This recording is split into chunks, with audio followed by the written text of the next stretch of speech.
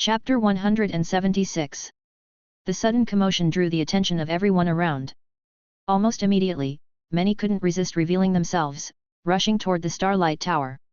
However, just as they approached the tower's grand entrance, an invisible force blew them back. What happened? Why can't we get in? Damn, there's a defensive array. Some impatient wizard apprentices couldn't help but cast spells at the door, attempting to break the defensive array. But the array absorbed their spells without a trace, like stones sinking into the sea. In the next moment, light flashed from the tower's top, and several beams of light descended, striking the apprentices attacking the door. They vanished in an instant, without even time for a scream. Seeing this, the crowd in front of the tower recoiled in panic, retreating to a safer distance. What was that? The traveler gasped. Even from hundreds of meters away, he could feel the dense energy emanating from those beams. It was a terrifying energy strong enough to kill him instantly. A spell turret, Sunan explained. One of the standard combat devices of a wizard's tower, capable of easily annihilating a third circle legendary knight. The staff, traveler, and Rose looked at Sunan in surprise. How do you know that? Rose asked curiously. Sunan shrugged but didn't answer. With the grim fate of those unlucky few as a warning, the surrounding wizard apprentices and legendary knights dared not act rashly. Get out of my way! A cold shout rang out, followed by a brief scream. Mavik led the charge toward the Starlight Tower, casually dispatching a wizard apprentice blocking his path with a lightning bolt. The others quickly moved aside. None of them had the confidence or strength to face a third-level wizard apprentice. Ignoring the resentful gazes around them, the members of the Council of Truth kept their eyes fixed on the Starlight Tower, their eyes shining with excitement or elation. This tower was their hope of advancing to become wizards. Without hesitation, Megazin and his group took out their sigil stones. A faint glow spread from the stones, quickly enveloping each of them entirely. In the next second, the group of over 10 people vanished. This sight caused a stir among the onlookers. They're gone. No, they went inside. How did they get in? Is it because of those stones? Do you need a specific medium to enter the tower? Realizing this, the crowd's eyes scanned their surroundings. Among them, there might be others with similar stones. Those guys beat us to it, the traveler clicked his tongue. Despite his words, there was no panic in his tone. After all, their group had 4 third-level wizard apprentices and a third-circle legendary knight, not to mention Sunan. There was no fear of the ragtag crowd around them. No time to lose, let's go in. Sunan rose and headed toward the Starlight Tower. Seeing him, the others quickly followed. Their group was already conspicuous, and their movement immediately drew a lot of attention. When they stopped before the tower and displayed the stones in their palms, someone couldn't hold back any longer. A wizard apprentice suddenly fired a black beam at Rose. Almost simultaneously, 2 legendary knights leaped forward, targeting Kyi and the traveler, swords slashing through the air. The 3 attacks seemed to trigger a switch, prompting dozens of others to join the assault on Sunan's group. While they recognized the strength of Sunan's group, their greed for the Starlight Tower's secrets overcame their reason. Moreover, their targets numbered only 5, not like the previous Council of Truth's group of over 10. With 4 or 5 times their number, they thought they had a chance to seize the stones. As for dividing the spoils afterward, that was a problem for later. But in the next moment, they realized their mistake. As they attacked, Sunan, the staff, the traveler, and Rose launched a counterattack. Centered around the 4, dozens of magical missiles erupted, instantly cutting down the 7 or 8 attackers at the forefront. These assailants, at most first circle legendary level, fell with barely a glance. The display left the remaining attackers frozen, hesitant to advance. However, Sunan's group wasn't about to let them off. Their spells continued, quickly decimating the would-be attackers. These second-level wizard apprentices and first circle legendary knights were nothing more than ants to be crushed before Sunan's group. Even with a numerical advantage of more than 10 to 1. Realizing the vast gap in strength, the crowd around them quickly lost their nerve. No one dared attack, instead keeping their distance, casting fearful and envious glances. Sunan's group paid them no mind, treating them like ants. Their focus was on the sigil stones. As the sigil stones emitted a faint glow, enveloping their bodies, the 5 vanished simultaneously. When Sunan came to, he found himself in a spacious hall. The hall was made entirely of white jade, its surface engraved with mysterious patterns, exuding a sense of order and strange beauty. The hall resembled the control center at the top of the dragon skeleton tower but was more spacious. The walls had numerous intersecting grooves, forming outlines of rectangular doors flush with the floor. The ceiling was at least 100 meters high, studded with countless precious luminescent pearls, illuminating the hall brightly. As Sunan surveyed the hall, a voice suddenly echoed from the void. Detected entrance, initiating scan. Scan complete. Entrants are third-level wizard apprentices, meeting the inheritance criteria. Initiating inheritance program. Welcome to the Starlight Tower, Wizard Apprentice. A bright light appeared about 10 meters in front of Sunan, manifesting a phantom image. It was a grey-white fleshy orb, covered in numerous mouths, each faintly revealing sharp teeth. At that moment, hundreds of mouths opened and closed in unison, producing a somewhat mechanical voice. I am the Tower Spirit of the Starlight Tower, and the examiner of the trial. According to the rules of the Starlight Tower, all entrants have the opportunity to challenge the trial.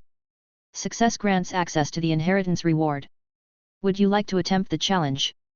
Sunan didn't answer immediately, instead examining the fleshy orb with interest.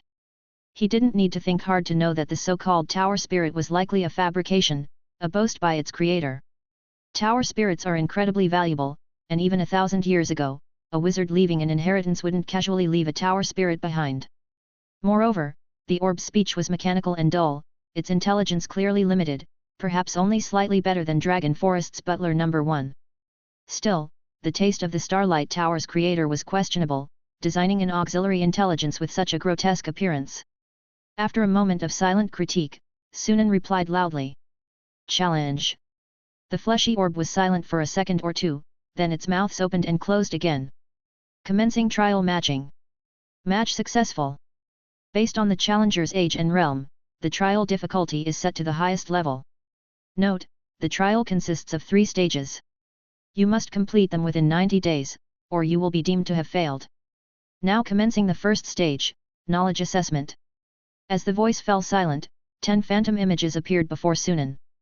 Select 3 of the following 10 materials and provide detailed information on their names, effects, and growth environments. The density and accuracy of the information must meet certain standards. Listening to the voice and looking at the phantoms, Sunan felt a wave of nostalgia. In his past life at the Wizard Academy, exams had a similar setup. Didn't expect to take a test here too.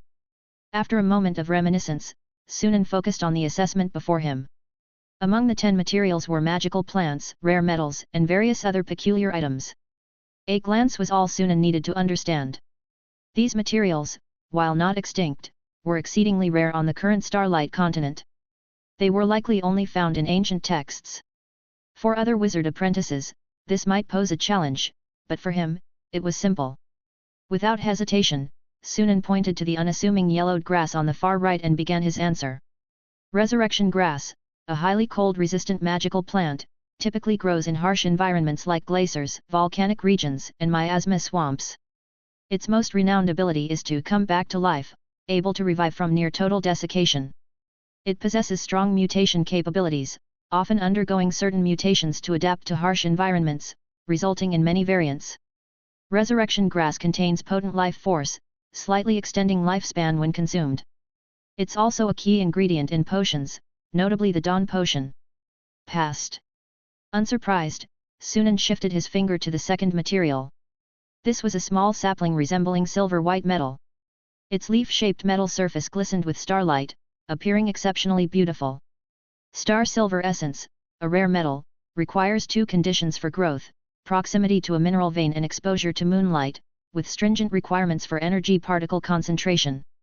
Star silver essence's ductility and magical conductivity surpass mithril, making it suitable for crafting magical items or puppets.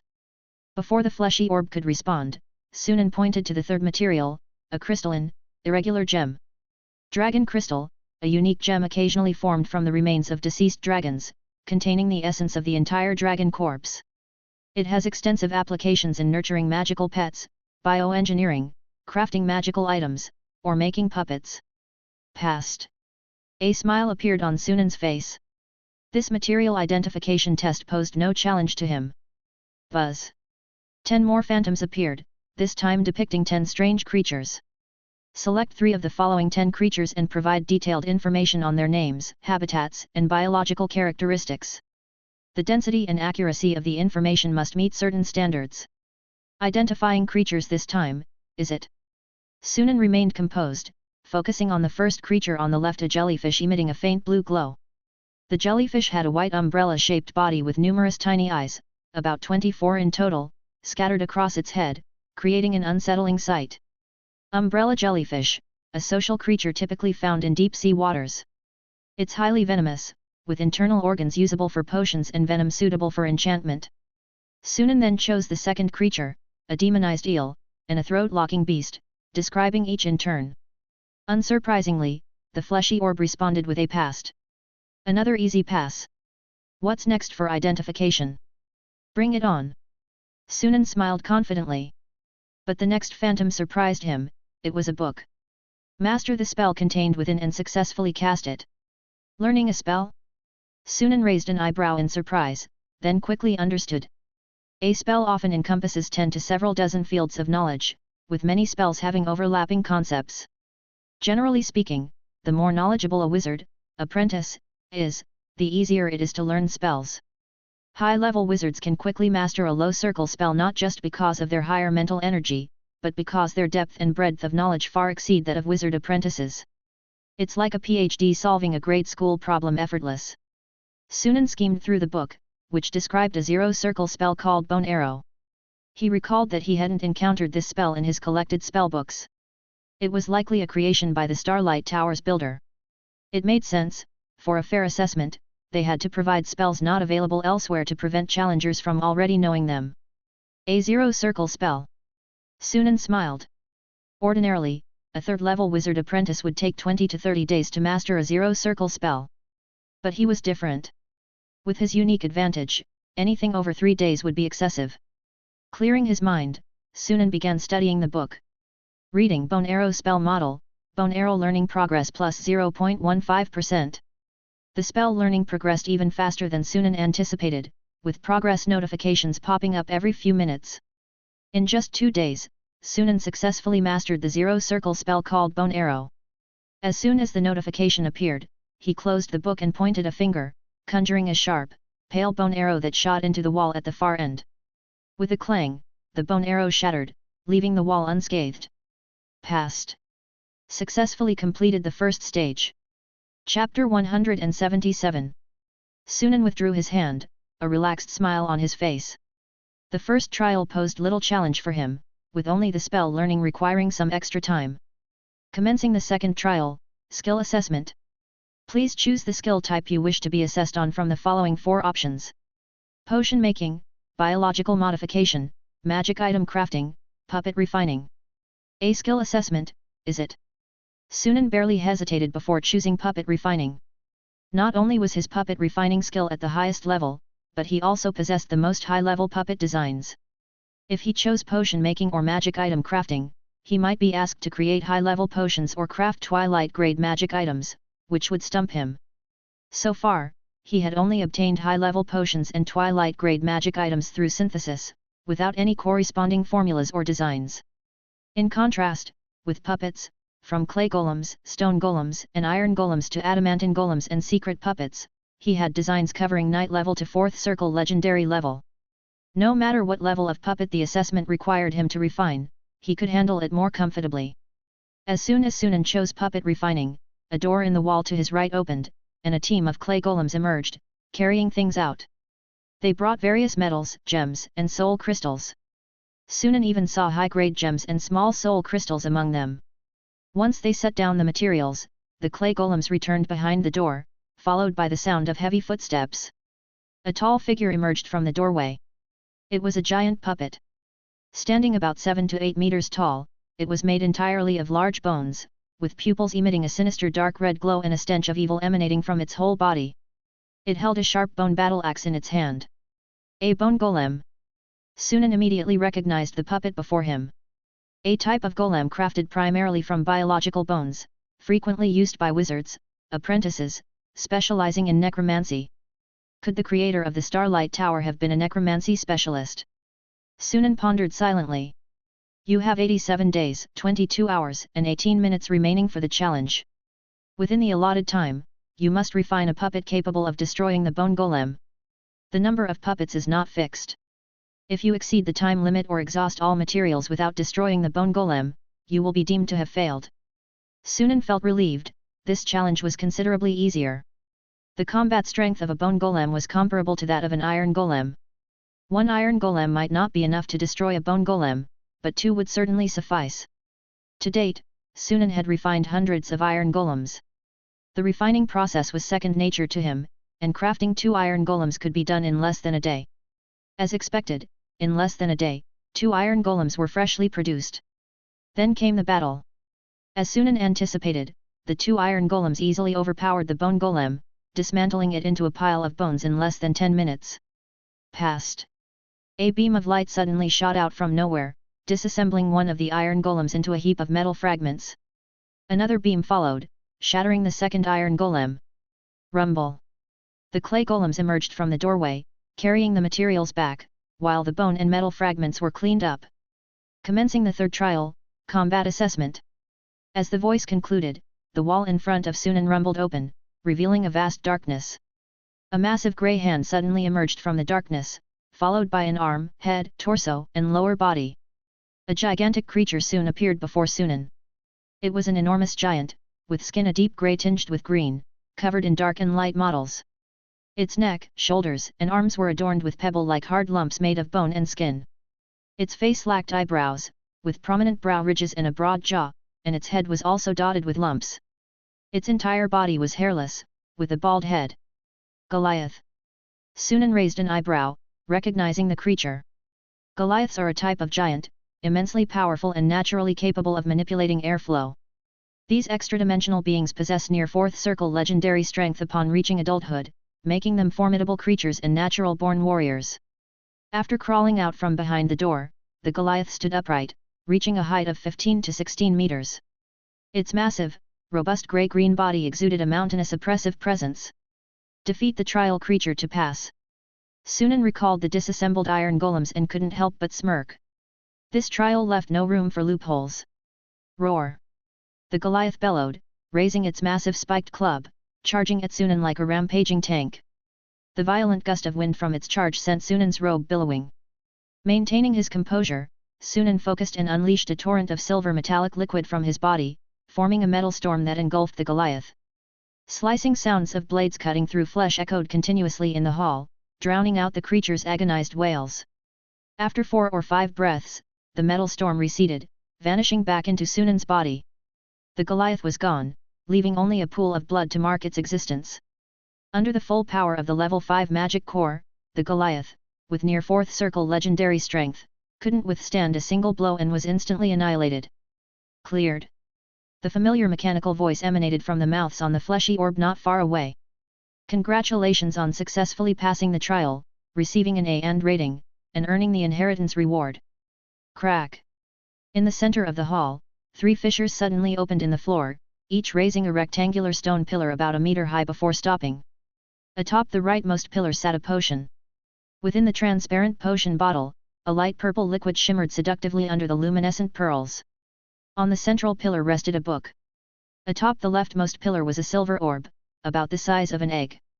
Construction potion, bone intermediate talent crystal model, psychic pearl. These are your inheritance rewards. Construction potion. Sunan's heart leaped with joy. The name alone indicated it was a potion specifically designed to accelerate the construction of talent crystal models, significantly boosting construction speed. A single construction potion could enable a wizard apprentice to successfully construct a lower-level talent crystal model within a month. The effect was undeniably powerful. Whether in the wizarding golden age 1,000 years ago or in the future wizarding renaissance, construction potions were extremely rare, typically monopolized by wizarding factions and never seen by independent wizard apprentices. That the creator of the Starlight Tower would offer a construction potion as a reward, even for an A and rating, genuinely surprised Sunan. The bone intermediate talent crystal model was also a decent reward, though Sunan no longer saw much value in it. As for the psychic pearl, as the name suggests, it was a crystallized form of highly condensed mental energy, used for rapid mental energy recovery. However, only formal wizards could craft it, and doing so permanently reduced their mental energy. Only wizards nearing the end of their lifespan would typically make such sacrifices, making the psychic pearl extremely valuable. The bone talent crystal model aside, the construction potion and psychic pearl were clearly intended for the second and third steps of constructing a model. Sunan surmised that in the Starlight Tower's trial estimation, those achieving an A rating were wizard apprentices on the verge of or in the process of constructing a talent crystal model, hence the inheritance rewards. He had to admit, the creator of the Starlight Tower was quite generous. With that thought, Sunan reached for the construction potion, but before he could touch it, an invisible force field blocked him. Sunan paused, puzzled. Then, the fleshy orb spoke again. Wizard apprentice, according to the rules of the Starlight Tower, to claim the inheritance reward, you must first sign an oath contract. An oath contract? Sunan frowned slightly and asked, what is the content of the contract? Words appeared in the air before him, line by line. After reading the text, Sunan's expression darkened.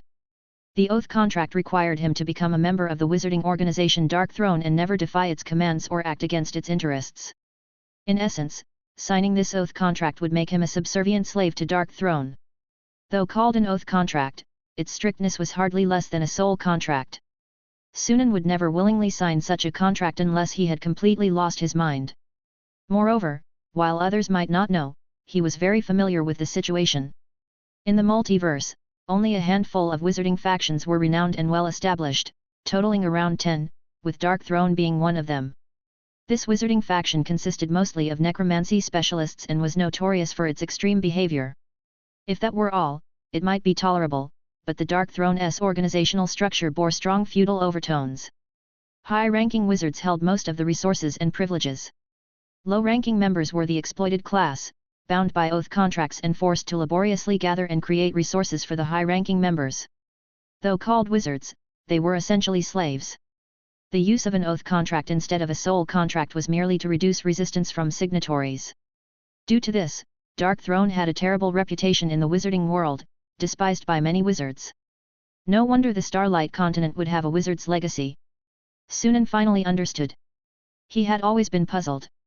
Wizards as a group were hardly known for their sense of responsibility. After venturing into the multiverse, it seemed improbable that a wizard would leave a legacy on the Starlight Continent, offering a glimmer of hope for future wizards to ascend. Something didn't add up. Sunan initially thought it might be an anomaly within the wizard community, a unique individual willing to give selflessly, but now it was clear the truth was vastly different from his assumption. The Starlight Tower was essentially a recruitment facility established on the Starlight Continent by Dark Throne to develop its members. Given its poor reputation, few in the multiverse were willing to join Dark Throne.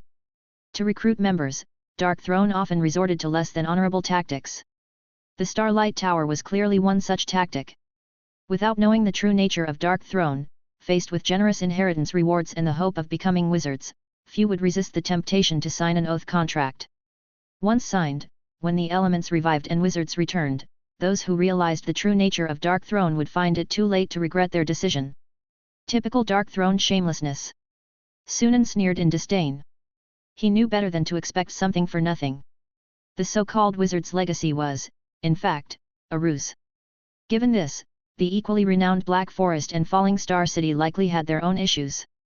Even if they weren't as disastrous as the Starlight Tower, it was unlikely they offered knowledge and resources without any cost. Forget it.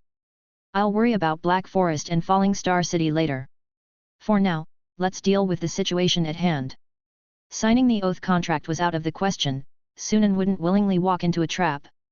But knowing Dark Throne's usual tactics, even if he refused the reward and didn't sign the oath contract, they likely wouldn't allow it. Sunan glanced at the fleshy orb and declared, I refuse to sign the oath contract and forfeit the inheritance reward. After a few seconds, the fleshy orb spoke again. Challengers refusing to sign the contract must compensate for the resources and energy consumed during the trial, totaling 30 upper-grade magic stones. Please pay. Failure to pay will result in elimination. As expected. Sunan chuckled coldly. In today's Starlight Continent, which wizard apprentice could afford 30 upper-grade magic stones? Even Sunan, with plenty of magic stones in his spatial ring, didn't have enough to synthesize 30 upper-grade stones. If he was in such a position, it was even less likely for others. This rule of the Starlight Tower left challengers with no real choice. Sign the oath contract or die. There was no third option. Please make your choice, challenger. Pay the fee or sign the oath contract. The fleshy orb's numerous mouths opened and closed, emitting a cold, mechanical voice. Sunan could sense something in the hall was targeting him, ready to attack if he refused. A chilling pressure enveloped him instantly. Seemingly unaffected, Sunan's face showed a cold smile. Screw your choice. He suddenly reached for the construction potion, unleashing a torrent of silver metal liquid that formed a metal storm, crashing fiercely against the invisible force field. Chapter 178. Sunan was never one to take threats lightly. Since the Starlight Tower offered him no choice, he decided to forego choosing altogether. He flipped the table instead. The silver metallic storm tore through the invisible force field in an instant. As soon as Sunan's fingers touched the construction potion, he stored it in his spatial ring. In quick succession, he also snatched up the book and the psychic pearl. Only then did the fleshy orb react to Sunan's sudden attack. Warning! The Starlight Tower is under attack, initiating defense protocols. A beam descended silently from above, striking Sunan. The shield surrounding Sunan shattered instantly, followed by the energy particle barrier. The beam halted just 2 or 3 centimeters from his body, creating a brief distortion before dissipating. The defense value of the Aegis ring dropped by more than 300 points in an instant. Sunan's gaze shifted slightly toward the ceiling of the hall. The power of this beam was nearly on par with a spell turret. It was crucial to disable the device emitting these beams, otherwise, no amount of Aegis rings would suffice. With a quick calculation, Sunan formed a plan. An iron golem suddenly appeared above him, taking the brunt of an incoming beam. The iron golem shattered instantly, scattering metal fragments in all directions. Using this opportunity, Sunan located the source of the beam. His metallic storm shifted direction, crashing into a turret-like device on the ceiling and shattering it instantly. Crash! The walls around the hall suddenly opened, revealing doorways from which stone golems emerged, surrounding Sunan from all sides. A puppet battle, is it? Sunan chuckled. This was one area where he had confidence. As more stone golems appeared around him, they charged fearlessly at the enemy. A fierce battle of golems erupted in the hall. Towering stone golems clashed with each other, their massive fists pounding on one another, the heavy impacts echoing like thunder throughout the hall. Every moment, a stone golem fell, reduced to rubble. The battle quickly turned into a war of attrition. Sunan held back from further action, remaining vigilant. He had to conserve his strength for whatever the Starlight Tower might throw at him next. Despite his caution, Sunan wasn't overly worried. The Starlight Tower was designed for wizard apprentices, not as formidable as a true wizard's tower, so its defensive capabilities couldn't be too overwhelming. He had come well prepared for this venture, bringing 2 small golem armies and holding several trump cards, giving him the confidence to flip the table. Since the Starlight Tower wouldn't let him leave, he intended to take it down and claim its resources for himself. Realizing stone golems weren't effective against Sunan, the tower soon deployed iron golems. Sunan responded in kind, releasing iron golems and elite dual-blade spiders, outnumbering the tower's golems and gradually pushing the battle line toward the doors. As Sunan's golem army occupied 2/3 of the hall, the previously motionless fleshy orb finally reacted. Detected increase in intrusion intensity, elevating defense level to Tier 2. With a buzzing hum, the entire Starlight Tower seemed to tremble. Intense energy fluctuations erupted from above the hall. Sunan looked up to see numerous meter-wide magic arrays manifesting in the void, each deploying a turret with a glowing tip. A full 18 turrets. With a hum, the 18 turrets fired simultaneously, beams as thick as barrels slicing through the air toward Sunan. Unlike the earlier improvised turret, these 18 turrets were genuine spell turrets with incomparable power. Sunan didn't dare take them head-on. Instantly, the elite dual-blade spiders around him leapt up, forming a barrier above him with their bodies. However, the spell turret blasts could easily annihilate even a 3rd circle legendary knight, leaving the 2nd circle legendary spiders unable to withstand them. In an instant, over 20 elite dual-blade spiders were disintegrated. Their sacrifice only absorbed 4 beams, the remaining beams continued toward Sunan with unstoppable force. Seizing the moment, Sunan cast Mirror Image, splitting into 8 and dispersing in different directions. The beams pursued relentlessly, soon striking all 8 Sunan figures. 7 clones vanished like bubbles, while Sunan's real body took 2 direct hits. His shield shattered instantly, and the Aegis Ring's 1000 defense points dropped to 0. Fortunately, after passing through 2 layers, the beams were significantly weakened, easily blocked by the magic core. The attack left Sunan alert. I can't let these turrets keep attacking, or even an abundance of Aegis Rings won't suffice. Without hesitation, Sunan hurled over a dozen high-grade rune gems. Even against 18 spell turrets, he wasn't intimidated. Boom! Boom! The thunderous blasts in the hall intensified, accompanied by dazzling elemental lights and stray beams. Sunan, sparing no expense, became a living artillery, countering the spell turrets with equal ferocity. The turrets crumbled under the relentless bombardment of high-grade rune gems. In a matter of seconds, all 18 spell turrets were destroyed. Sunan paid the price of 7 Aegis Rings and over 60 high-grade rune gems. Holding the psychic pearl in his hand, absorbing it to replenish his mental energy, Sunan couldn't help but feel grateful. Thankfully, the Starlight Tower wasn't a true wizard's tower, equipped with only 18 spell turrets. Otherwise, with 100 standard turrets simultaneously firing, even with Aegis Rings and a magic core, he'd have been obliterated instantly. During the brief moments Sunan destroyed the spell turrets, the tower's golems were overwhelmed, unable to raise their heads. Seeing Sunan's golem army nearing the doors, the tower promptly closed all entrances. Detected increase in intrusion intensity, elevating defense level to Tier 3. Warning, Tier 3 defense protocol activated, suspending all non-essential energy consumption, halting non-combat facility operations. As the announcement ended, the central giant metal door swung open, and massive figures emerged. They resembled deformed ogres but were far larger. Their height exceeded 20 meters. Their bodies appeared as if made of clay, their surface showing numerous pained and twisted faces, as if other creatures were trapped within, struggling to escape.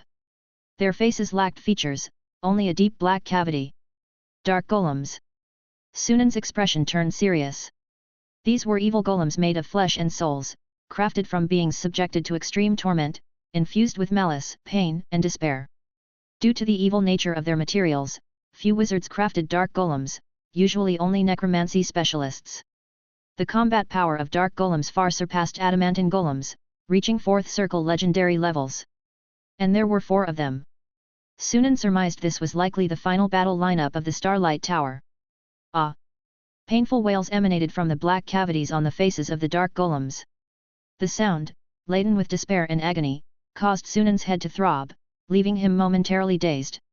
When he regained his senses, the 4 dark golems had already charged into his golem army, breaking through with unstoppable force. Outside the Starlight Tower. After Sunan and his group entered the tower, those hidden around couldn't sit still any longer, emerging to gather around the tower, trying various methods to get inside. Unfortunately, all attempts failed, and a few unlucky ones seemed to trigger some taboo, getting blasted to ashes by the spell turrets. For a while, the crowd looked at the Starlight Tower helplessly, like staring at a delicious cake they couldn't reach. At that moment, a flash of light appeared on the open ground before the tower, and over a dozen figures materialized.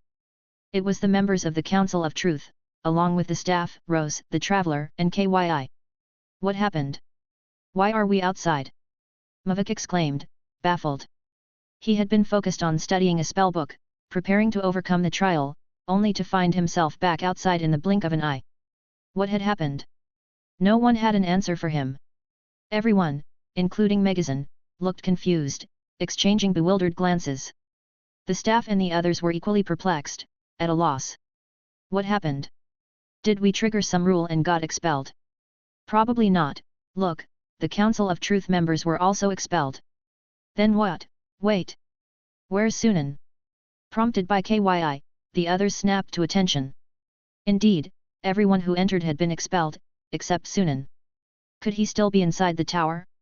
The 4 exchanged glances, a thought simultaneously crossing their minds. Could this situation be related to Sunan? If it were Sunan, causing such a scenario seemed plausible. In fact, the current situation couldn't be unrelated to Sunan. Something's not right, Sunan hasn't come out. On the Council of Truth's side, Ivans quickly noticed Sunan hadn't been expelled with them. Mavika's face darkened, and he said sternly, everyone was expelled from the tower, except Sunan. He must be behind this. Capture his companions and interrogate them. Don't waste your efforts, those guys clearly don't know anything. Fabio glanced at the equally confused staff and company, frowning in thought. But this is likely related to Sunan. What exactly did he do? No one could figure it out. Regardless of what happened, the priority is finding a way back into the tower. Megazin said gravely, frowning at the sigil stone in his palm. It's useless, Fabio had already tried. The key's unresponsive. The others tried several more times in disbelief, but no matter how they activated the key, it was in vain. With no choice, everyone turned to Megazin, awaiting his decision. Megazin's expression darkened as he pointed at a nearby armored middle-aged man, clearly a legendary knight, and commanded coldly. You, attack the Starlight Tower. The knight's face changed dramatically. What are you trying to do? Mavik understood Megazin's plan, stepped forward, and stared coldly at the knight, saying icily, attack the Starlight Tower or die, choose one. The other members of the Council of Truth also cast unfriendly gazes. The knight's expression fluctuated for a moment before he finally yielded. He couldn't possibly contend with over a dozen third-level wizard apprentices. With a pale face, the knight approached the Starlight Tower, hesitated, then gritted his teeth and unleashed a sword energy, swiftly retreating and watching the tower's top warily. The previous unfortunates had been killed by beams from the tower's top. Yet, nothing happened. The tower remained silent. Seeing this, the knight showed a joyful expression of having escaped death. Megazin and his group exchanged glances. It seems something has changed inside the tower, Fabio mused, frowning. Why bother with all that? Mavik said eagerly. If attacking the Starlight Tower doesn't trigger a response, we should go all out. Once we break the defense array, we can enter the tower without keys. Everyone agreed with this statement.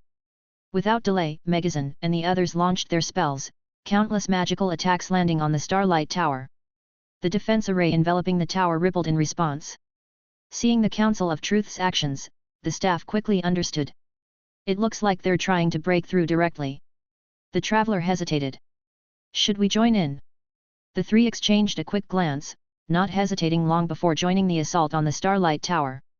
Kyi hesitated for a moment before joining in as well. Unlike the others, he wasn't as eager or desperate for the Starlight Tower. After all, he had already consumed the Dawn Potion. In contrast, he was more concerned about any danger Sunan might be facing inside the tower. Whatever the case, breaking through the defense array to investigate seemed prudent. With the strongest groups present leading the attack, the rest of the onlookers couldn't stay idle, quickly joining the assault. Once the defense array was breached, the tower's doors would be open to them as well. Then, they too could share in the spoils. The thought invigorated many. Chapter 179. External attack detected, emergency increase in defense array strength. 50%, 60%, 80%. Activate spell turrets. Activation failed, all spell turrets are damaged. Maximizing defense array energy. In the midst of battle, Sunan heard the mechanical voice of the fleshy orb, and he frowned in confusion. External attack? Who could it be? The onlookers without keys? But from the auxiliary intelligent lifeform's words, the intensity of the attack seemed significant. It shouldn't be possible with just those second-level wizard apprentices and legendary knights. Whatever, it works in my favor, draining the Starlight Tower's energy, Sunan muttered to himself, refocusing on the battle at hand. In the hall, two secret puppet girls were locked in a fierce one-on-one battle with two dark golems. The fight was evenly matched, with both sides having their moments. Elsewhere, 5 adamantine golems, leading dozens of elite iron golems, besieged another dark golem. Though slightly at a disadvantage, they weren't losing any time soon. Sunan himself faced off against a dark golem. To conserve mental energy, he relied only on magical items and bloodline imprints. After a barrage of over 20 disaster claws, the dark golem was riddled with holes, battered and bruised. Sunan then activated the air blade imprint in his hand, unleashing countless sharp air blades that shredded the dark golem into pieces. Compared to the numerous tactics of a third-level wizard apprentice, dark golems were relatively easier to handle. With his opponent defeated, Sunan wasted no time in attacking the second dark golem. Taking them down one by one, in less than 20 minutes, all 4 dark golems were vanquished. Having dealt with the dark golems, the fleshy orb fell silent, offering no further response. Sunan chuckled, knowing that this auxiliary intelligent life form had run out of tricks. Strictly speaking, the Starlight Tower's defenses weren't weak. Whether it was the 18 spell turrets or the numerous golems, they could easily crush any third-level wizard apprentice. But they happened to encounter him, someone with a cheat. The creators of the Starlight Tower, the Dark Throne, probably never anticipated today's scenario.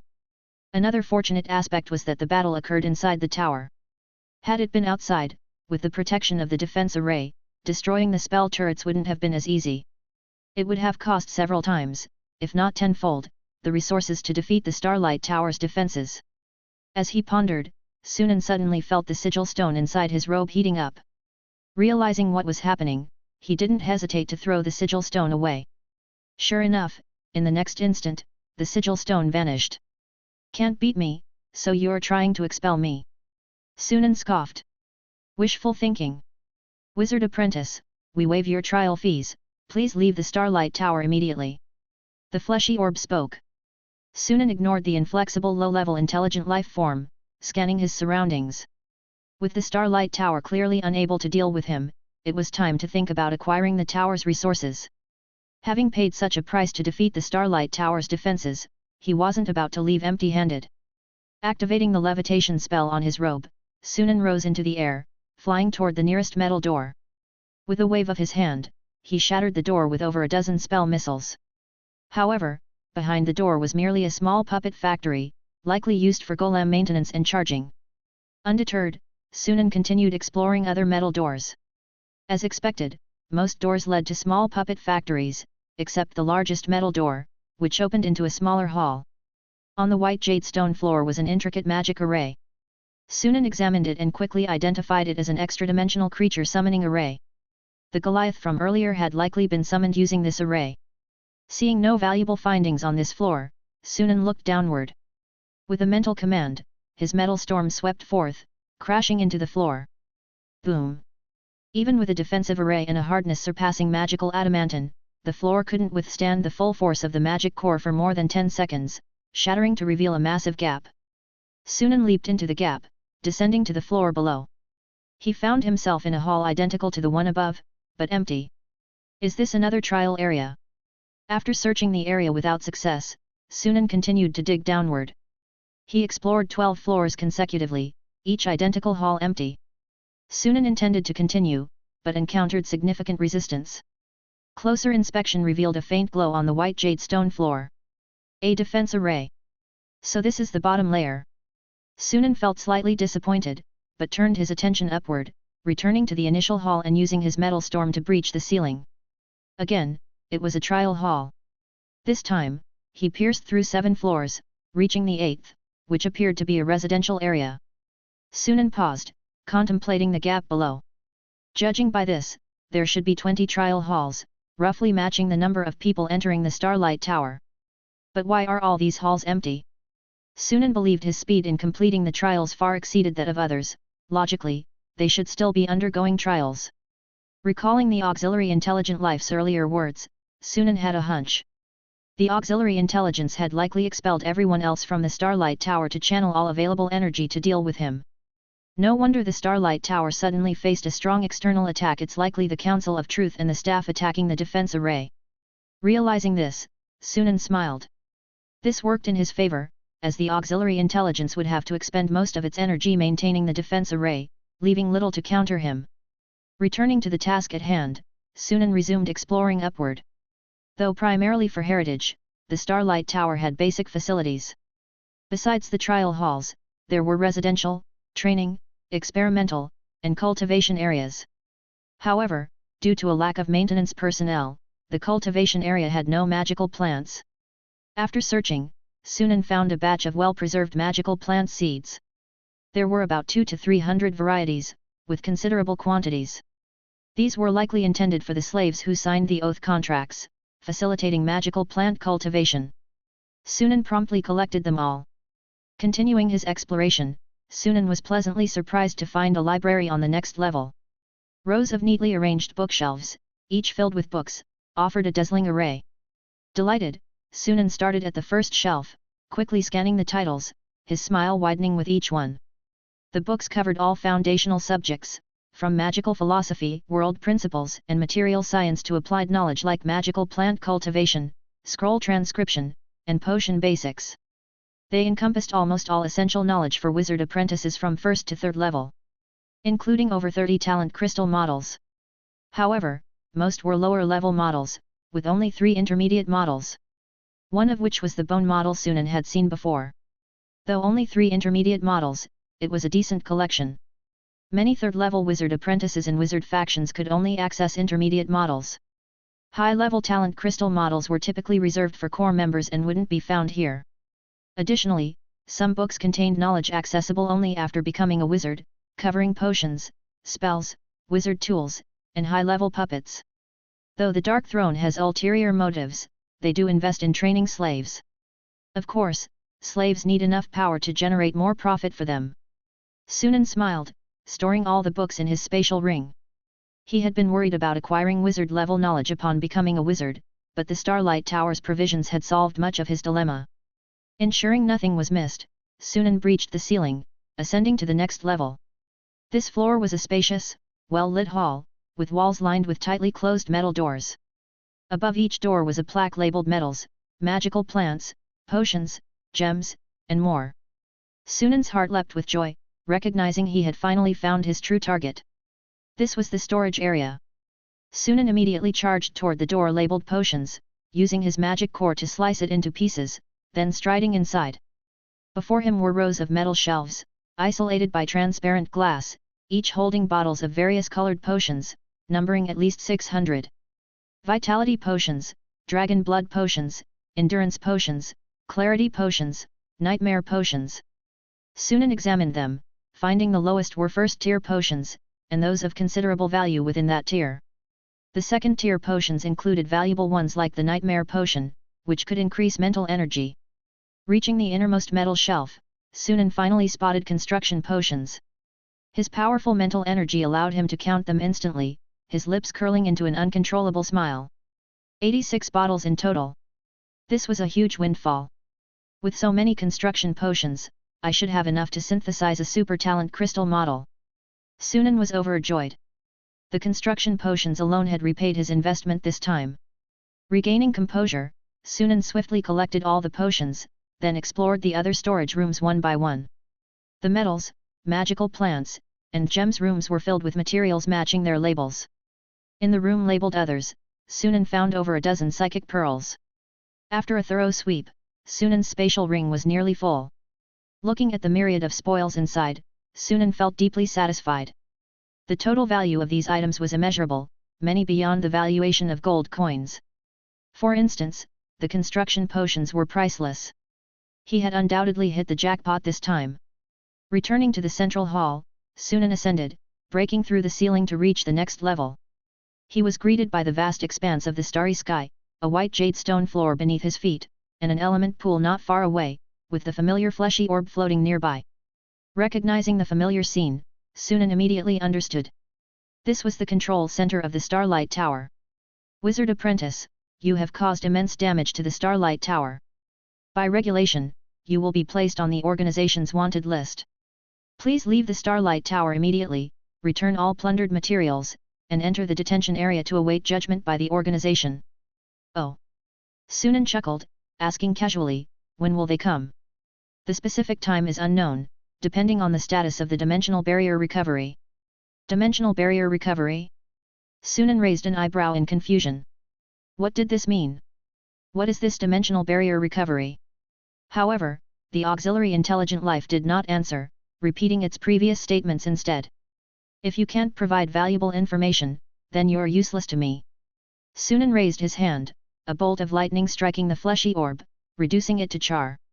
Unlike a tower spirit, which could exist in non-physical form, auxiliary intelligent life usually had a physical body. For example, the crystal ball at the top of the dragon skeleton tower was Butler No One's body. And the fleshy orb was the body of the Starlight Tower's auxiliary intelligent life. With its destruction, the auxiliary intelligent life of the Starlight Tower ceased to exist.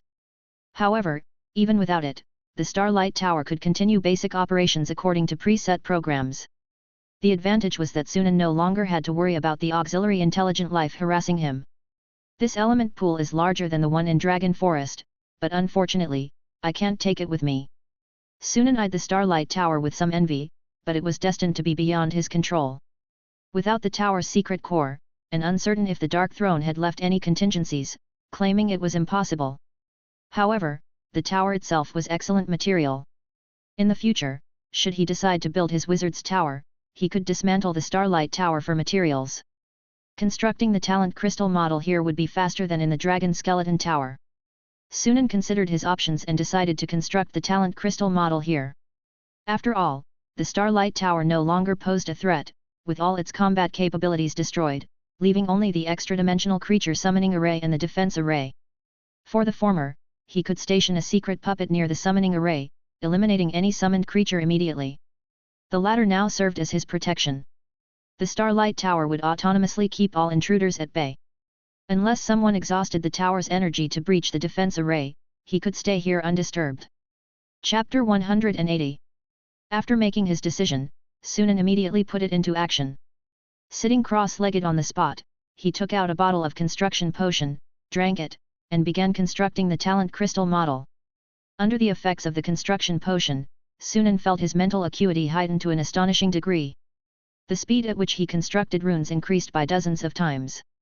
In fact, the construction potion also significantly improved meditation efficiency. However, due to its rarity, no one would typically use it for meditation. That would be a waste. With the quadruple benefits of Divine Blood Amber, Transcendental Potion, Elemental Pool, and Construction Potion, Sunan's speed in constructing the talent crystal model was nothing short of rapid, advancing at lightning speed. In just 13 days, he successfully constructed the second talent crystal model. Carefully fusing the talent crystal model with the divine energy crystal, Sunan proceeded with constructing the third one without delay. 13 days later, the third talent crystal model was completed. Then came the fourth, fifth, sixth.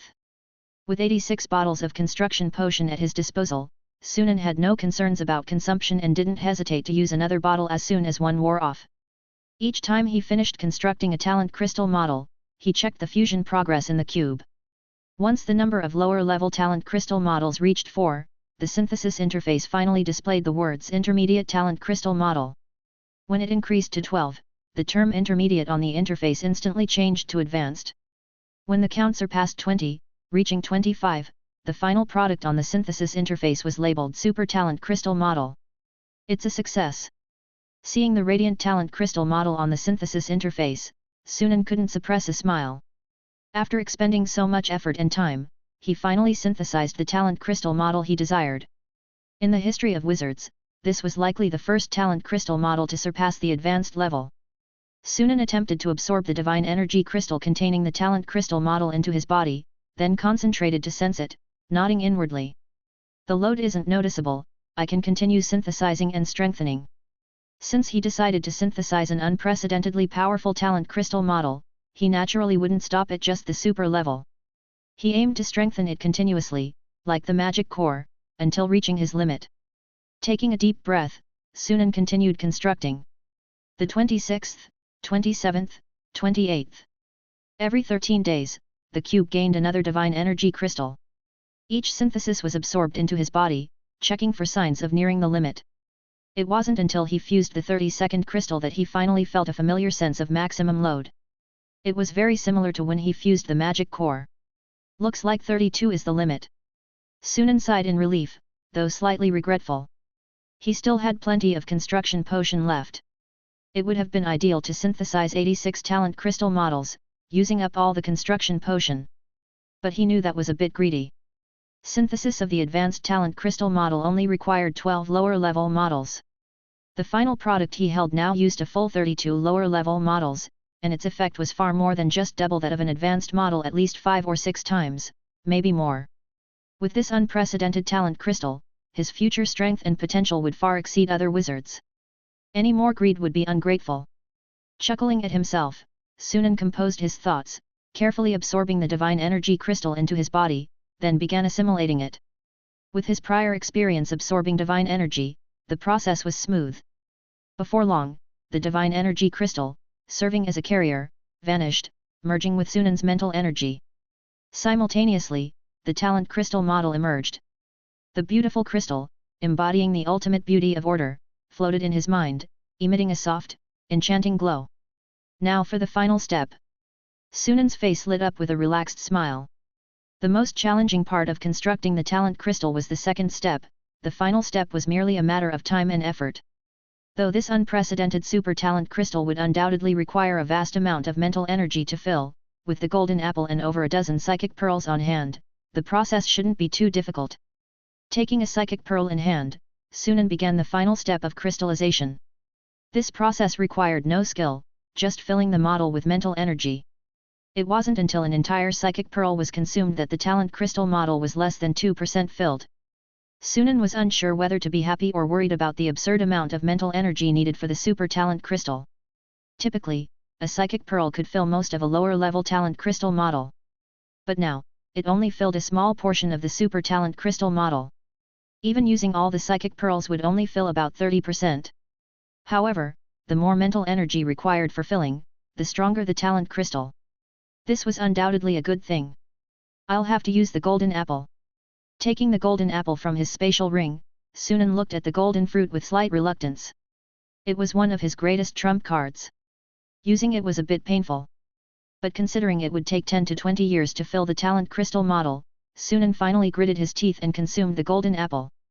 With the effect lasting only an hour, Sunan wasted no time, concentrating fully and channeling mental energy into the model.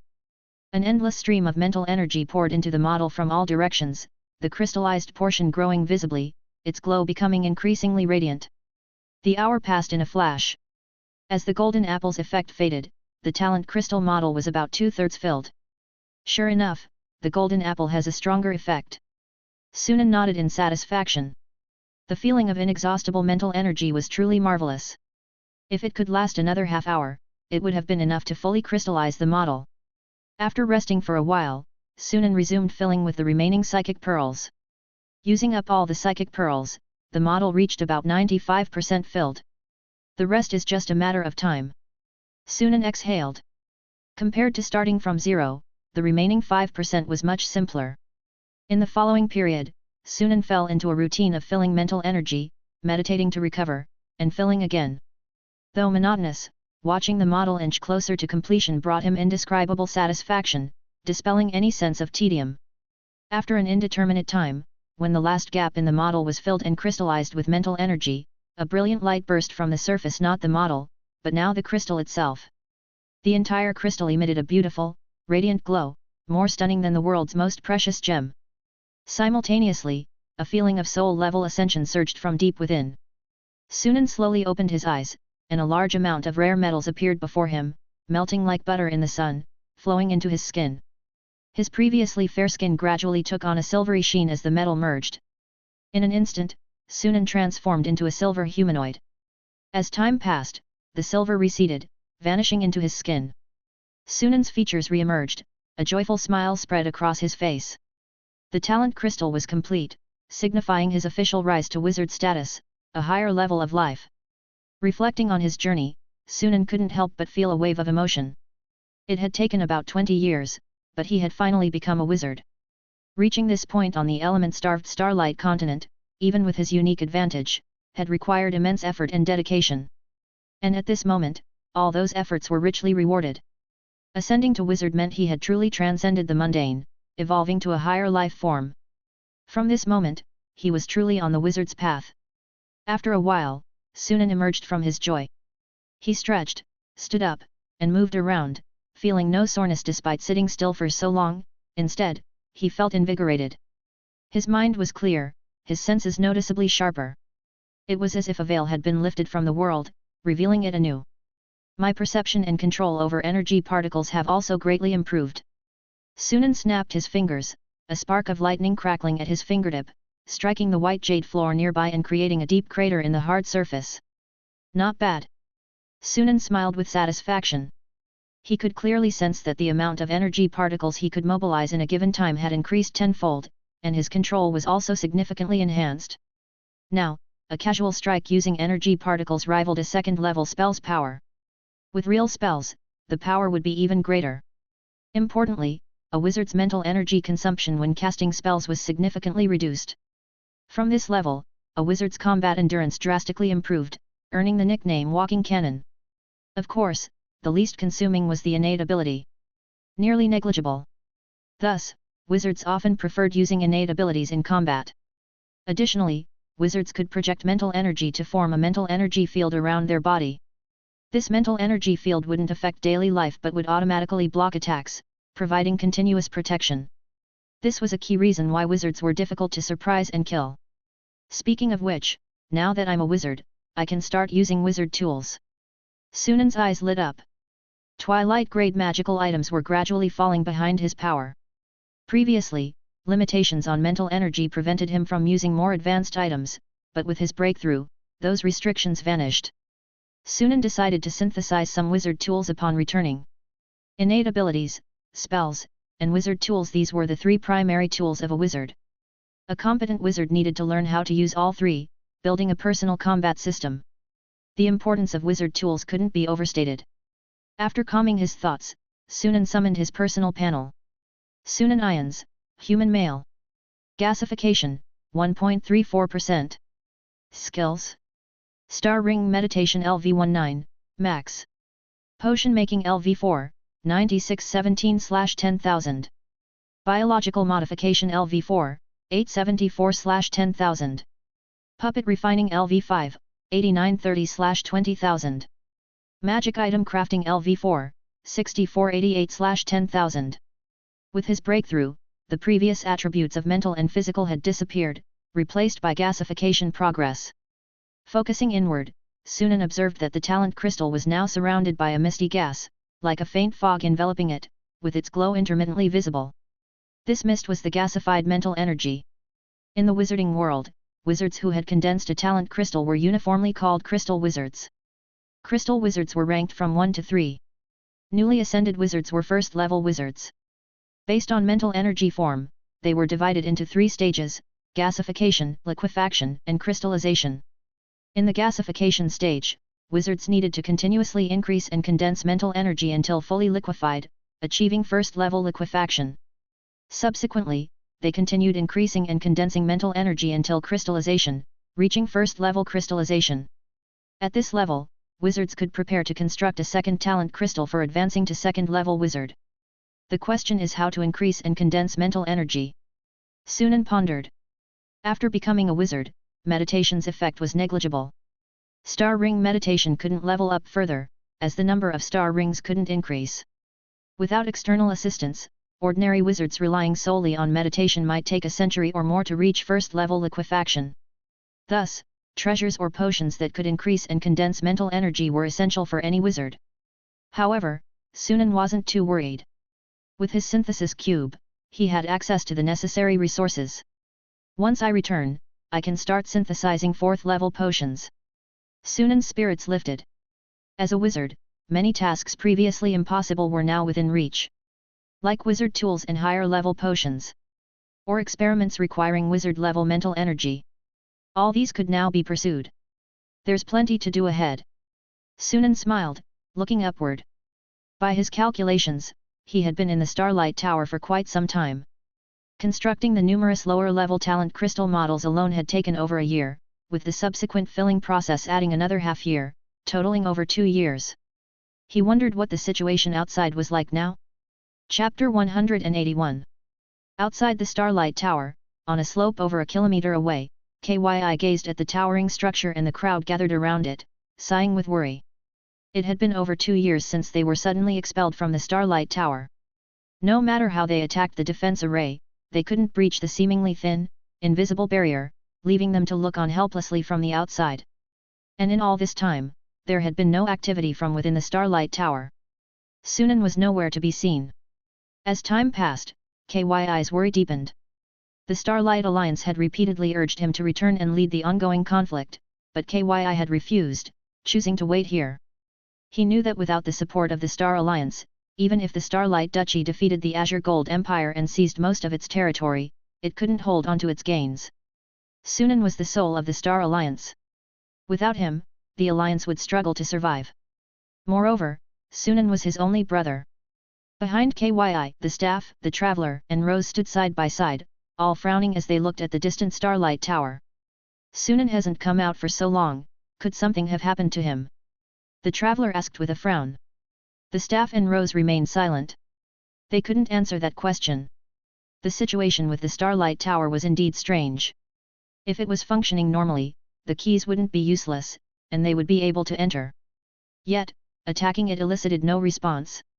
If there was a problem, the defense array was still operational, enduring the assault of many wizard apprentices for over 2 years without collapsing, indicating that the tower's energy system was intact. This baffling situation was beyond comprehension. If they weren't so reluctant to abandon their hopes of becoming wizards, they would have left long ago rather than waste 2 years here. What exactly is happening inside? The staff wondered aloud, his eyes filled with confusion. The members of the Council of Truth were equally perplexed.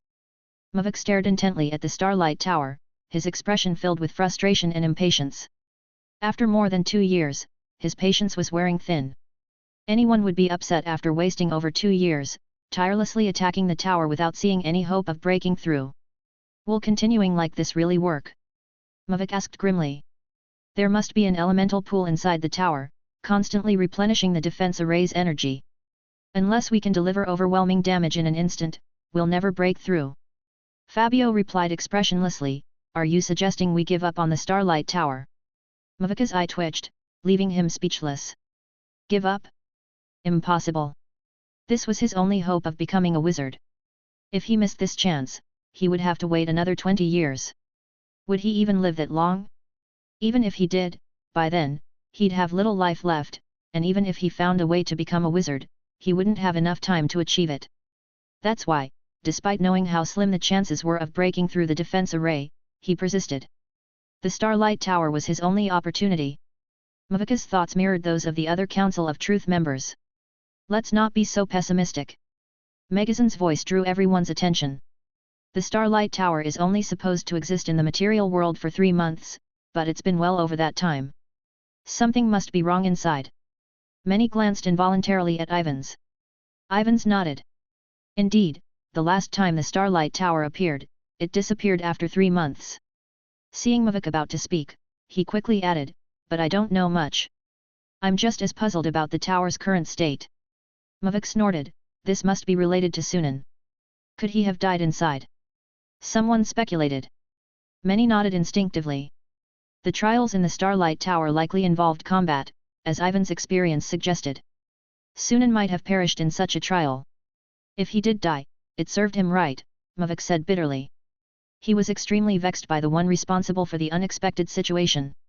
If Sunan died in the tower, that was one thing, but if he survived and emerged, Mavik wouldn't let him go. Enough talk, let's take action. Megazon interrupted, rising and heading toward the Starlight Tower. The others followed, their expressions gloomy. Now, they could only hope that the prolonged high-intensity operation of the defense array would cause a malfunction, giving them a chance to enter the tower. Seeing the Council of Truth begin their daily attack, the observing wizard apprentices retreated a safe distance. Initially, they joined forces with the Council to assault the tower. But in recent months, after the irritable Mavik found excuses to eliminate a few apprentices in frustration, no one dared approach them, fearing his wrath. Some timid individuals had already left. But more remained, clinging to the hope of profiting amidst the chaos. The Council of Truth paid these small fry no mind. They were ants that could be crushed with a backhand. If they dared entertain any untoward thoughts, they would pay dearly. Reaching the Starlight Tower, Megazon and the others prepared to unleash their spells as usual when a thunderous roar suddenly erupted above them. They looked up in shock to see the top of the tower explode. Amidst the flying debris, a figure shot out, pausing briefly in mid-air before descending slowly. Sunan!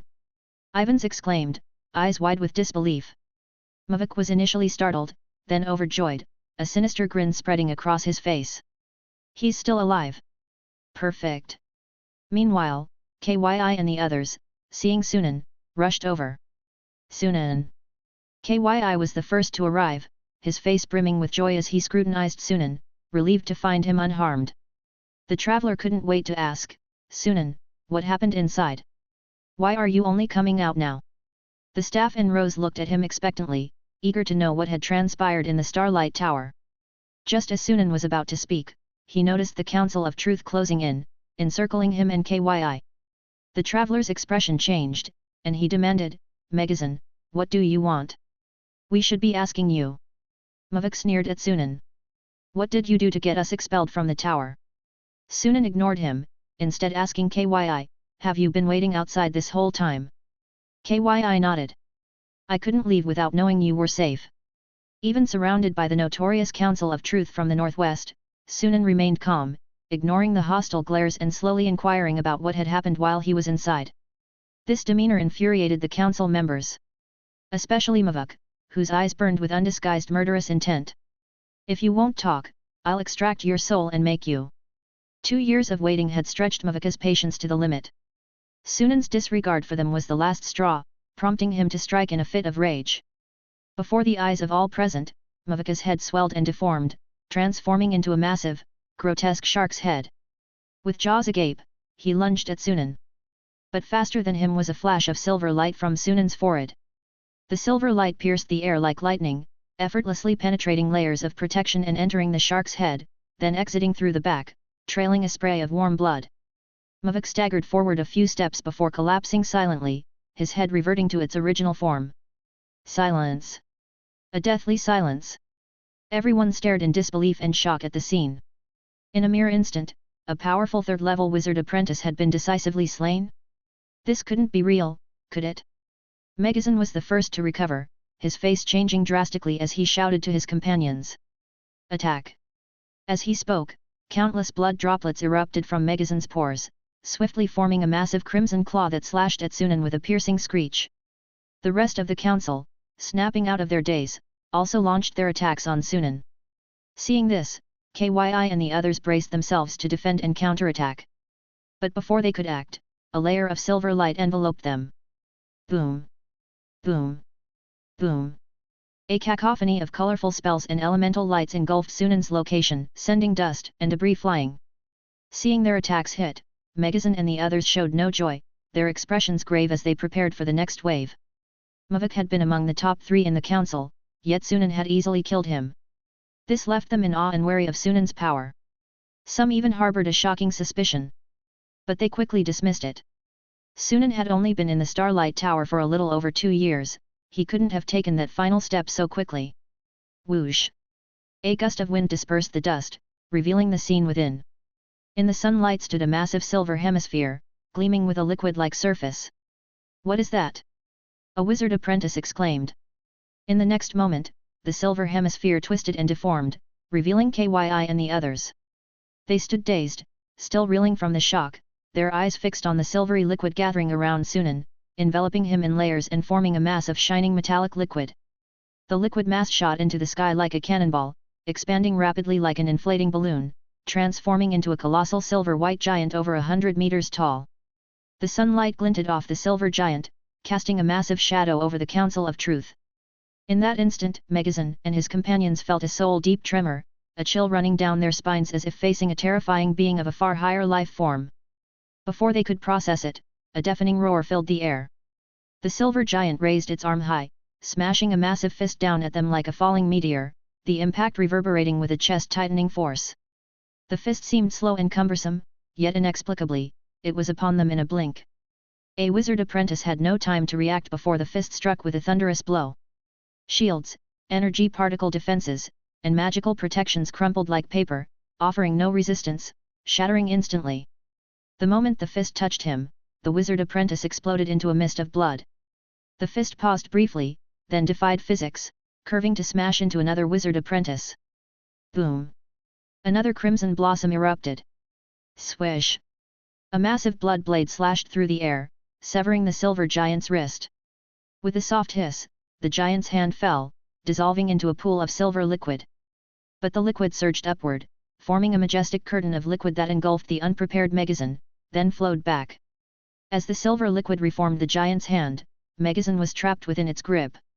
Feeling the crushing pressure from all sides, Megazin's eyes filled with despair, his face contorting with disbelief and jealousy. If he had doubted before, he now knew for certain that Sunan had become a formal wizard. Only a formal wizard could suppress him so effortlessly. But he couldn't accept it. Sunan must have had a fortuitous encounter in the Starlight Tower to ascend to wizard. If he hadn't been expelled, he could have passed the trial and received the heritage reward, breaking through himself. He was just one step away from that coveted realm. To die like this, he couldn't accept it. Ah! With a cry of agony, Megazin was crushed by the silver hand, his jealousy, despair, and resentment scattering into a mist of blood. The deaths of 3 companions in succession made the remaining council members realize the gravity of the situation, prompting them to flee without a word. But they hadn't gone far when the silver giant exploded into a shower of silver liquid, forming metallic spikes in mid-air, raining down like a storm. Swish! Swish! Swish! Fabio, Ivans, and the others were simultaneously pierced by the spikes, their defenses useless. In an instant, over a dozen third-level wizard apprentices were dead, the entire force wiped out. The metallic spikes circled back, vanishing into Sunan. Silence returned, so profound that a pin drop could be heard. Both Kyi and the distant onlookers stood frozen, their minds blank and their mouths dry. Chapter 182. For a wizard, even one who has just ascended, killing a third-level wizard apprentice is no more challenging than crushing an ant.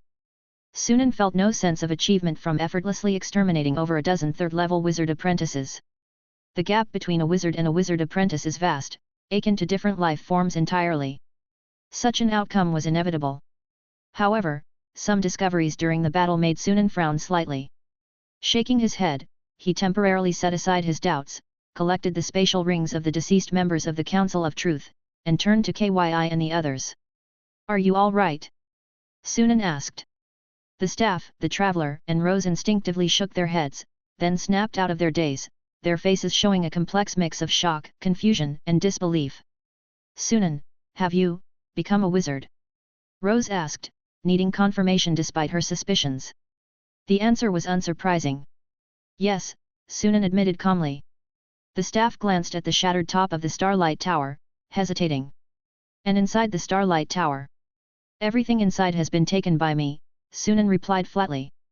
"The Starlight Tower is now just an empty shell." With his ascension to wizard, there was nothing on the Starlight continent that Sunan feared. The power of a wizard was enough to dominate the continent, with such might, he had no need to hide anything. As expected, hearing this, the staff and the others hesitated but ultimately said nothing. Facing Sunan as a wizard, they could no longer speak to him as equals.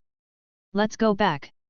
With a wave of his hand, Sunan summoned a small golem army to surround the Starlight Tower.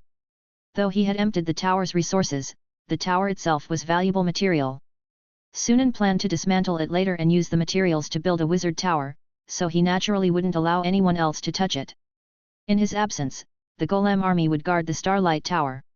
To be safe, Sunan left a secret puppet behind and destroyed the elemental pool within the tower. Without an energy source, the Starlight Tower couldn't slip into a dimensional space and would remain in the material world. Only after Sunan and his group had departed did the onlookers emerge from hiding, looking at the golem army surrounding the tower and exchanging helpless glances. "What should we do? What else can we do but leave? Do you think you can take on all those golems?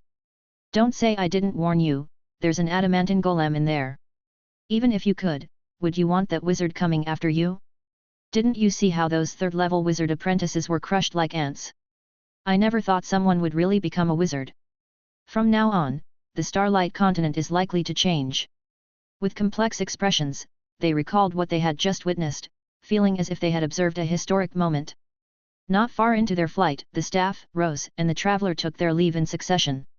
Facing Sunan, the pressure was immense, and they couldn't bear to stay any longer. Sunan didn't mind, wrapping himself and Kyi in liquid metal, forming a shuttle shape, and shooting toward Flash City.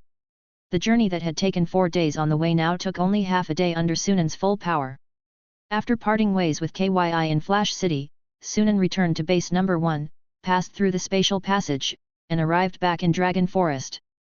Returning to the control center at the top of the Dragon Skeleton Tower, he immediately summoned Butler Number 1 to check the operation logs for Dragon Forest over the past 2 years. Before leaving, Sunan had anticipated a long absence and made arrangements, so Dragon Forest was running smoothly, with everything in order. However, there was a backlog of tasks needing his attention.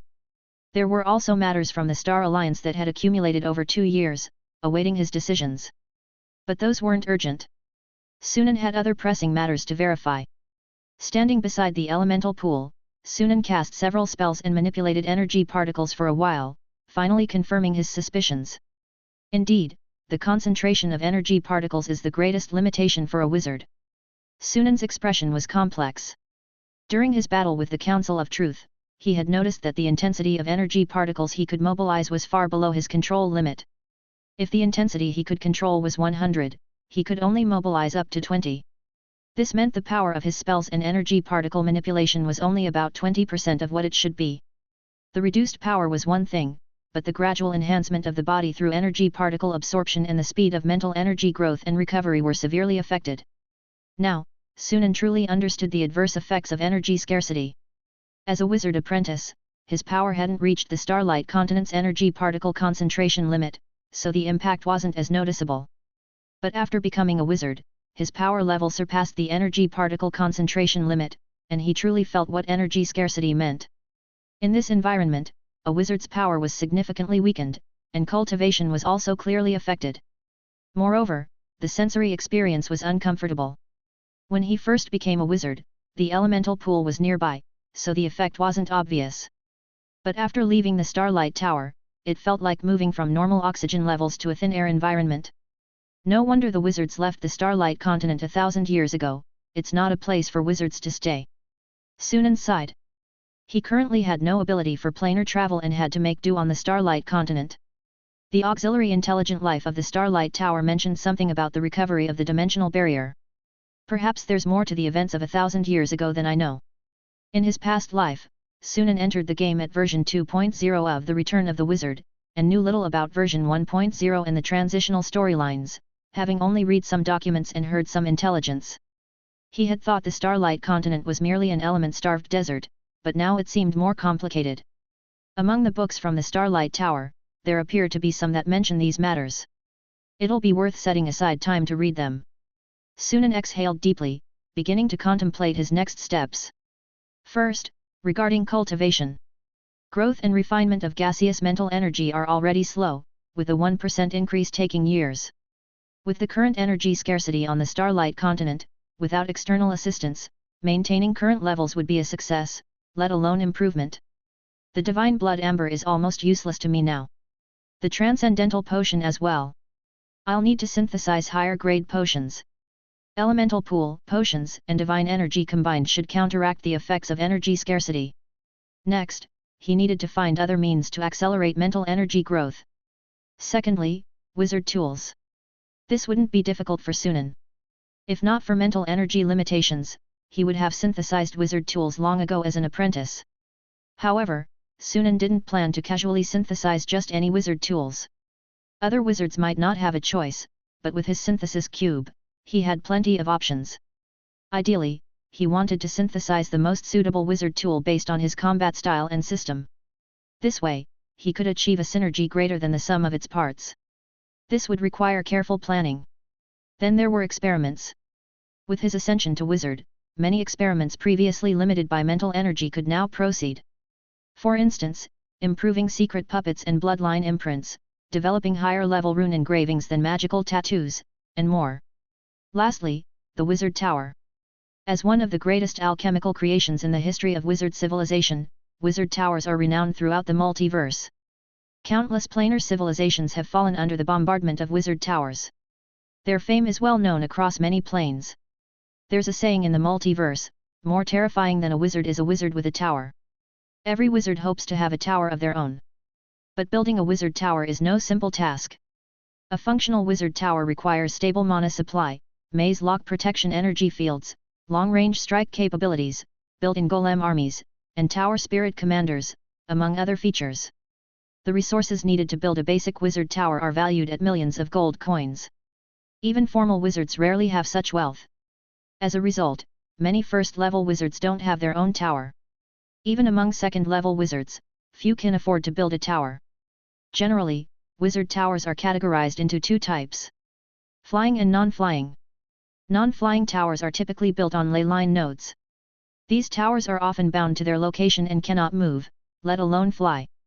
Many wizards don't consider these true wizard towers. Unless constrained by circumstances or resources, few choose to build on ley line nodes. Most wizards opt for flying towers. In wizard civilization, towers are classified by size: small, medium, and large. The larger the tower, the more expensive it is to build. Medium and large towers are beyond Sunan's current aspirations. Even dismantling the entire Starlight continent wouldn't provide enough resources for a medium tower. His goal is a small tower. Though small, it would still be far larger than the Starlight Tower. Building a tower requires immense resources. Given the current state of the Starlight continent, it's quite challenging. Taking apart the Starlight Tower will provide some resources, but there's still a large gap. Relying solely on the Star Alliance won't be enough to gather the remaining resources. Sunan's eyes glinted, his mind already formulating a plan. Before building a tower, he needed to unify the Starlight continent. Only then could he consolidate the continent's manpower and resources to construct a tower. Unifying the surface world was not overly difficult, as most of it could be handled by the Starlight Duchy, leaving Sunan to deal with the wizard apprentices. The underground world would be managed by the Star Alliance. Additionally, he needed to locate the Black Forest and Falling Star City. These legacy sites likely held substantial resources, which could alleviate some of the resource pressure. Conveniently, the Black Forest's clues were held by Spider City, making it the ideal starting point for the Star Alliance's unification of the underground world. After pondering for a moment, Sunan had a rough plan for the future. Following this, he considered the issue of the Dark Throne.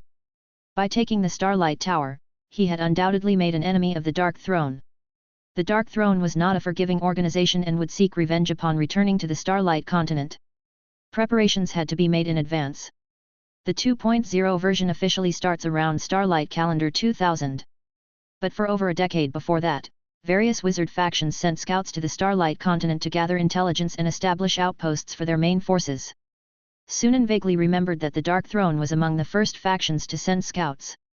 He recalled this because the Dark Throne wizards caused significant bloodshed, plunging players into a dark decade. It wasn't until other factions established a presence that the Dark Throne's influence was curbed, and players' situations improved. This led to players uniting to push back against the Dark Throne as they grew stronger.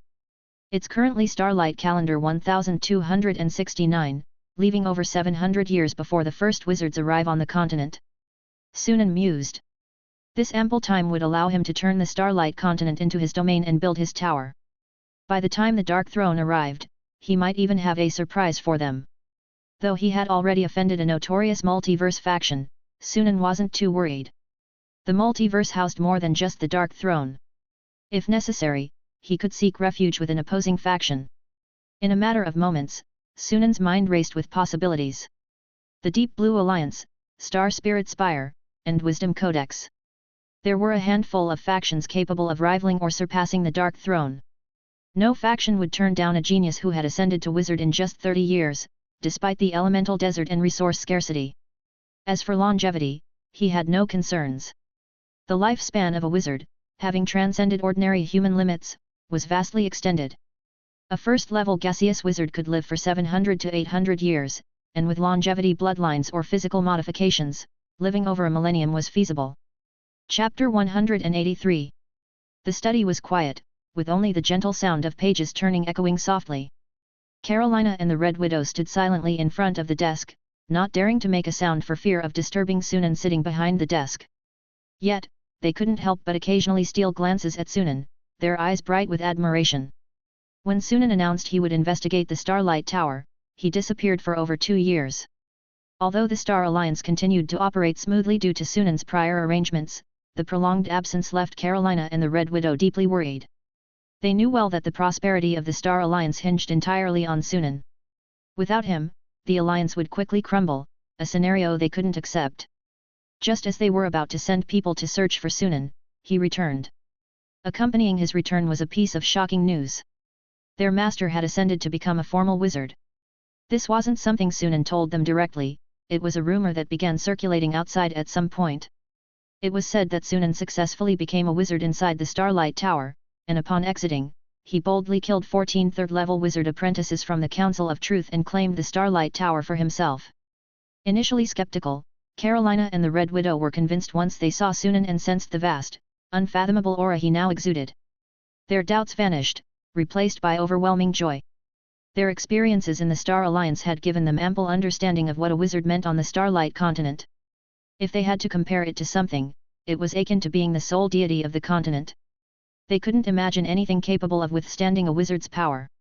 With a wizard leading the Star Alliance, the path to unifying the underground world, or rather, the entire Starlight continent was unstoppable. This was far more ambitious and exhilarating than their previous goal of dominating the underground world. The thought sent shivers down their spines, their faces flushed with excitement as they gazed at their master with even greater reverence and awe. Sunan paid no attention to their small gestures, focusing instead on the reports from the past 2 years. Due to halting expansion, the Star Alliance's territory had remained largely unchanged, with only about a dozen new resource sites developed. This stability meant the Dark Elves hadn't sent anyone to disturb them. The Star Alliance enjoyed a rare period of peace and tranquility. Despite the static territorial gains, the Alliance's military strength had grown considerably.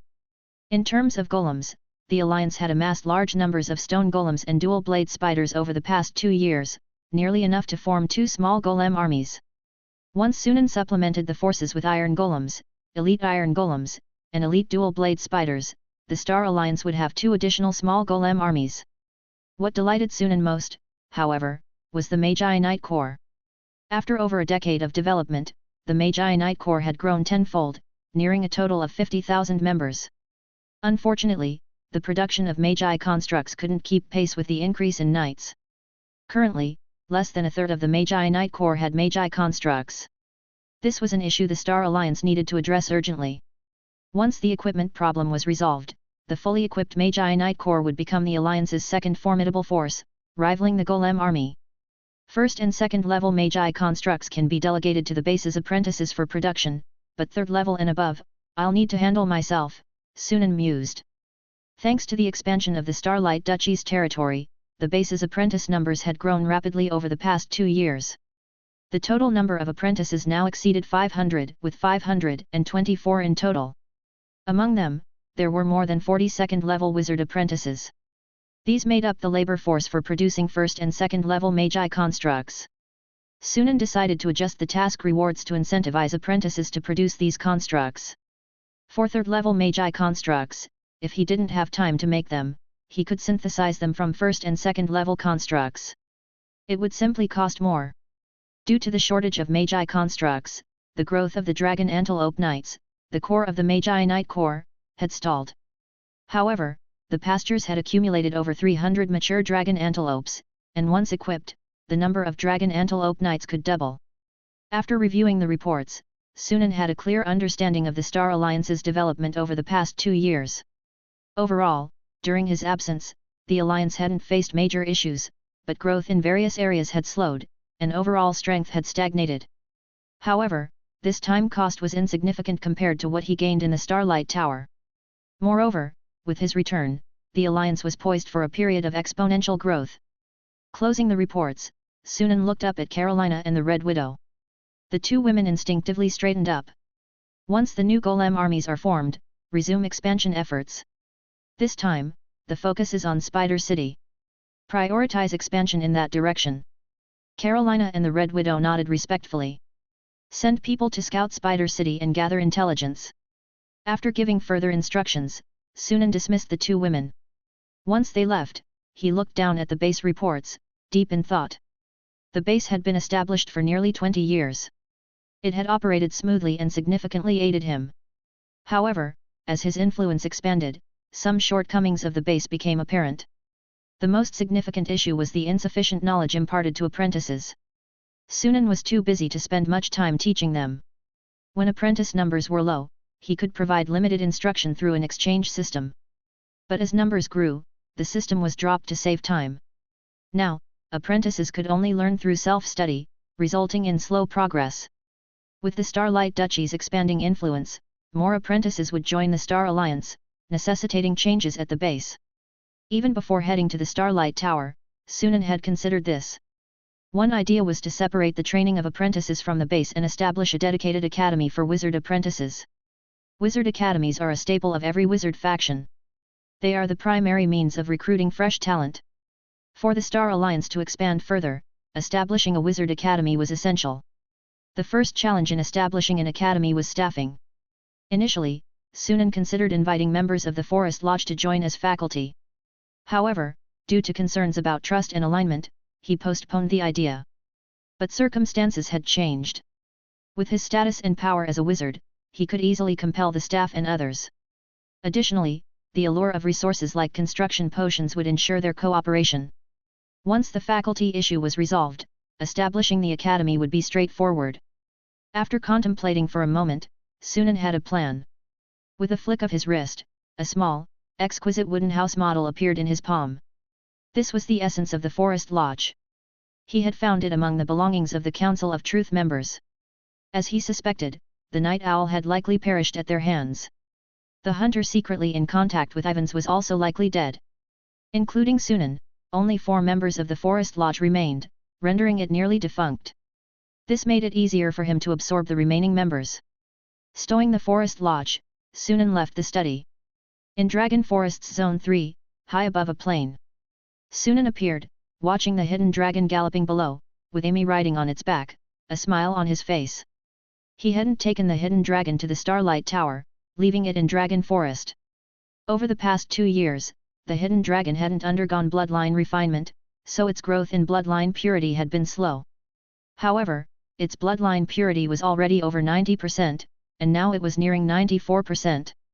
The issue was that once its bloodline purity exceeded 90%, the hidden dragon's sub-dragon bloodline became the highest in Dragon Forest. Other sub-dragon blood had no effect on it. It needed to be synthesized and refined to enhance the hidden dragon's bloodline purity. Fortunately, Dragon Forest had plenty of sub-dragon blood, so the hidden dragon's enhancement hadn't slowed much. Sunan estimated that in 2 to 3 years, the hidden dragon's bloodline would fully evolve. Then he'd have another powerful asset comparable to a wizard. The thought brought a smile to Sunan's face. Meow, Sunan. A clear voice interrupted his thoughts. Feeling a slight weight on his shoulder, he turned to see Amy perched there, her large sapphire eyes fixed on him as she rattled off questions. When did you get back, meow? Did you find the Starlight Tower, meow? Why were you gone so long, meow? Sunan quickly interrupted the little one, smiling. I just got back a few days ago. I found the Starlight Tower, but some things happened, so it took longer. Amy didn't press further, it was just happy to see Sunan return. But then it sniffed around him, its eyes widening with a human-like shock. Meow. You've become a wizard. You can sense that? Sunan asked, surprised. Though Amy could sense energy particle fluctuations, he had deliberately restrained them, so it shouldn't have noticed. My senses are very sharp, meow. Your aura is just like the wizards I've seen before. Amy bragged, lifting its head proudly, then gazed at Sunan with admiration. That's amazing, meow. You became a wizard in just over 20 years, meow. And in this environment. You're the most talented person I've seen besides my master, meow. Amy was so excited, one might think it had become a wizard itself. Sunan curiously asked, how long did it take your master to become a wizard? Amy started to gesture but decided against it after glancing at its paws, then replied crisply, 16 years, meow. 16 years to become a wizard, Sunan mused. That was indeed fast. No, meow. Amy shook its head, surprising him. My master became a wizard at 16. 16. Sunan was taken aback, then quickly realized. Your master is a true spirit descendant. That's right, meow. Amy said proudly. Sunan clicked his tongue in wonder. True spirit descendants are the children of true spirit wizards. At the wizard level, one's essence far surpasses ordinary beings, and their offspring inherently possess greater physical and mental strength, almost guaranteed wizard apprentice potential, and are more likely to excel on the wizard path. For instance, offspring of 2 first-level wizards could become third-level apprentices, with a much higher chance of becoming wizards than ordinary people. If born to 2 third-level wizards, they would almost certainly become formal wizards, barring unforeseen circumstances. An offspring of true spirit wizards often achieved wizard status by 16 or 17. These individuals are called true spirit descendants. In the wizarding world, true spirit descendants are synonymous with genius.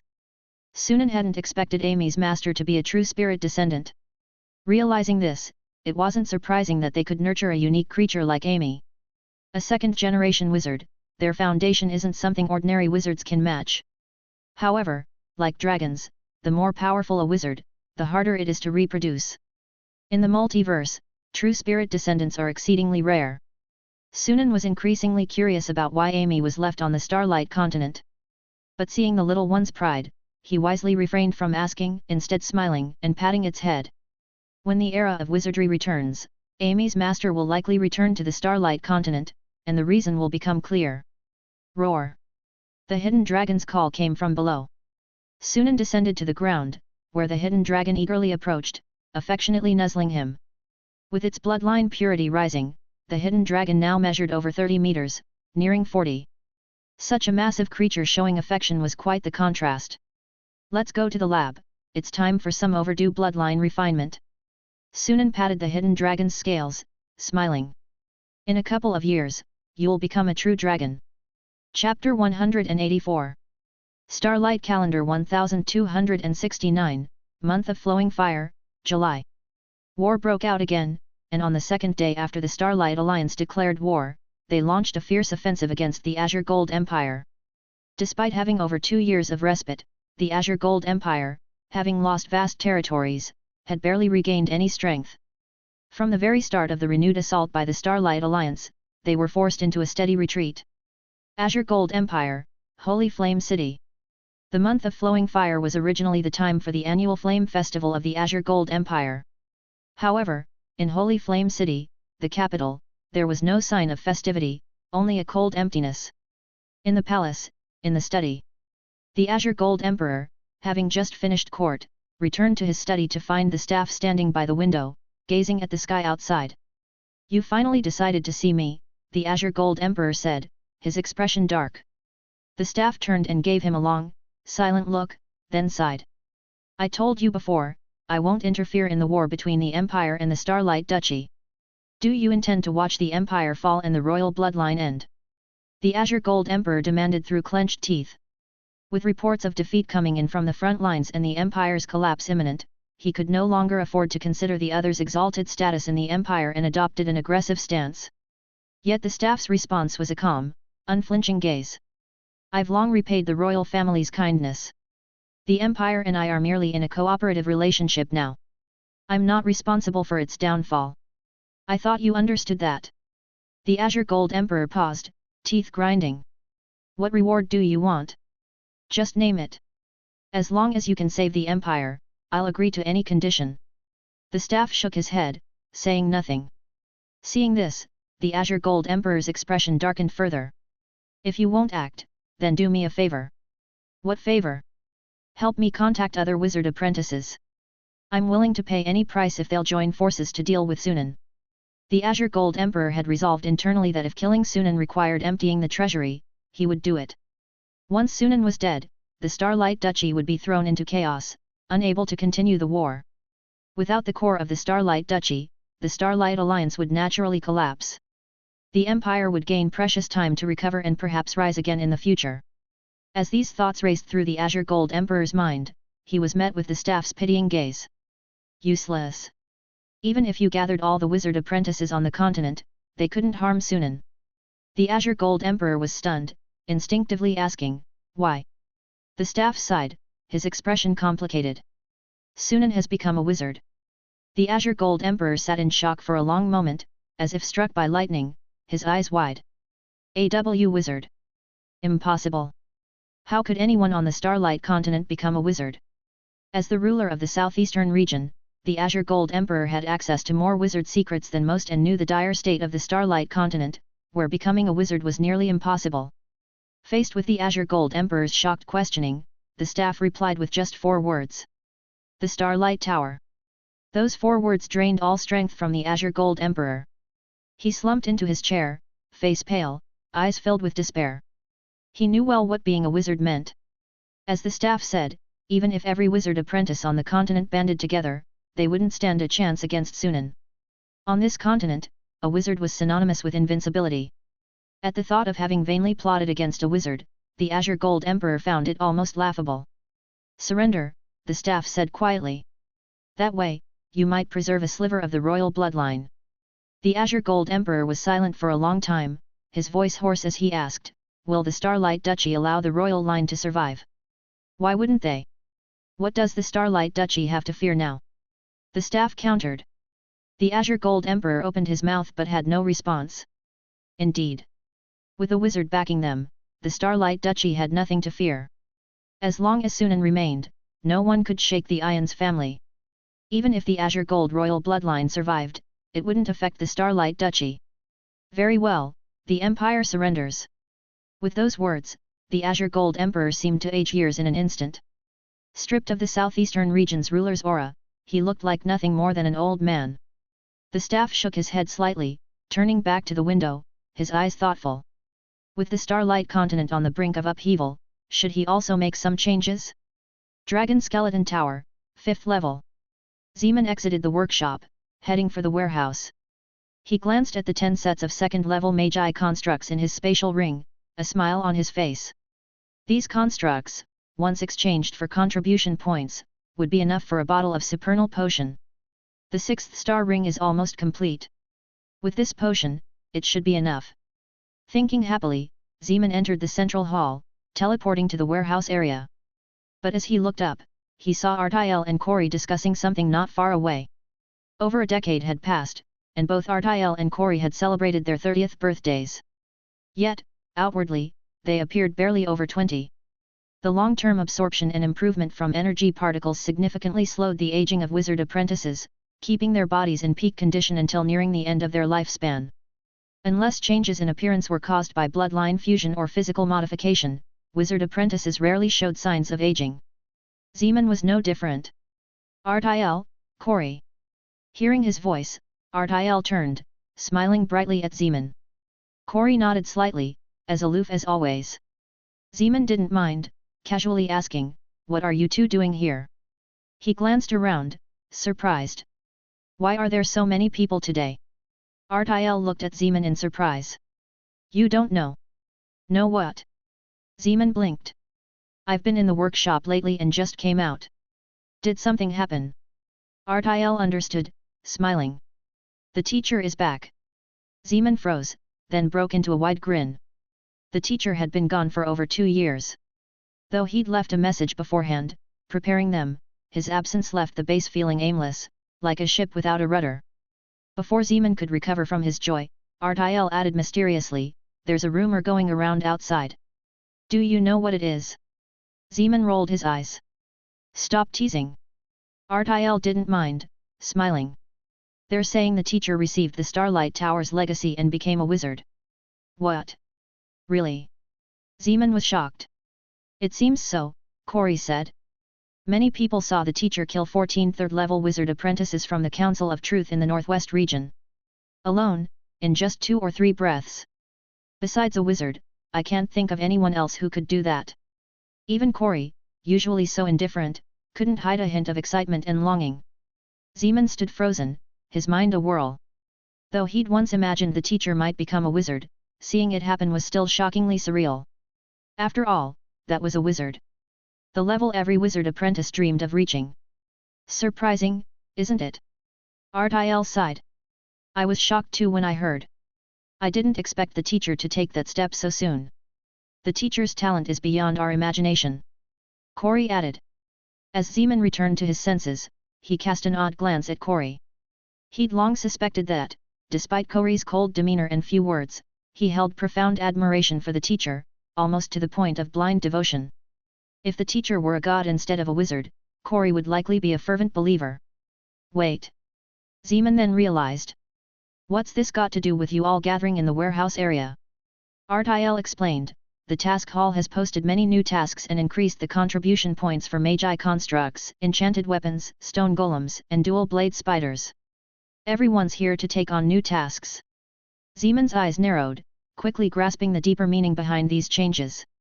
"Is the Star Alliance preparing to expand again?" "Almost certainly." Corey's eyes gleamed. "The Starlight continent is about to undergo significant changes." Zeman nodded thoughtfully. Indeed, with a wizard at its helm, the Star Alliance was now qualified to unify the underground world and the entire Starlight continent. Given the teacher's past actions, he would undoubtedly pursue this course. The changes in contribution points for equipment and golems were clearly preparations for war. "In fact, besides the tasks, I've heard a rumor," Artiel said softly. "I heard the teacher plans to establish a wizard academy." "A wizard academy?" Zeman's eyes widened in surprise. Corey was equally taken aback, he hadn't heard this before. Where did you hear this? Corey quickly asked. Lord Amy mentioned it. Zeman and Corey exchanged glances, their eyes glinting. If Lord Amy said it, it was likely true. But if we're to establish a wizard academy, how will we handle the instructors? Zeman wondered. Even if the teacher was willing to teach them personally, an academy couldn't function with just one instructor. I don't know, Artiel shrugged. Zeman felt both puzzled and hopeful. If the academy came to fruition, it would undoubtedly benefit them as apprentices. Having instructors to guide their studies would greatly enhance their learning efficiency. They wouldn't have to struggle alone with difficult problems anymore. Dragon Skeleton Tower, 6th level, experiment area. In a spacious, bright laboratory, Sunan stood at a workbench, placing bottles of lesser vitality potion into his synthesis cube. After opening a large magical plantation in Dragon Forest's Zone 2, the supply of silver moon flowers had increased significantly, alleviating his concerns. Especially during his 2 years in the Starlight Tower, the warehouse had amassed a vast stockpile of silver moon flowers, enough to last a long time. As more potions were added, the text on the synthesis cube's interface changed continuously, finally flashing with the word Tier 4. Crystal Soul Potion, Tier 4/High Quality, significantly increases mental energy refinement speed and enhances energy particle absorption efficiency. Duration, 182 days, 22 hours. No stacking effect. Requires at least first-level gasification stage and specific mental energy levels, lower 25.32%/intermediate 17.88%/advanced 8.24%/super 1.02%. Sunan nodded in satisfaction. The Crystal Soul Potion was essentially an advanced version of the Vitality Potion, with enhanced effects but few other changes. The levels at the end clearly referred to talent crystal levels. The level of one's talent crystal significantly impacts a wizard's future development, as reflected in potion usage restrictions. Wizards with higher talent crystal levels find mental energy refinement more challenging, but they face fewer potion restrictions than those with lower levels. Moreover, with the same mental energy refinement progress, the former's combat power surpasses the latter. Overall, the benefits outweigh the drawbacks. By this calculation, my current 1.34% refinement progress is roughly equivalent to about 30% for a lower-level crystal wizard. Sunan's face showed satisfaction. This was why he pursued high-level talent crystals so diligently. While challenging in the early stages, the long-term benefits were substantial. Sunan then attempted to synthesize a Tier 5 potion, only to find the usage restriction skyrocketed to the first-level crystallization stage, super 24.45%. It seems I'll be using the Crystal Soul Potion for quite some time. Sunan wasn't too disappointed. The combination of the Crystal Soul Potion, Elemental Pool and Divine Energy allowed him to cultivate like a normal wizard, unaffected by the Starlight Continent's environment. That was already quite good, he couldn't ask for more. He could gradually seek other methods to enhance cultivation efficiency. Refocusing, Sunan drank the potion on the spot, then returned to the top level to cultivate by the Elemental Pool. When his mental energy refinement progress increased by 0.01%, 12 days had passed. At this rate, it'll take about 300 years to reach the first-level liquefaction stage. Sunan mused. Would 700 years be enough to reach the first-level crystallization stage? If he could find more ways to boost cultivation efficiency, it should be possible. Shaking his head, Sunan left the top level, teleporting to the 5th-level workshop area. With the potion issue resolved, it was time to address the wizard tools. After days of contemplation, Sunan had a preliminary plan. Chapter 185. To many wizards, only wizard tools are considered true magical items. Items below this, like alchemical and twilight grade items, are seen as inferior or substandard. Even the lowest tier of wizard tools, the first tier, is far more powerful than twilight grade magical items. High-tier wizard tools can even rival legendary artifacts. In the brightly lit workshop, a wide workbench was cluttered with twilight grade magical items. These were crafted by Sunan over time. Sunan had already decided on the type of wizard tools he wanted to create. First and foremost was a protective wizard tool, which was essential. Given the past effectiveness of the Ring of Extreme Protection, Sunan decided to continue with this type for his new protective wizard tool. In fact, force field protection is the choice of the majority of wizards. Aside from physical attacks, protective force fields are excellent at defending against intangible attacks like soul impacts. However, Sunan's plans were more ambitious than mere defense. Simple defense alone was no longer sufficient for his needs. Ideally, the tool would offer additional functions alongside protection. Adding offensive capabilities was not feasible. Even for dual-purpose items like the magic core, offense and defense are separate and cannot occur simultaneously. The same principle applies to magical items. But while offensive capabilities were out, some auxiliary abilities, such as control or debuffs, were possible. Sunan found inspiration in the design blueprints for magical items among the books he acquired from the Starlight Tower. He borrowed ideas from various magical items and designed a new alchemical-grade magical item. The reason it was alchemical grade was that creating a new Twilight grade magical item is much more challenging. Since he could enhance it through synthesis, Sunan opted for simplicity, focusing on realizing the desired functionality. The magical ring he crafted retained the invisible force field protection of a protective ring, but the field no longer clung tightly to the body.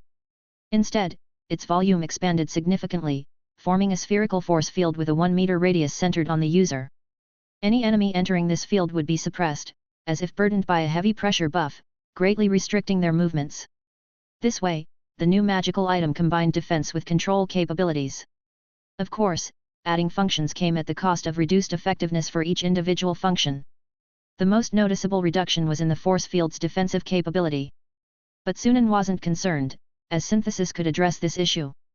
Placing the rings from the workbench into the synthesis cube one by one, he began the synthesis process. With 26 rings, the synthesis interface displayed the word wizard tool. However, this was the lowest tier of wizard tools, and Sunan continued to add more rings.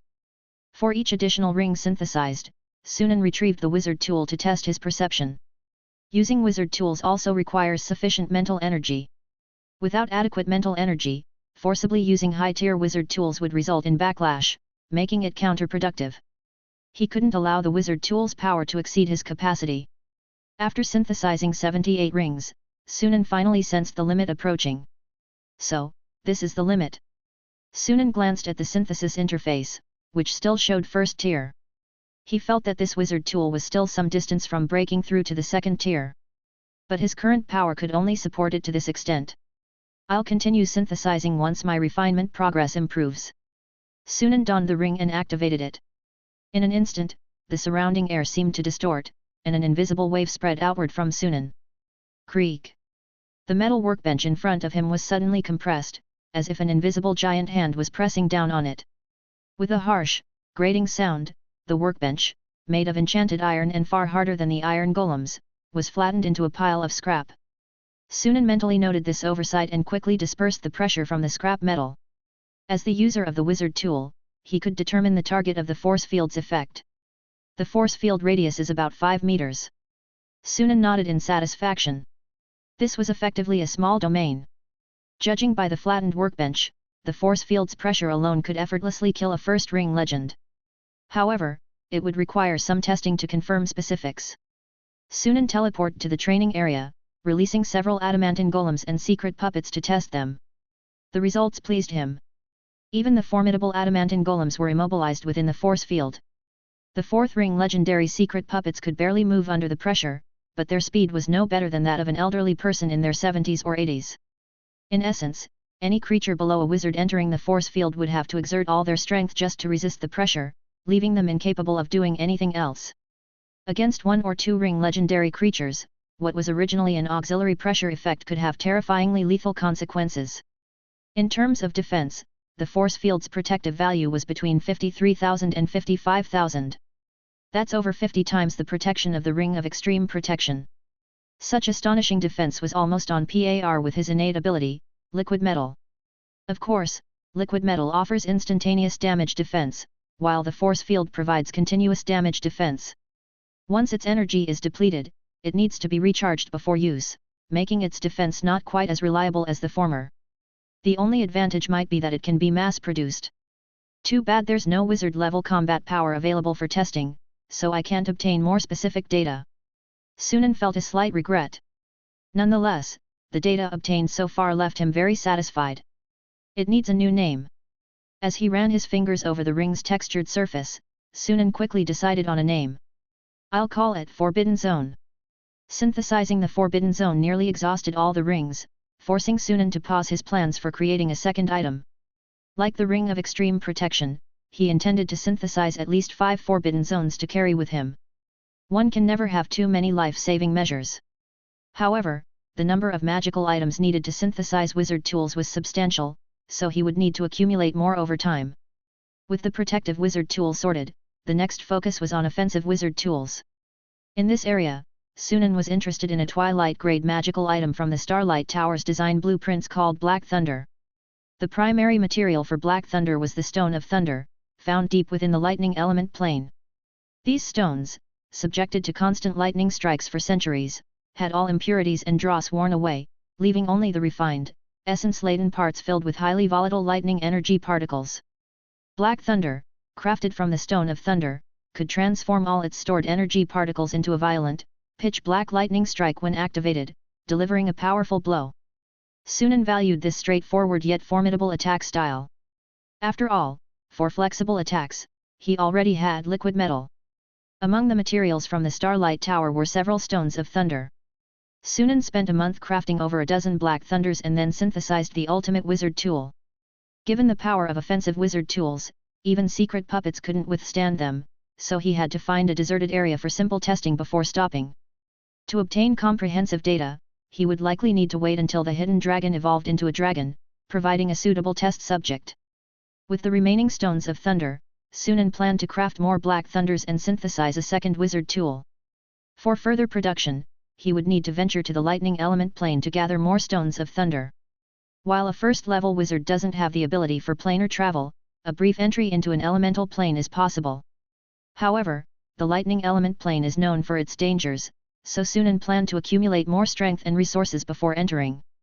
It's worth noting that during the testing of the Forbidden Zone and Black Thunder, Sunan noticed a significant issue: charging the wizard tools. Despite their immense power, wizard tools required far more energy particles for recharging than twilight-grade magical items. In the current environment of the Starlight Continent, this made recharging wizard tools a lengthy process. Preliminary estimates suggested that it would take over 2 months to recharge the Forbidden Zone.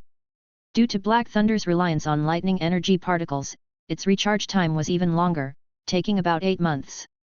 The only benefit was that Black Thunder's power wasn't affected by energy scarcity. Its power came from stored energy particles, after all. In future battles, I'll still try to rely on liquid metal. Compared to spells and magical items, liquid metal's energy consumption was minimal. Innate energy is inherently less affected by energy scarcity, and since liquid metal isn't heavily reliant on energy particle concentration, it was even less impacted. Without this, Sunan's combat power as a wizard might not surpass that of a third-level wizard apprentice by much. Putting away the wizard tools, Sunan exhaled deeply. With the most crucial aspects of potions and wizard tools resolved, he could now focus on other areas. For instance, constructs. Recently, Sunan had filled in the high-level combat power for 2 small golem armies, bringing the Star Alliance to a total of 6 small golem armies. More precisely, it was 1 medium-sized golem army and 1 small golem army. The 7th small golem army was also in the works. However, the main force crafting golems was the base's apprentices, with Sunan only responsible for a few high-level constructs, so it didn't take up much of his time. His main focus was on secret puppets. Over the past 2 years, the Star Alliance had developed 3 silver mines, including a medium-sized one, accumulating nearly 30 kilograms of mithril. This was enough to craft 2 secret puppets. However, Sunan didn't plan to do so. In the past, due to limitations in skills, materials, and strength, he had to craft simplified versions of secret puppets. Now that he had the materials, skills, and strength, he could attempt crafting the original version of secret puppets. Complete secret puppets had combat power comparable to formal wizards. Complete secret puppets require about 36 kilograms of mithril. Sunan had recently acquired a large amount of material from the Starlight Tower and the Council of Truth members' spatial rings, including over 10 kilograms of mithril, plus the stock in Dragon Forest's warehouse, more than enough for crafting a complete secret puppet. The mental energy of a wizard level and level 5 puppet crafting are sufficient for crafting. In addition to mithril, complete secret puppets required a large number of gems, rare metals, and most importantly, a medium-sized soul crystal. Sunan now had an abundance of these materials, with a pile in his spatial ring, all contributed by the Starlight Tower and the Council of Truth. However, Having just completed the wizard tools, Sunan decided to rest for a few days before crafting the secret puppet. Returning to the study, Sunan sat behind the desk, casually picking up a book. Over the past few days, he had gradually read through the books brought back from the Starlight Tower. Besides gaining knowledge, he also learned some secrets about the events from 1,000 years ago. In the multiverse, the Starlight continent isn't the only plane that became an elemental desert. Throughout various epochs, countless similar planes have existed. Wizards have observed certain patterns from these occurrences. There are many reasons for elemental deserts, but the most common are twofold. The first is the weakening of the plane's origin. In simpler terms, this means the plane's lifespan is nearing its end, leading to a rapid decline in elemental energy. This type of elemental desertification is irreversible and will continue to worsen until the plane's origin completely dissipates, causing the entire plane to vanish. The second relates to the planar barrier. The multiverse contains myriad planes, each unique. Not all planes possess gravity, soil, magma, sunlight, air, and water. Some are entirely void, lacking even a patch of land to stand on. However, any complete plane that supports life inherently contains elemental energies like earth, water, wind, fire, and lightning, differing only in quantity. These planes are separated from elemental planes by a special planar barrier, akin to a fabric with many tiny holes. Through this fabric, elemental energy can slowly seep into the plane. The act of wizards, or apprentices, establishing an elemental pool is akin to enlarging one of these holes, increasing the influx of elemental energy. However, 1,000 years ago, the barrier between the Starlight continent and elemental planes underwent a change. The holes in this fabric shrank, drastically reducing the influx of elemental energy and turning the Starlight continent into an elemental desert. To address this, before leaving the Starlight continent, wizards collectively repaired the planar barrier. They estimated it would take about 2,000 years for the barrier to fully recover. During this time, the entire Starlight continent would be isolated, preventing any life form beyond a certain level from entering or exiting without incurring a significant cost. In fact, many planes have similar rules, which is why high-level beings like deities cannot easily descend to material planes. Wizards reinforced these existing restrictions on the Starlight continent to prevent high-level beings from disrupting the recovering elemental balance. Chapter 186. So, it wasn't until near the Starlight calendar year 2000, when the dimensional barriers were nearly restored, that the wizards finally began to return. After reading through the ancient records, Sunan finally understood why the Starlight continent had enjoyed 1,000 years of peace, with no wizards entering. It wasn't that they didn't want to, it was that they couldn't. This means I'm also now unable to leave the Starlight continent for other planes, except for the elemental plane. Sunan shook his head. He wasn't particularly bothered by this fact, considering he didn't yet have the capability for interplanar travel. Even if he wanted to leave, he wouldn't be able to. In a way, the current condition of the Starlight continent might actually be beneficial for him. While cultivation here was challenging, at least it provided him with a stable environment in which to develop. For the next 700 years, he wouldn't have to worry about other wizards or high-level beings intruding and disturbing his progress. As for what would happen 700 years later if all went well, he would have the strength to protect himself by then. No matter what, I should focus on steady growth for now. With that thought, Sunan set the book down. At that moment, there was a knock on the door. "Come in." The door opened to reveal Carolina, who handed him a report. "Master, this is a battle report from Flash City." Sunan took the report, opened it, and raised his brow in surprise. The Azure Gold Empire had surrendered? After his initial surprise, Sunan quickly understood. No doubt, the scepter had played a significant role behind the scenes. The report also mentioned that the Azure Gold Empire's terms for surrender included a guarantee from the Star Alliance to spare the royal family, a condition that Kai had accepted. The Academy's establishment must be expedited. Sunan pondered. Now that the war had ended, the Starshine Duchy would likely conduct a new round of aptitude screenings, meaning more apprentices would soon arrive at the base. He needed to ensure the Academy was ready in time. Starlight Calendar Year 1269, Harvest Month, September. The Azure Gold Empire formally announced its surrender. Thus, the once dominant empire that had ruled the southeastern region of the continent for over 400 years came to an end. The Star Alliance quickly accepted their surrender, moving in to take control of the empire's entire territory. In this war, the Starshine Duchy emerged as the biggest victor, annexing approximately 2/3 of the Azure Gold Empire's lands. The remaining third was divided among 8 other nations. That same month, the Starshine Duchy declared its new name, the Starshine Empire. With the Azure Gold Empire's demise, the Starshine Empire ascended as the new dominant power in the southeastern continent. Yet, peace did not follow the end of the war. Instead, a tense atmosphere settled over the region. All eyes turned toward the Starshine Empire. No one could say for sure whether this new empire would follow in the Azure Gold Empire's footsteps, seeking to evolve from the ruler of the southeastern region to the sole sovereign. A quiet room under the moonlight. In the stillness, moonlight filtered through the window, casting a gentle glow over the long table, like a thin veil of silk. Rose opened her eyes and instinctively looked toward where Sunan was seated. The sight of his familiar figure stirred mixed emotions deep within her. When she felt the activation of the trading house's key, she knew Sunan was calling, and after some hesitation, she decided to attend the gathering. She was curious as to why Sunan had summoned them. Before long, the traveler and the scepter entered as well. Upon seeing Sunan, both wore expressions of complex emotion. Watching someone who had once been their equal as a third-level wizard apprentice reach a level they had only dreamed of stirred emotions that were hard to describe. As a wizard apprentice from a royal family, the scepter quickly composed himself and spoke to Sunan with respectful deference. "My lord, may I ask why you've summoned us?"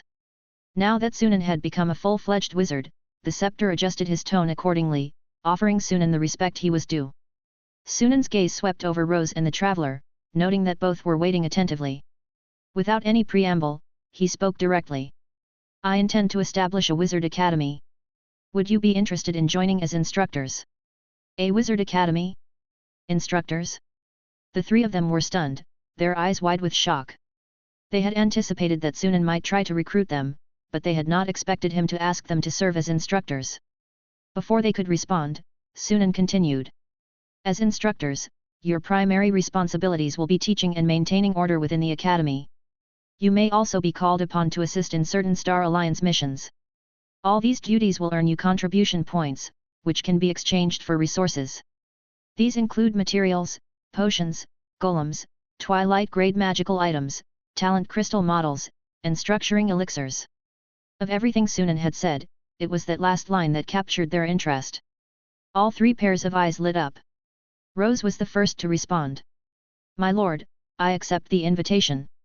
She had once considered joining the Star Alliance under Carolina's persuasion in Shadow Lake City. With the additional allure of structuring elixirs and talent crystal models, she now had no reason to hesitate. The scepter accepted soon after. The traveler, however, looked conflicted. His true desire was to explore every corner of the Starlight continent. Once he joined the academy, though he wouldn't entirely lose his freedom, he would face certain restrictions, unable to come and go as he pleased. The choice between freedom and growth was a difficult one. But in the end, Sunan's soft words shattered his hesitation completely. A wizard's lifespan is at least 700 to 800 years. Once you advance, you'll have all the time you need to explore, perhaps even seeing the vistas of other planes one day. I'll join. Seeing all 3 accept his offer, Sunan allowed a slight smile. Each was an exceptional third-level wizard apprentice, the youngest among them over 100 years old, with vast knowledge and rich experiences more than enough to teach a group of first and second-level apprentices. While 3 instructors might be few, it would suffice for the academy's early stages. Later on, he could search for more suitable candidates. "Then, I look forward to welcoming you at the Flash City base." The Spider City. The quiet of the night enveloped the city. The rules among dark elves were exceedingly strict. No non-elf was allowed on the streets at night without permission, and even male dark elves often faced restrictions. On the dimly lit streets, a lizard ran swiftly on all 4s. The patrolling dark elf guards turned their heads at the sound, hands resting on the hilts of their curved swords, their eyes cold with caution. Once they saw the graceful figure on the lizard's back, they relaxed, giving a distant nod of respect before resuming their patrol. Tagana ignored the guards, silently riding her lizard through the streets until she reached a massive estate. She patted her lizard mount, and the 8-legged beast stopped. Then, with a graceful leap, she dismounted. The grand gate, forged of pure mithril, was tightly shut, flanked by 2 massive spider statues whose eyes turned in silent recognition of her identity. They remained coiled in stillness. Tagana approached, murmuring a word of enchantment that activated the platinum brooch on her robe. A faint light emanated from it, taking the form of a slender, beautiful dark elf, then shifting into the shape of a spider. Tagan Ophelia. As she uttered her name, the gate swung open in silence. Welcome home. A raspy voice drifted out from the darkness beyond. Tagana gazed into the shadows, pressed her lips together, and stepped inside. The gatekeeper slowly materialized from the darkness. It was a ghost, or more precisely, a fusion of several spirits. In the Spider City, each of the 12 families had such a gatekeeper. This powerful being was created through ancient dark elf magic, meant to protect the family, serving as the final resting place for the souls of the family's female warriors. The older the family, the stronger the gatekeeper. Any enemy daring to assault the family would have to face it first. The gatekeeper before Tagana represented the spirits of 272 warriors from the Felir family's long history. It looked like a proud and battle-hardened drow woman, her slender frame clad in black leather armor, with dark red eyes glimmering like garnet. Tagana waited as the gatekeeper's form became fully defined before she offered a slight bow. Then she walked forward, passing straight through the ghostly figure and into the estate. This seemingly impolite and almost childish action didn't harm her, as long as she wore the family brooch, she was immune to the gatekeeper's negative energy. And likewise, the gatekeeper would be unharmed by her. As she passed through, the gatekeeper vanished into the shadows, and the doors closed again. The air within the estate was cool. The ghostly fires on the walls provided little light and no warmth. Tagana pulled her cloak tighter around her and walked along the web-like pathways among the stalactites and stone pillars until she reached the main building of the Felir family. It was a round temple with a sinister purple-black glow at its peak. The outer walls were covered in exquisite carvings, most depicting spiders as the central motif. The enormous structure loomed in the darkness like a monstrous creature, with the entrance resembling the open jaws of a beast. Anyone stepping into this temple appeared as though they were willingly entering the maw of a predator. Inside, it was pitch black, but Tagana didn't mind. Dark Elf's innate night vision allowed her to see every detail with ease. Moving through a winding corridor, she expertly navigated each turn until she arrived at the temple's center. This was a vast hall. At its core stood a black marble altar. Around its edges, 8 large braziers blazed with black flames, their flickering shapes forming various spiders. On the altar itself was a 10-foot-tall statue. The figure was that of a mature, strikingly beautiful elven woman riding on the back of a monstrous spider, gazing down upon the dark elves below as if she were a goddess. Dark elven women filled the hall, surrounding the altar, and all eyes were fixed on the statue in reverence. Most wore finely crafted black cloaks over their fitted chain mail, with platinum brooches identical to Tagana's, indicating their shared lineage. In the farthest corners of the hall stood 8 figures cloaked from head to toe, their features concealed. Tagana glanced around, quietly moving to the edge of the gathering. Nearly everyone's attention remained on the statue, and few noticed her arrival save for a tall dark elven woman standing nearby. "You're late," Vinya murmured. "Couldn't be helped," Tagana replied softly. "The siege took longer than expected, and I had to abandon the slave convoy to return in time. Thankfully, you didn't miss the ceremony." Vinya looked up at the statue on the altar, her eyes glinting with fervor and excitement. "After over 1200 years, we're finally receiving an oracle. The great Misha hasn't abandoned us." Tagana's gaze flickered, but she remained silent. Although she had witnessed Misha's divine wonders herself, a faint doubt lingered in her heart. After all, Misha had not appeared in over 1200 years, and now that she had, her first demand was for Spider City to initiate a campaign to unify the underworld. Whether this was truly beneficial for the Dark Elves remained uncertain. Many younger Dark Elves shared her concerns, though their voices were suppressed by the fervent elders in power. "Silence!" A commanding yet melodious voice cut through the hall, quieting the murmurs.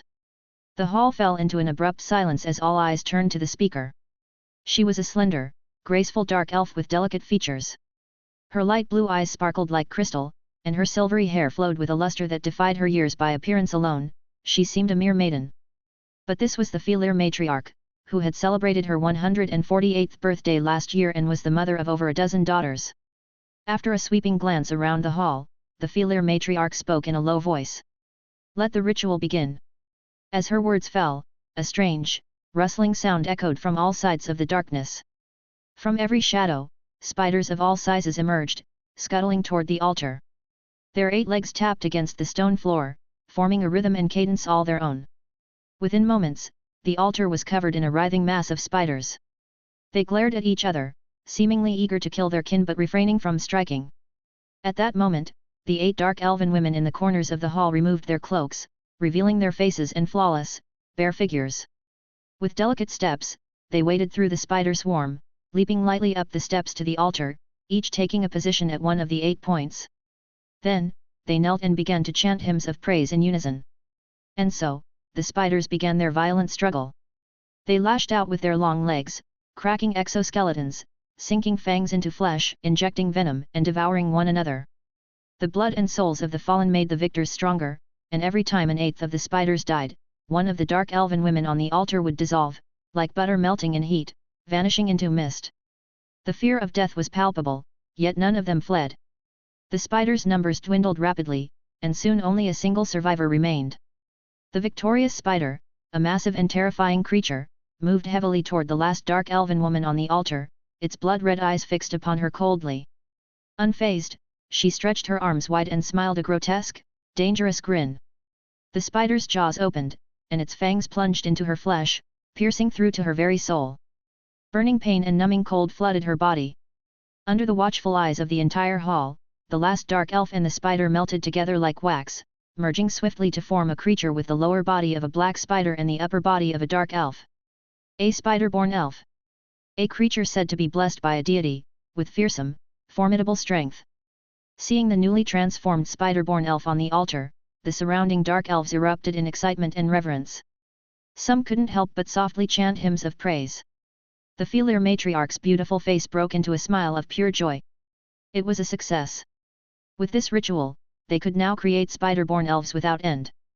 This would be the foundation upon which the dark elves would unite the underworld.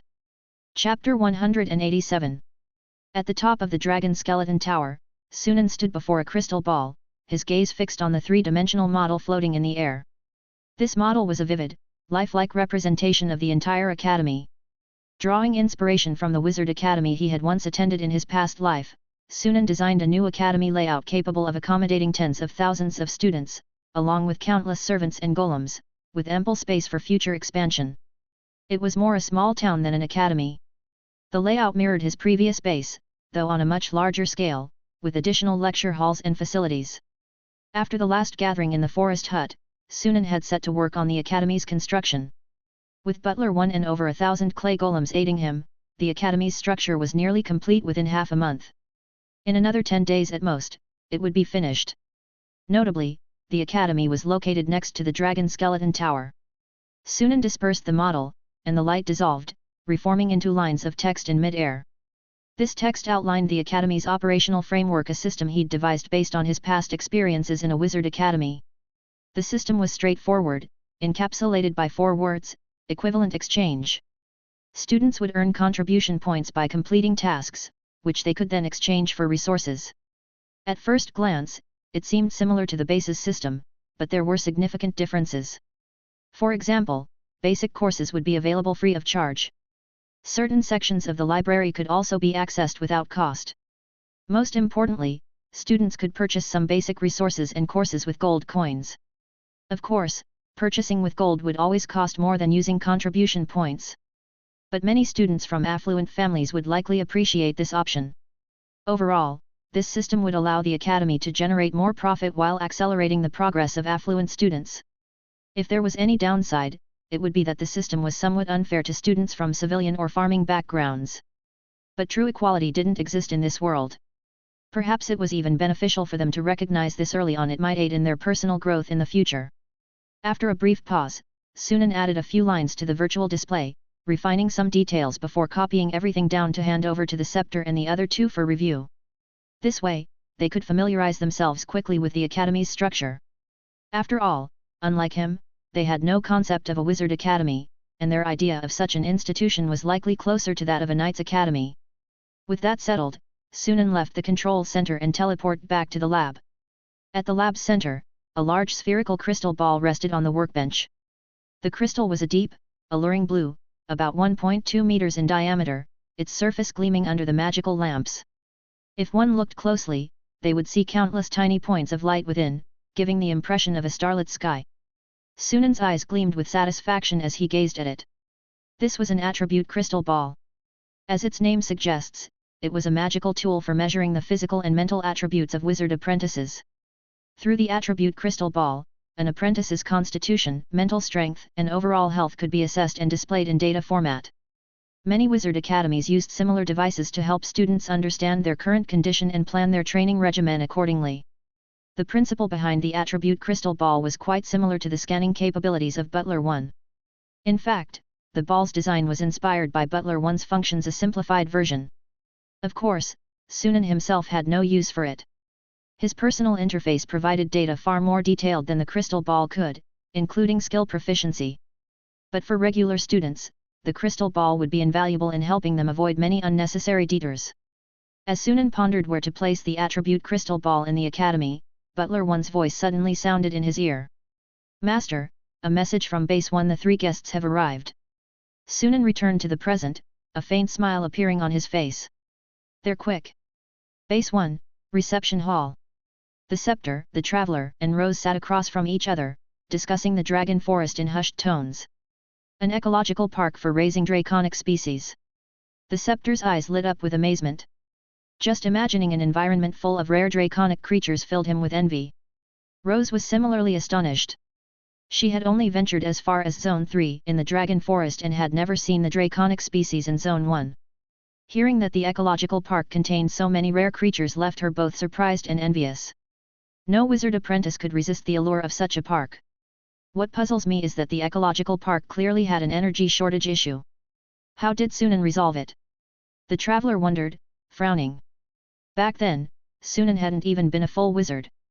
There must be an elemental pool in the park, and he probably repaired it, the Scepter speculated. Rose and the traveler exchanged glances, both shaking their heads slightly. It was easy to say, but if it were up to them, they'd never manage it. They hadn't even seen an elemental pool, let alone knew how to repair one. Only someone like Sunan could accomplish such a feat. As they were contemplating Sunan, he entered the hall. "You 3 arrived sooner than I expected," Sunan said with a smile. Rose shrugged and spoke openly, "I wanted to get my hands on the talent crystal and structuring elixir as soon as possible." Sunan glanced at her, then at the Scepter and the Traveler, both still wearing their masks. "I don't think we need to hide from each other anymore, do we?" The 3 looked at each other, then nodded and removed their masks. Though each of them was well over 100 years old, they looked remarkably young, appearing to be in their 20s or 30s. The Scepter had a refined, noble appearance befitting his royal lineage. Rose's features were beautiful and elegant, and in a fine gown, she would resemble a noble lady. In contrast, the Traveler looked more ordinary, his face weathered from years of exploration.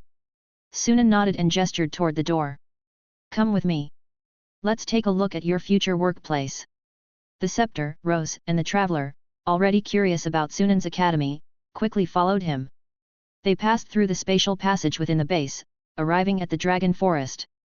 The Scepter's gaze was immediately drawn to the imposing dragon skeleton tower. Even though Rose and the Traveler had told him about it before, he was still awestruck by its sight. Even after so many centuries, a faint aura of draconic might lingered around the dragon's remains. It wasn't hard to imagine how powerful and terrifying this dragon must have been when it was alive. And the wizard capable of slaying it and using its bones to construct a tower, how powerful must they have been? It took a moment for the Scepter to snap out of his reverie, noticing that Sunan and the others had already flown ahead. He quickly followed. When they reached the vast expanse of the academy sprawled across the plains, all 3 of them were shocked. They'd expected Sunan to be building a small academy after all. The number of apprentices shouldn't be that large, so why would he need such a massive space? Seeing their confused expressions, Sunan said calmly. "This academy will recruit students from all across the Starlight continent." Those simple words sent a chill through the trio's hearts. Did he plan to unify the entire Starlight continent? If anyone else had made such a statement, they would have dismissed it as mere bravado. But Sunan was different, he now had the power to achieve that goal. Not only was he the continent's only wizard, but he also commanded the vast might of the Star Alliance. Seeing the subtle changes in their expressions, Sunan smiled faintly and continued onward without further comment. Since he intended to recruit the 3 of them, it was only fair to prepare them for some things in advance. For instance, the goal of unifying the Starlight continent and the plan to construct a wizard tower. But there were other matters they didn't need to know yet. Such as the revival of elemental energies, the return of wizards, and the matter of the Dark Throne. At this stage, these were distant concerns for them. Knowing too much would be more harmful than beneficial.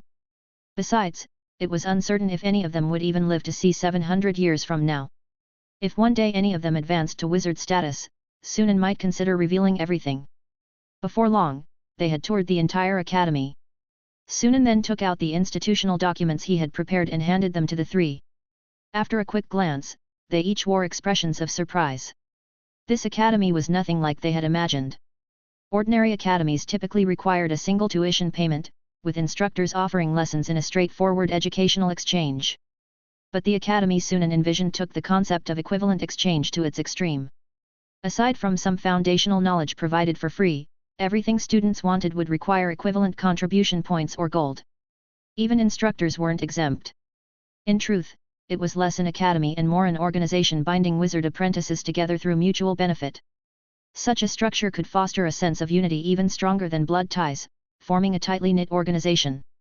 At least, it worked this way for wizards and apprentices. While surprised, the trio also felt a sense of relief. No wizard apprentice liked being overly bound, and the system Sunan proposed struck just the right balance, avoiding excessive restrictions. Seeing their subtle relaxation, Sunan couldn't help but smile inwardly. This system was the result of countless trials and errors within wizard civilization, honed through years of practice and lessons learned from countless failures. It was, by far, the most practical system suited to the unique mindset of wizards and apprentices. Over time, it had been refined and adapted to perfectly align with the values of the wizarding community, whether instructor or student. Throughout the multiverse, nearly every wizarding faction ran its academies with a similar structure. Some academies, like those under the Deep Blue Alliance and the Codex of Wisdom, adopted a gentler approach in their implementation, making the system more student-friendly. Other academies, however, leaned towards harsher methods, fostering intense competition among students in a manner akin to the survival of the fittest, such as those under the Dark Throne and the Spirit of the Wild. Students in such academies faced much higher mortality rates than those in friendlier institutions. Of course, the apprentices who survived these brutal environments often possessed remarkable combat prowess. As they finished reading the regulations, the trio's attention quickly shifted to the attached exchange list. The list catalogued all resources available for instructors to redeem, offering a far greater variety than what was available to students. Basic items like silver moon flowers, calming flowers, dragon blood elixirs, and stone golems were already enticing, but it was the rarer items that caught their breath: the sublime elixir, the malefic elixir, core sigils, rings of extreme protection, and mithril golems. These were treasures that made the three's pulse quicken with excitement. Even though some of these items were unfamiliar to them, the detailed descriptions in the list quickly helped them understand their extraordinary value. The sublime elixir and malefic elixir, in particular, would be highly tempting to any third-level wizard apprentice, as these potions could significantly shorten the time needed to reach the mental threshold for advancement. As for the structuring elixir and talent crystal models, these were even more coveted. Their eyes sparkled as they scanned the long list of exchangeable items, marveling at the resources Sunan had accumulated. Although they had already known that Sunan possessed far greater resources than any ordinary third-level apprentice, seeing this list confirmed that they had vastly underestimated him. What they'd glimpsed before was merely the tip of the iceberg of Sunan's vast assets. If this list were to be leaked, it would undoubtedly cause an uproar in the wizard apprentice circles. With their minds now fully set on joining the academy, the three looked up from the list, their resolve solidified. When does the academy open? The traveler couldn't hold back his excitement any longer. In half a month, Sunan replied, unhurriedly. The apprentices currently in the base will be the first group of students.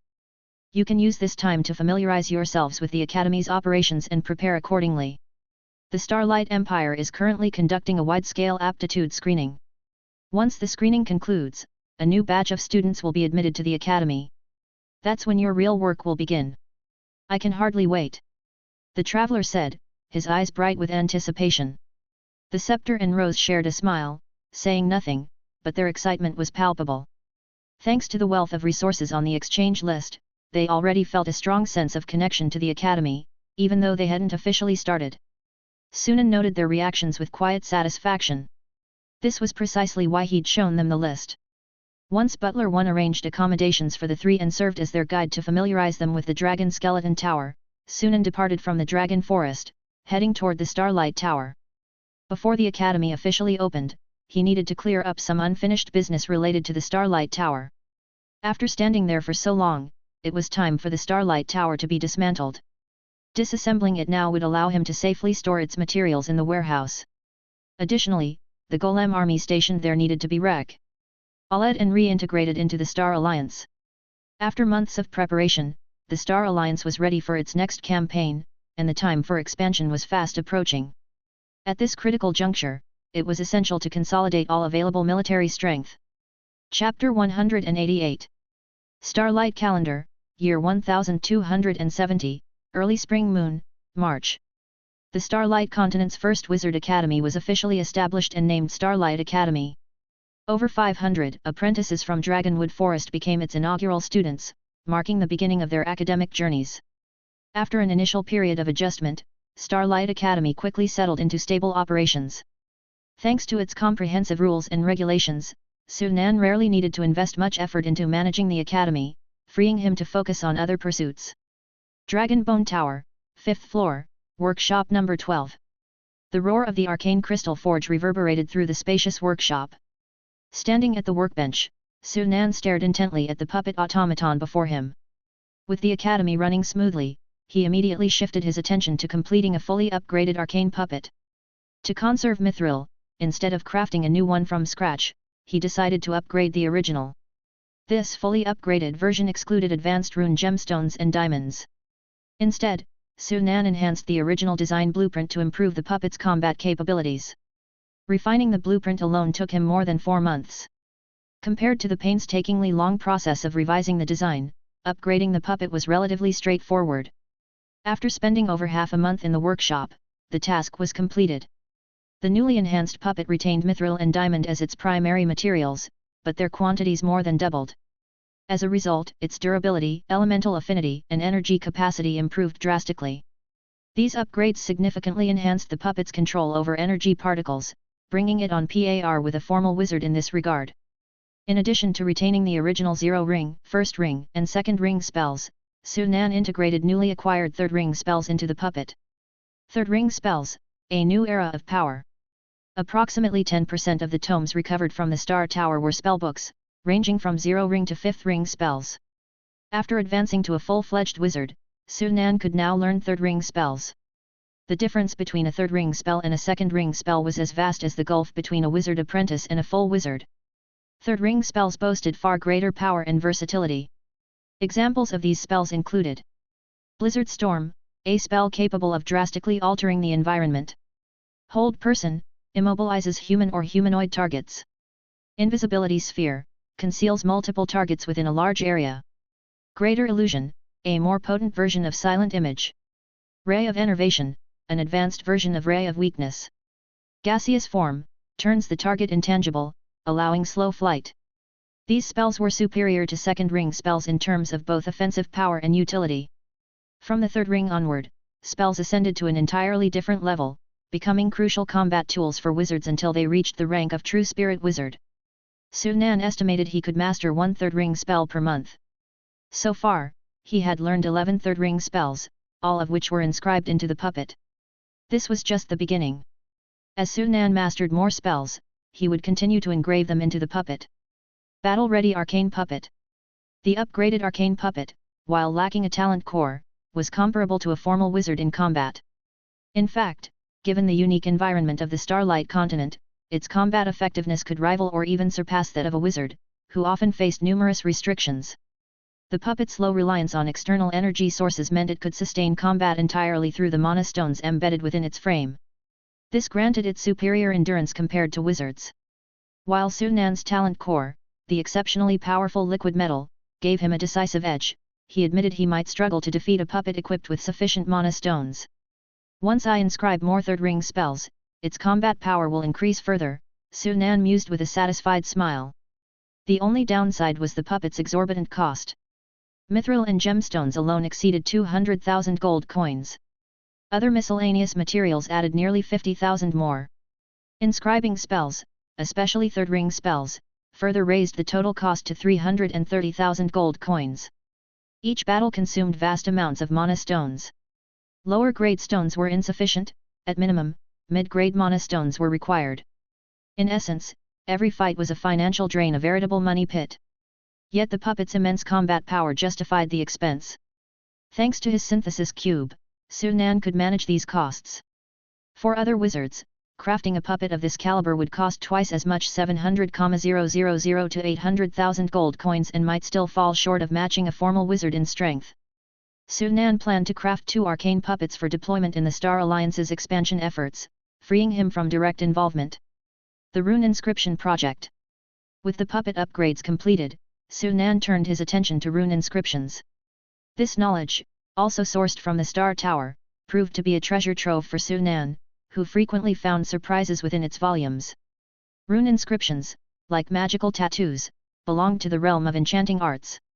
However, rune inscriptions were far more advanced, a refined evolution of magical tattooing developed by wizards. While magical tattoos stored spells for instant activation during combat, rune inscriptions embedded specific enchantment effects into the skin. These effects were far more diverse and potent than spells. Rune inscriptions offered additional advantages. Invisibility, they did not appear on the skin's surface, preventing enemies from identifying them. Efficiency, they required less skin area, allowing for 10 or more inscriptions, compared to 6 or 7 tattoos. Despite their benefits, rune inscriptions demanded higher physical and mental resilience, restricting their use to full-fledged wizards capable of withstanding the energy surges during activation. Rune inscriptions. Sunan contemplated. Although his abilities had dramatically advanced after becoming a wizard, many of his combat methods remained constrained by environmental factors. For instance, spell power diminished outside elemental pools. Mental energy recovery slowed in low-element areas. Magical items required excessive recharging time. To overcome these limitations, Sunan began exploring new combat methods, with rune inscriptions as a potential solution. The charging conundrum. The challenge lay in rune inscriptions' reliance on energy charging, which made them vulnerable to the continent's sparse energy particle environment. After careful deliberation, Sunan devised a bold solution. Why not eliminate the charging phase entirely? By transforming rune inscriptions into single-use consumables, much like high-level rune gemstones, he could bypass the charging issue altogether. This required changing the inscription's medium from skin to gemstones. However, gemstones lacked the durability to withstand the energy surges of activation, even high-grade ones. To address this, Sunan focused on 2 improvements. 1. Enhancing gemstone quality through enchantments to increase energy compatibility and capacity. 2. Reducing inscription power, lowering the strain on the medium.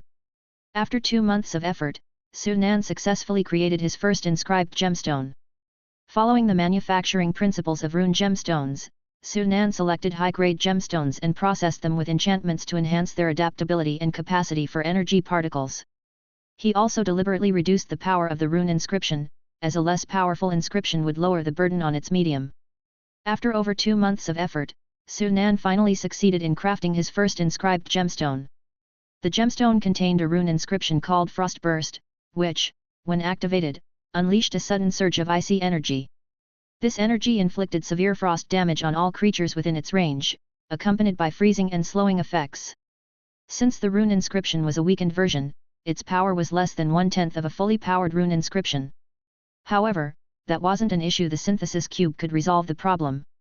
By synthesizing multiple inscribed gemstones, he could exponentially enhance their power. After combining 18 gemstones, Sunan created a single advanced inscribed gemstone. He refrained from further synthesis as the resulting energy intensity would surpass his current capacity to wield safely. Even so, the advanced gemstone's power was over 3 times stronger than the original rune inscription.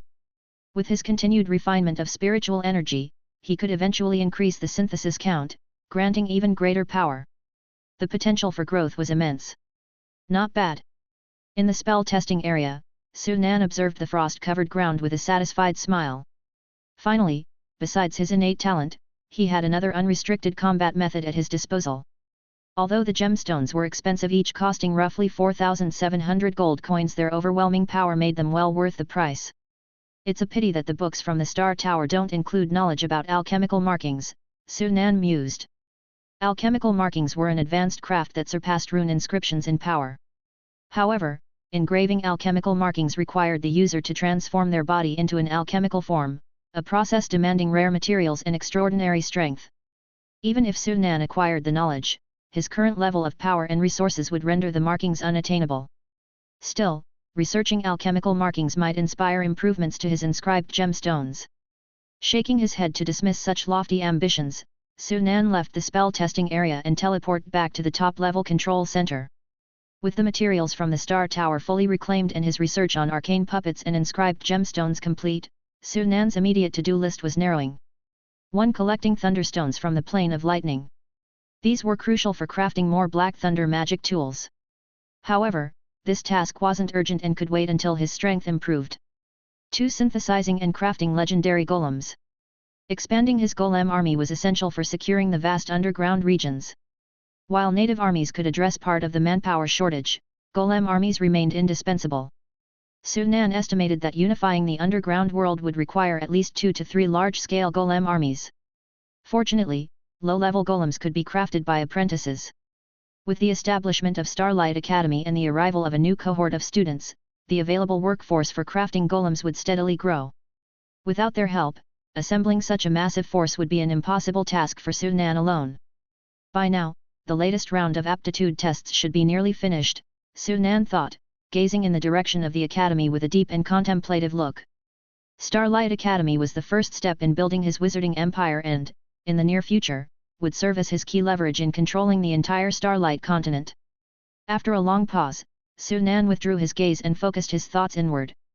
A singular priority. The growth and refinement of spiritual energy remained Sunan's highest priority. Unless a task directly contributed to this goal, he was determined not to waste his energy on other distractions. Chapter 189. Thin smoke rose in wisps, curling between the stalactites and stalagmites. Passing through the ruined gates of Firehammer City, Zeman walked along the devastated streets, his eyes scanning his surroundings. In the distance, faint sounds of battle could still be heard, sporadic skirmishes within the city. However, the outcome was already decided, and it wouldn't be long before the fighting ended entirely. The fall of Firehammer City had been remarkably swift. The dwarves had built their walls from durable obsidianite, reinforced with molten frost steel, granting them exceptional resistance to elemental energy. They had also equipped their defenses with an array of siege weapons, including ballistae and trebuchets, equipment so sophisticated it was rarely seen in the underground world. Unfortunately, their opponent was the unstoppable golem army. The ballistae and trebuchets were largely ineffective against the golem's impervious bodies. Likewise, the city walls crumbled under the relentless assault of the golem horde. Led by adamantite golems, the army's ferocious assault overwhelmed the city's proud defenses in less than half an hour. With the walls breached, the golem army surged forward, swiftly crushing Firehammer City's remaining defenders. Now, the majority of Firehammer City was under Star Alliance control. The Rune-Mark Knights were busy rooting out the last remnants of resistance. It wouldn't be long before the entire city was secured. Leaving the mopping up operations to the Knights, Zeman and Artil led a group of wizard apprentices straight to the city's central palace. To expedite expansion efforts, the Star Alliance's 40-plus second-tier wizard apprentices were divided into 2 groups. Zeman and Artil commanded one faction, while Corey and Ethan led the other. Each faction spearheaded campaigns against native tribes and city-states. Firehammer City was the 7th city-state conquered by Zeman's forces in the past 6 months. The Dwarven King had fallen during the siege of the city gates, and their next objective was to claim the wealth hidden within the palace. With no resistance left, the group stormed into the palace unimpeded. When they opened the treasury and saw the piles of rare metals and gold coins, the wizard apprentices couldn't help but gasp. "We hit the jackpot!" One apprentice exclaimed, his face lighting up with excitement. The others were equally elated. Their contributions from the war depended not only on the scale and number of city-states conquered but also on the value of the spoils. The greater the spoils, the higher their contribution points. Zeman was also pleased. He quickly stored all the treasures from the treasury into his spatial ring. After thoroughly searching the palace to ensure nothing was overlooked, the group began arranging accommodations. They would remain in Firehammer City for a few days, waiting for reinforcements to take over the city and replenishing their supplies before moving on to their next target. Zeman found a study and sat down to write his war report. Every so often, he summarized the recent battles in a report that would ultimately reach his teacher's desk. Artil, seated nearby, engaged in casual conversation. "I heard the Starlight Academy has a crystal ball that can test spiritual and physical aptitude. I'd love to see it in action." Once we conquer Spiderweb City, we'll return to the academy, and you'll get your chance, Zeman replied with a smile, pen still moving as he spoke. When the academy was established, Zeman and Artil had been busy on the battlefield and hadn't yet seen it in person. They only heard bits of news from apprentices traveling between the front lines and Dragonwood Forest. However, this situation wouldn't last much longer. The Star Alliance's forces were now within 500 kilometers of Spiderweb City. If everything went smoothly, they would capture it within a year. When the war ended, they could finally return to see the academy for themselves. I also heard that the 3 new instructors at the academy used to belong to the same wizarding organization as the teacher. Something called the Forest Lodge? Artil asked, curiosity shining in his eyes. They must be exceptional, Zeman said after some thought. To have worked alongside the teacher, their strength and knowledge must be impressive. True, Artil nodded in agreement. Anyone invited by their teacher to join the academy as an instructor was undoubtedly extraordinary. With their guidance, future apprentices will have a much easier time learning. Too bad we missed out on that, Artil lamented. It's not all bad, Zeman replied with a chuckle. When we first arrived, there were few people at the base, so we could exchange contribution points for the teacher's personal guidance. That wasn't so bad. Artil thought about it and agreed. Back then, they could also seek advice from Lady Amy when they encountered difficulties, a privilege the newer apprentices didn't have. Nowadays, Lady Amy was obsessed with treasure hunting in the underground world and rarely interacted with anyone. Most of the new apprentices had only heard her name and never seen her in person. The latest round of aptitude tests ended a few days ago, Artil remarked. I heard a significant number of candidates passed this time. The academy should see a large influx of new apprentices this year. That's a good thing, Zeman said with a faint smile. With their teacher advancing to wizard status, the Star Alliance's growth had visibly accelerated. The establishment of Starlight Academy marked the dawn of a new era. From now on, wizard apprentices would become increasingly active across the continent, participating in more events and becoming known to more people. No longer would they exist only in legends. The current state of the underground world was a testament to this change. The Star Alliance's territory now spanned most of the southeastern region. Even in the most remote corners of the underground world, the name of the Star Alliance was well known, and with it, the reputation of its wizard apprentices. This scenario would likely repeat in the surface world in the near future. Although the surface world appeared calm, Zeman knew that the Starry Empire continued to purchase resources from the Star Alliance in bulk. Their increasing demand suggested they were preparing for another war. It wouldn't be long before the Starry Empire launched a new campaign to unify the southeastern region of the continent. A dominant empire ruling the southeast would undoubtedly align with the Star Alliance's interests. When the time came, their teacher might even allow the Star Alliance to intervene. As Zeman pondered, he was interrupted by hurried footsteps. A wizard apprentice entered the study. Captain, the Rune Mark Knights have made a new discovery. You'd better come and see. Curious, Zeman set aside his pen and followed the apprentice, with Artil close behind. In the palace's central plaza, near the entrance, a group of dragon antelopes roamed leisurely. These majestic creatures had scales that transitioned from reddish-brown to bright gold and wings with a wingspan exceeding 9 meters. The Dragon Antelope Knight unit, formed during the Star Alliance's expansion hiatus, had only recently begun proving its strength on the battlefield. Its performance had been dazzling, particularly during the siege of Firehammer City.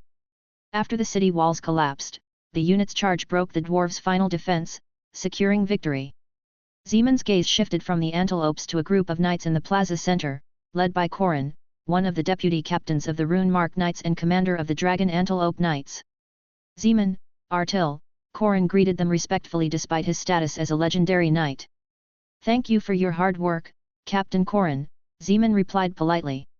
After a brief exchange of pleasantries, they got to the point. Corin gestured to a gnome bound in chains nearby. This one was found in the city's prison. According to the guards, he escaped from a city-state attacked by the Dark Elves and was imprisoned by the dwarves upon arriving here. Corin continued, his tone grave. When we questioned him, we learned some disturbing news. The Dark Elves have intensified their offensive in recent months, conquering numerous city-states. The area within 300 kilometers of Spiderweb City is now under their control. Zeman and Artil exchanged serious looks. Dark Elves? Zeman muttered. Corin nodded. The gnome claims they wield a powerful monster capable of destroying entire armies. A monster? Zeman frowned, his thoughts racing. I'll include this in my report to the teacher, Zeman decided. If anyone knows what it is, he will. As precaution, Zeman also requested reinforcements, including one of the teacher's new high-tier golems, to ensure their success against this new threat. Chapter 190. This is Starlight Academy. Looking at the expansive campus and the grand gate before him, Fleming couldn't help but exclaim in awe. Around him, other boys and girls were equally astonished, their eyes wide as they took in their surroundings. Some were fixated on the towering structure in the distance. Even from over 1,000 meters away, the enormous outline was still visible, a testament to its truly colossal size. Its unusual shape only added to their curiosity. The gathered youths were all recent qualifiers from the aptitude tests, with ages ranging from 12 to 15. They had been brought together from all over the Empire, first convening in Radiant City before being transported to a strange base. Passing through an unusual gate, they suddenly found themselves in this new environment, with the Academy standing before them. Many struggled to comprehend how a simple gate could lead them to an entirely different location, but the experience filled them with amazement and heightened anticipation for the legendary Starlight Academy. As they marveled at their surroundings, a man and a woman emerged from the Academy gates. The pair looked to be about 18 or 19 years old, clad in grey robes. Their sharp eyes gleamed with an unusual light, making it difficult to meet their gaze. The group of young candidates quickly quieted, their attention snapping to the two figures. "These must be our guides," someone whispered. "I am Shechin Blade, and this is Duvigny Treadway," the man introduced, his tone calm and detached. "We will be showing you around the Academy. Follow closely. Stay quiet. Do not ask unnecessary questions, and do not touch anything without permission. If you disobey, you will face the consequences."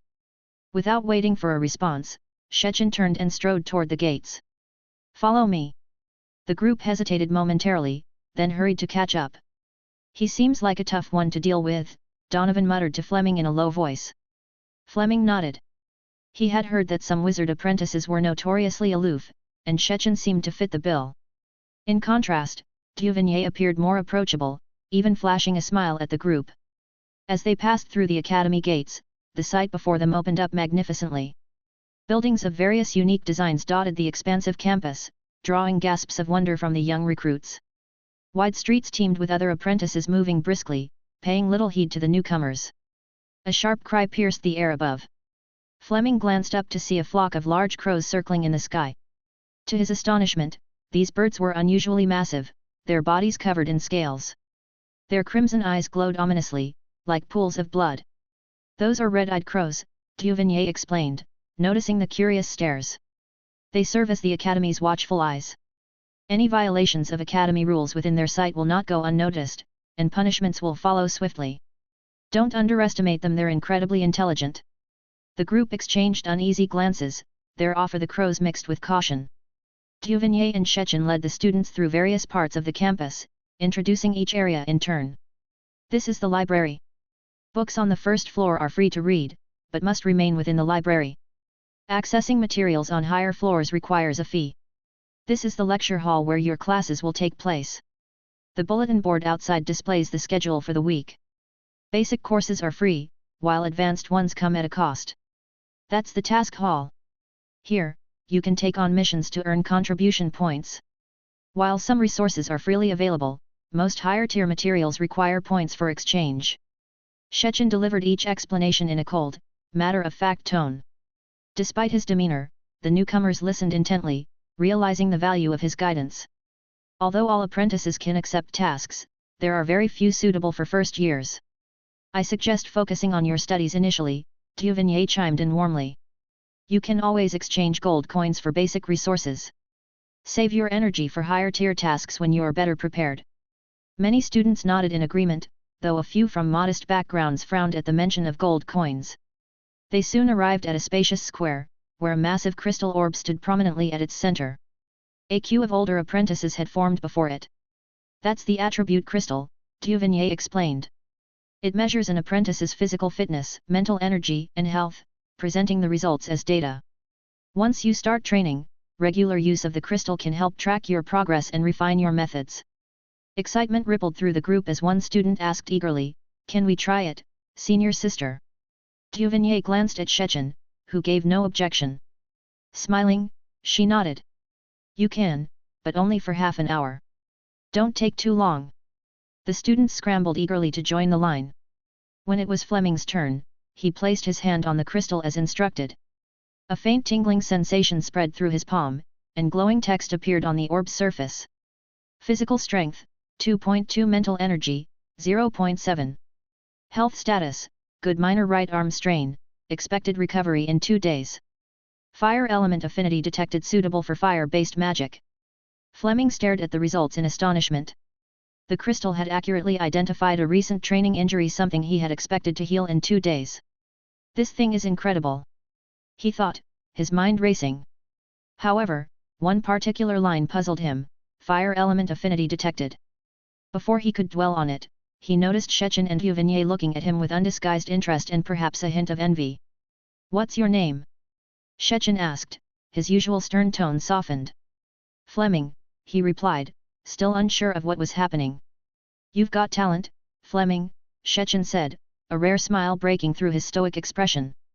Seeing Fleming's confusion, Shechen elaborated: elemental affinity indicates a natural resonance with a particular type of energy. This makes learning corresponding spells much easier and increases your efficiency in training. Such affinity is rare, less than 1 in 100 apprentices possess it. A wave of admiration and jealousy swept through the crowd as they realized Fleming's unique gift. Half an hour later, the group resumed their tour and eventually arrived at their dormitory, a castle-like structure guarded by towering iron golems. This will be your home until you reach the rank of level 2 apprentice, Shechen announced. Curiosity flared among the students, and one couldn't resist asking, where do level 2 apprentices live? The Dragonspire Tower, Shechen replied, his eyes alight with longing. Even Duvigny's gaze softened with admiration. Following their line of sight, the students realized that the distant tower they had glimpsed earlier must be the fabled Dragonspire. The mention of the tower spurred whispers among the students, many vowing to one day reach its lofty heights. But Shechen quickly doused their enthusiasm. Don't get ahead of yourselves. Many apprentices spend over a decade trying to advance to level 2.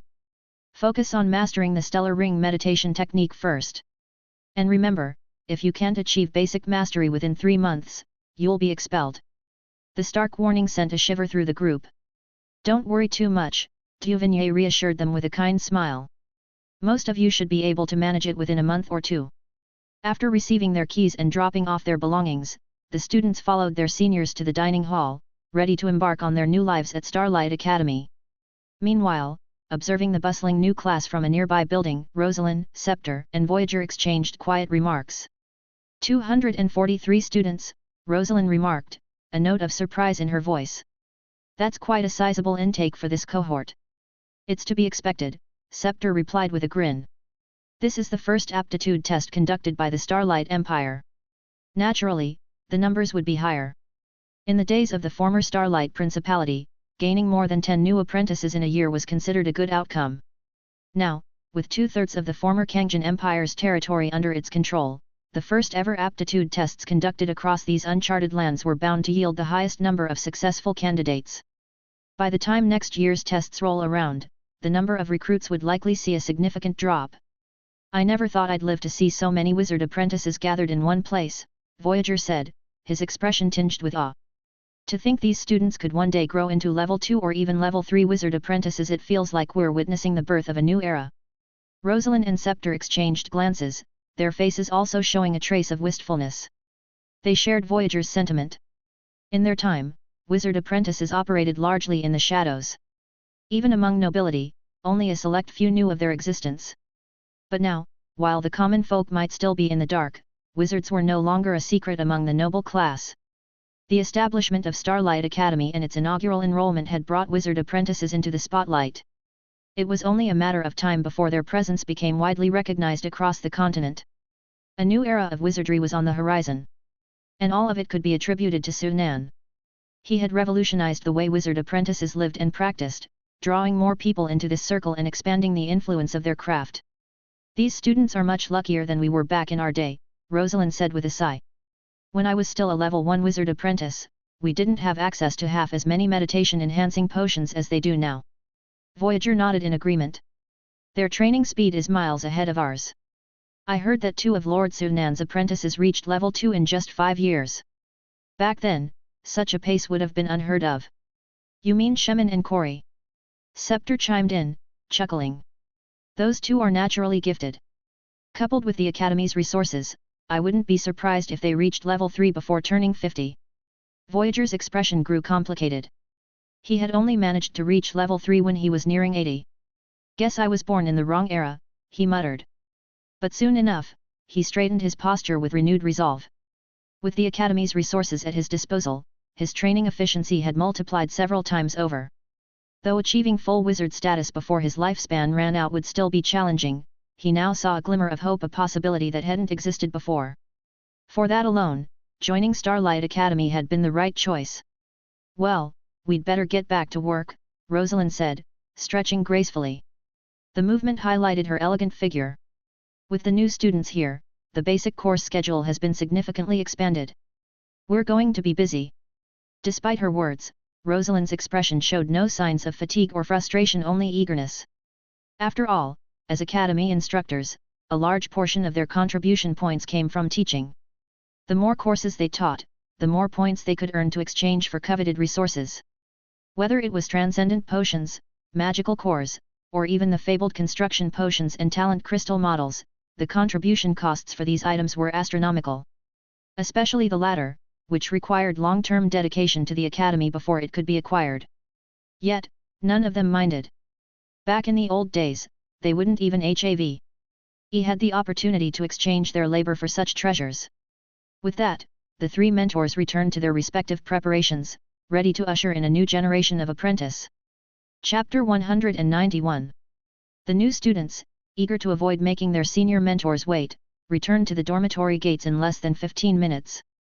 From there, they proceeded to the Academy's dining hall. The Academy has 2 dining halls, one in the north and one in the west. We're heading to the western one, known as the second dining hall, explained Dewini. From a distance, the sheer size of the second dining hall was already striking. Upon closer inspection, they noticed an announcement board at the entrance, listing the day's recommended dishes. Special of the day, crystal mushrooms from the underground realm, slightly enhancing mental activity. Price, 20 gold coins per serving. Special of the day, electric spine lizard meat from Zone 1, slightly strengthening physical constitution. Price, 12 gold coins per serving. Special of the day, rainbow icefish from the underground realm, slightly increasing ice element resistance. Price, 30 contribution points per serving, available only for second-level wizard apprentices or above. The announcement board was filled with similar listings, drawing a crowd of apprentices who appeared to be deep in discussion. Snippets of complaints about the exorbitant prices could be overheard. Dewini addressed the curious looks of the new students. Food here has to be purchased, and prices vary. The dishes on the announcement board are among the most expensive.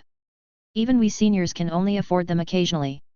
She smiled knowingly and added, still, these delicacies are worth their price. On most days, they're sold out quickly, and some dishes are restricted to certain levels of students. The new students were stunned by the pricing. Even those from affluent noble families had rarely encountered meals costing over 10 or 20 gold coins per dish. The numbers seemed outright extortionate to them. Noticing their shocked expressions, Dewini simply chuckled. She knew they would change their minds after experiencing the food's taste and effects. Upon entering the second dining hall, they found the space divided into various sections, each uniquely themed and offering a diverse array of cuisines. The students chose a spot to settle in, and shortly after, staff members arrived to take their orders. To their surprise, these staff members were not human. Instead, they were an unfamiliar species of humanoid females with coppery hair, smooth skin like polished jade, and flawlessly sculpted faces. Their large, dark eyes shimmered with depth, and their long, folded back ears bore a faint resemblance to those of elves. They stood slightly taller than halflings, at about a meter in height. These are water sprites, the dining hall staff, Dewini explained. They are gentle by nature, have a fondness for cleanliness, and can manipulate water elements. I've never heard of such creatures before, one student remarked. That's normal, Dewini replied with a smile. Water sprites are beings from another realm. They don't naturally exist on this continent. The Academy summoned them through contracts, and they work here in exchange for compensation. The sight of the water sprites seemed to ignite a flurry of questions from the new students. Dowini patiently answered their inquiries, while Shaken sat silently with an indifferent expression.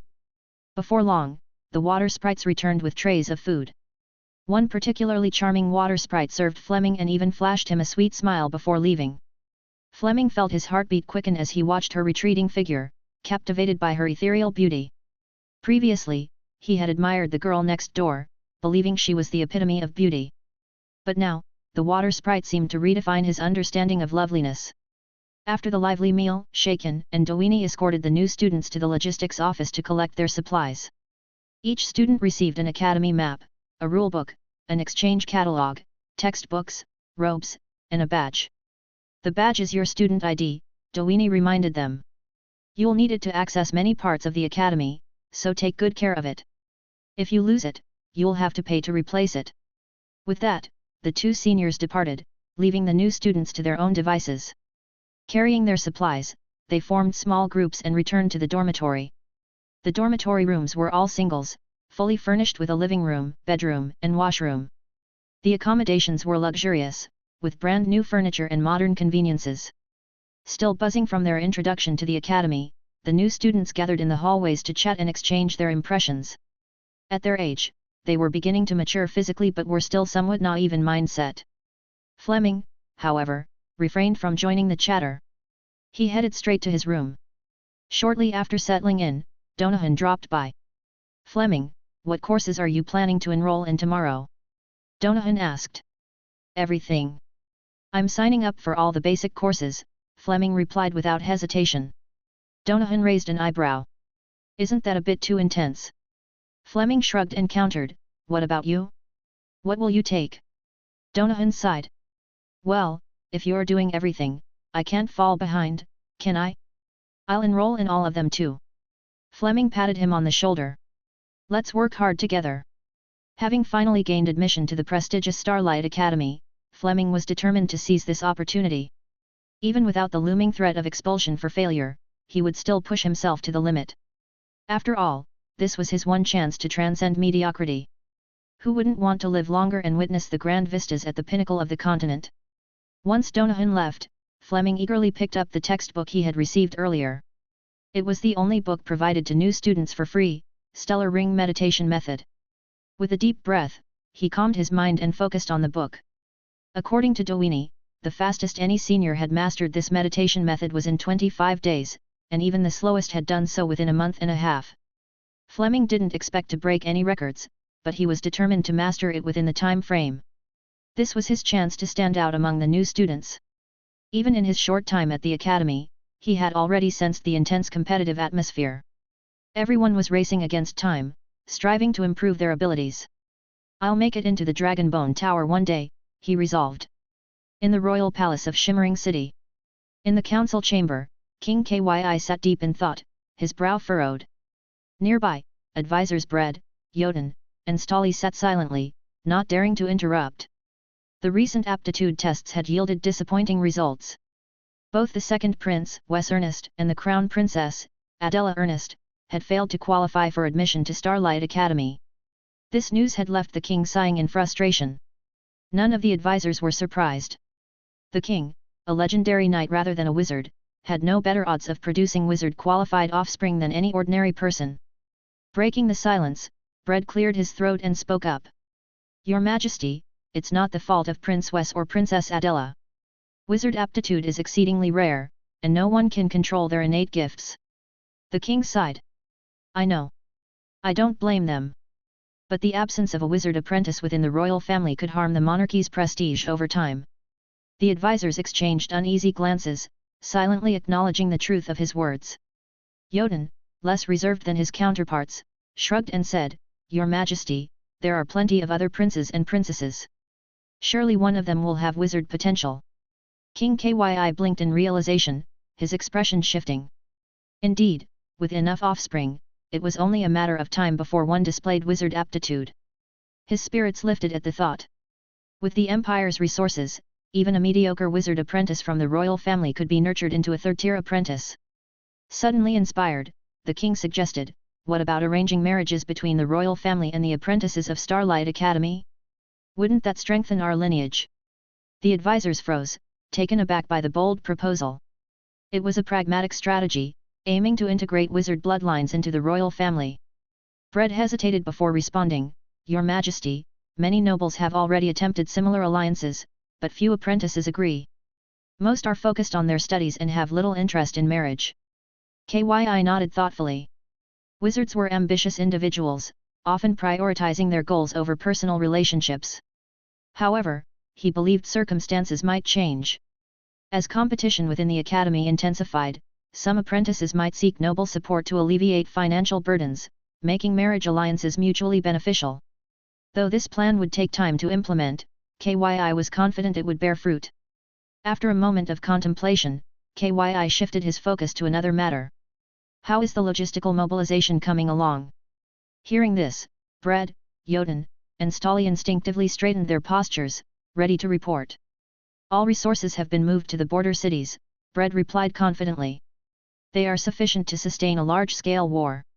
Kyi nodded in satisfaction before asking, have there been any unusual activities from the surrounding nations? Other than increasing troop deployments in border towns adjacent to the Empire, there have been no other significant movements, Bread reported. Kyi understood immediately. Such actions from neighboring states were expected. They were preparing against the possibility of the Shimmering Empire launching a campaign to unify the southeastern region. At this point, the Shimmering Empire's territorial size rivaled that of the former Golden Empire. In terms of overall strength, it was even more formidable, not least because it boasted the continent's only wizard. It was no surprise that other nations were on edge. Even if the Empire declared it had no intentions of unifying the southeast, no one would believe it. The truth was, Kyi did intend to unify the southeastern region. In fact, the southeast was merely the first step. His ultimate ambition was to unite the entire Starlight continent under his banner. He had discussed this goal in depth with Sunan, and the two brothers had reached a firm agreement. With Sunan's unwavering support, Kyi's confidence was soaring. Imagining the future of the Empire, even the more composed and mature Kyi couldn't help but feel a surge of excitement. Just then, an attendant appeared at the doorway to the council chamber, bowing respectfully. Kyi glanced at him and asked coolly, "What is it?" "Your Majesty, an envoy from the Thornflower Principality requests an audience." The announcement startled all four men in the chamber. Jotun furrowed his brows. "Sending an envoy at this time, could it be that they've uncovered our plans?" Stolly, who had remained silent until now, finally spoke up. "That's unlikely. The Thornflower Principality did increase troop deployments in their border towns, but that was before the Empire began its resource mobilization. They likely remain unaware of our intentions." Kyi considered this for a moment before waving his hand decisively. "Escort the envoy to the reception hall. I'll meet him there." "Yes, Your Majesty." Chapter 192. Dragon Skeleton Tower Study Room. Sunan perused the report in his hand, his eyes narrowing with intrigue. The document detailed that Zeman had encountered a formidable half-human, half-spider creature, potentially at the level of a four-ring legendary being or perhaps even stronger. A half-human, half-spider monster. Sunan murmured, his gaze sharp. Such creatures were not uncommon in the underground world, where mutated spider species thrived. However, none were known to reach the four-ring legendary tier. Coupled with its humanoid upper body resembling a dark elf, a specific idea immediately surfaced in his mind. Could it be a spiderling? Sunan's expression turned grim. Across the multiverse, countless gods existed, too many for any one person to remember them all. Sunan only retained knowledge of the most powerful or distinctive among them. One such entity was the Spider Queen, a malevolent deity of assassination, darkness, and spiders. Cruel and capricious, the Spider Queen delighted in watching her followers engage in bloody power struggles, using death, destruction, and torment to please her. Though far from the strongest of the gods, barely scraping into the mid-tier at best, the Spider Queen's twisted methods made her infamous. Sunan recalled that spiderlings were among her favored creations. The process of creating a spiderling involved a dark and gruesome ritual. A mass of spiders would be forced to cannibalize each other, with the loser's flesh and souls consumed by the victor. This final survivor would then be merged with the blood and soul of multiple dark elves, resulting in a horrific, monstrous being, a spiderling. Such creatures possessed power surpassing four-ring legendary levels. While not at the level of a formal wizard, 4 or 5 spiderlings working together could pose a significant threat, especially given the current weakened magical environment of the Starlight continent. But why would spiderlings appear in the Spider City? Sunan frowned in contemplation. Spiderlings were divine creations, brought into existence only by the Spider Queen herself. While the ritual could prepare the vessel, only the goddess's divine power could breathe life into the creature. Could it be that the Spider Queen has already infiltrated the Starlight continent? Sunan's thoughts turned to a distant memory. He vaguely recalled that around Starlight year 1300, the Spider City had unified the southeastern underground region. When Zeman and his team had first encountered Dark Elves, Sunan had found their sudden unity and outward expansion unusual. If the Spider Queen was behind this, however, it all made sense. Only a divine edict could suppress the Dark Elves' inherent selfishness, forcing them to abandon infighting and band together. Moreover, only divine support could grant the relatively weak Spider City the power to dominate the southeastern underground. What I can't figure out, Sunan mused, is how the Spider Queen managed to extend her influence into the Starlight continent. The continent had long been sealed off by the wizards. Breaking through that barrier should have been impossible for a mid-tier god without paying a steep price. After ruminating fruitlessly, Sunan shook his head, deciding not to dwell on the matter further. The Starlight continent was now his domain. Whatever the Spider Queen's intentions, he would not tolerate her interference. So long as she doesn't descend in person, she poses no threat, Sunan muttered. If she dares to reach in, I'll cut off her hand. Resolving himself, Sunan summoned Carolina. Deploy the puppets to Firehammer City, he instructed. Their mission is to neutralize the spiderlings. If any are slain, have their remains delivered to me immediately. As divine creations, spiderlings contained divine energy, a resource too valuable to waste. An idea was beginning to form in Sunan's mind. If everything went as planned, this could open up a new avenue for harvesting divine energy. Carolina swiftly departed to carry out his orders, leaving Sunan to turn his attention to another report, this one from Starlight Academy. Academy Report. The latest batch of students had settled in without issue, and the institution now boasted over 800 students. At the current rate of growth, Sunan estimated the Academy's population would surpass 1,000 within 7 to 8 years. By then, the number of second-ring wizard apprentices should also reach triple digits. Unfortunately, the number of third-ring wizard apprentices is still too low, Sunan thought with a sigh. Both teaching staff and advanced resource refinement required a significant number of third-ring apprentices. However, he understood that this was not something that could be rushed. Even with abundant resources, it would take another 20 to 30 years for students like Zeman to reach the third ring. Not everyone has access to a fusion cube like I do, Sunan mused with a wry smile.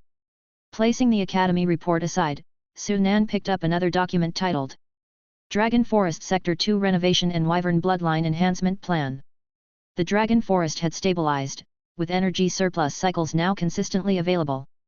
Sunan decided to put this unused energy to work. Rather than attempting to raise true dragons, a task far beyond current capabilities, he planned to relocate all wyverns with bloodline purity above 70% to Sector 2, transforming it into a breeding ground for high-tier wyverns. By incrementally enhancing their bloodline concentration through successive generations, he aimed to create a new line of true dragons. This will be a long-term project, Sunan admitted. It could take centuries to see meaningful results. But with centuries ahead of him, Sunan had time. The next 700 years were his developmental phase. Implementation steps. Sunan divided the plan into several phases. 1. Blood extraction from wyverns would be delegated to second-ring wizard apprentices as academy tasks. 2. Bloodline refinement surgeries would be handled by Rosette, Scepter, and Traveler. Recognizing the scope of the undertaking, Sunan also amended the plan to include other skilled apprentices with expertise in biological modification. Satisfied with the updates, Sunan closed the file and prepared to begin preliminary work the following day. Finally, he summoned his status panel. Sunan Yuni is at human male. Gasification progress, 1.64%. Skills. Stellar Ring Meditation, LV19 Max. Potion Making, LV535/20,000. Biological Modification, LV4924/10,000. Puppet Forging, LV510356/20,000. Magical Artifact Crafting, LV47294/10,000. Sunan shook his head at the slow progress in mental gasification, less than 0.3% over the past year. Still too slow, he muttered. Let's hope the front lines bring some surprises. On a brighter note, his potion-making skill had finally reached level 5, and both puppet forging and magical artifact crafting showed substantial progress. The only lagging skill was biological modification, which saw little use outside refining wyvern bloodlines. Underground corridor. In the eerie silence of a shadowy corridor, faint footsteps echoed. Walking alone, Tajana's poised figure moved with effortless grace. Each step kept her shrouded in darkness, as if she were one with the shadows. After passing several forks, she suddenly stopped. From the darkness ahead came a wary voice. Who's there? Who goes there? To the Spider Queen, we offer blood, death, and souls. The web of the abyss shall span the world, Tajana replied with a calm and resolute tone. Instantly, the faint killing intent directed toward her dissipated. Footsteps echoed from the darkness ahead as Vinia emerged, flanked by 2 male dark elves. Unlike Tajana and Vinia, who both wore finely crafted chainmail, cloaks, and dual curved blades of exquisite craftsmanship, the 2 male dark elves were clad only in leather armor. They lacked additional protection, and their weapons were limited to single, modestly made curved blades. They trailed several paces behind Vinia, their gazes lowered, careful not to look directly at her. In the Spider City, female dark elf warriors held absolute authority to punish lower-ranked males for perceived disrespect. The reasons for such punishments were many, staring at a female dark elf for too long being among the most common. In truth, female dark elves could find an excuse whenever they were displeased, regardless of circumstance. How is the situation? Vinia asked impatiently. Tajana shook her head before responding. Terran City has fallen to the Star Alliance. I saw their constructs standing atop the walls. Damn it! Vinia swore under her breath. How are they moving so fast? We've been marching through the night. Tajana pressed her lips together, choosing not to respond. The main forces of the Star Alliance comprised tireless golems. Competing with their marching speed was an impossible task. Not to mention, the morale-drained slave units in their ranks only served to slow them further. What's the plan now? Tajana asked. Vinia pondered briefly before replying, we need to report this to the matron. Terran City is a crucial choke point through this region. The matron will definitely order us to retake it. Tajana hesitated but said nothing. Noticing her reluctance, Vinia frowned and gestured for the 2 male dark elves to move farther away. Once they were out of earshot, she approached Tajana and lowered her voice. Are you still hung up on what we discussed earlier? Tajana sighed. I just feel that going to war with the Star Alliance is too risky. They're a massive force that's conquered most of the southeastern region. On top of that, they have wizards. I can't see us winning this war. Vinia scoffed. You're overthinking it. Don't forget, we have the Spider Queen's blessing the Spiderlings.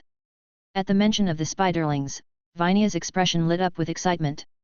You saw how they performed in battle. Our enemies didn't stand a chance. The Spiderlings tore through them with ease, and the Star Alliance will be no different. Wizards might be powerful, but can they really be stronger than Spiderlings?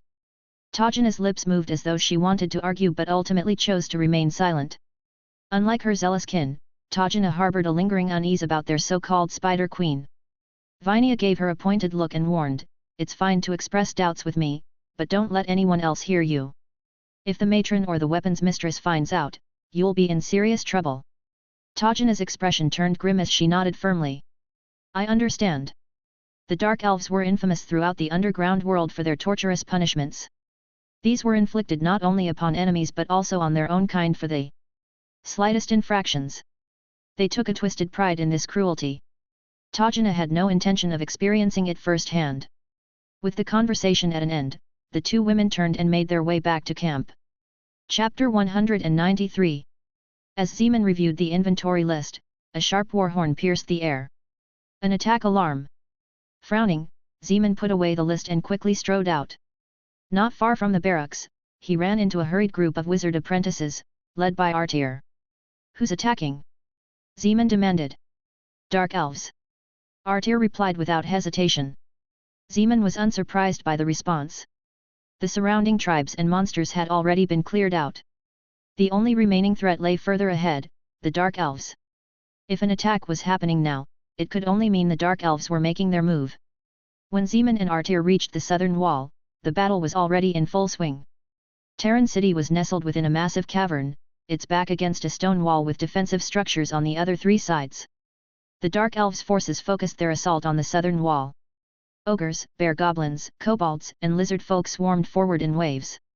Telescopic siege ladders extended to scale the walls, while battering rams pounded against the gates. The more disciplined Minotaur units stood by in reserve. Strangely, few Dark Elves were visible. Beyond the outer defences, massive trebuchets were set up, launching heavy stone projectiles toward the city walls. Under normal circumstances, Terran City would have been caught off guard by such a ferocious assault.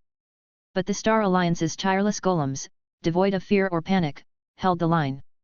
They methodically defended the walls, their iron fists crushing any who dared to climb. In the chaos, faint skittering sounds announced the arrival of double-bladed spiders. These mechanical constructs scaled the walls from the flanks and descended upon the attacking horde. Their sharp limbs tore through enemy lines with ease, forcing a retreat.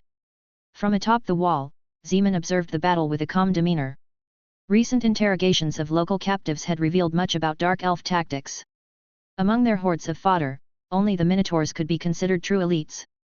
Ferocious and resilient, they far outclassed the ogres, goblins, and kobolds. As the initial waves faltered, the ogres and goblins began to retreat. A deep war horn sounded, signaling the advance of the heavily armed Minotaurs. Seeing this, Zeman decisively ordered the gates to be opened. While defending a city was advantageous, the golems were far more effective in open field combat. Boom!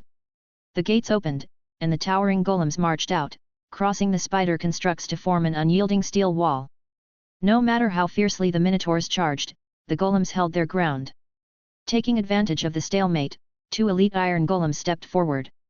Their chests glowed briefly before unleashing projectiles of visible distortion. Crushing sonic waves. Buzz! A violent sonic explosion erupted, sending tangible shockwaves rippling outward. The blast shredded everything within a radius of over 10 meters, annihilating the Minotaur ranks.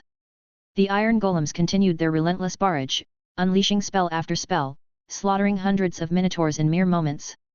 Even the fearless Minotaurs began to waver. At that moment, a massive spider-shaped illusion materialized in the distant sky, casting an ominous shadow over the battlefield. From the Dark Elf fortifications, lizard-mounted cavalry emerged. Their riders, clad in exquisite chainmail, bore silver hair and obsidian-like features.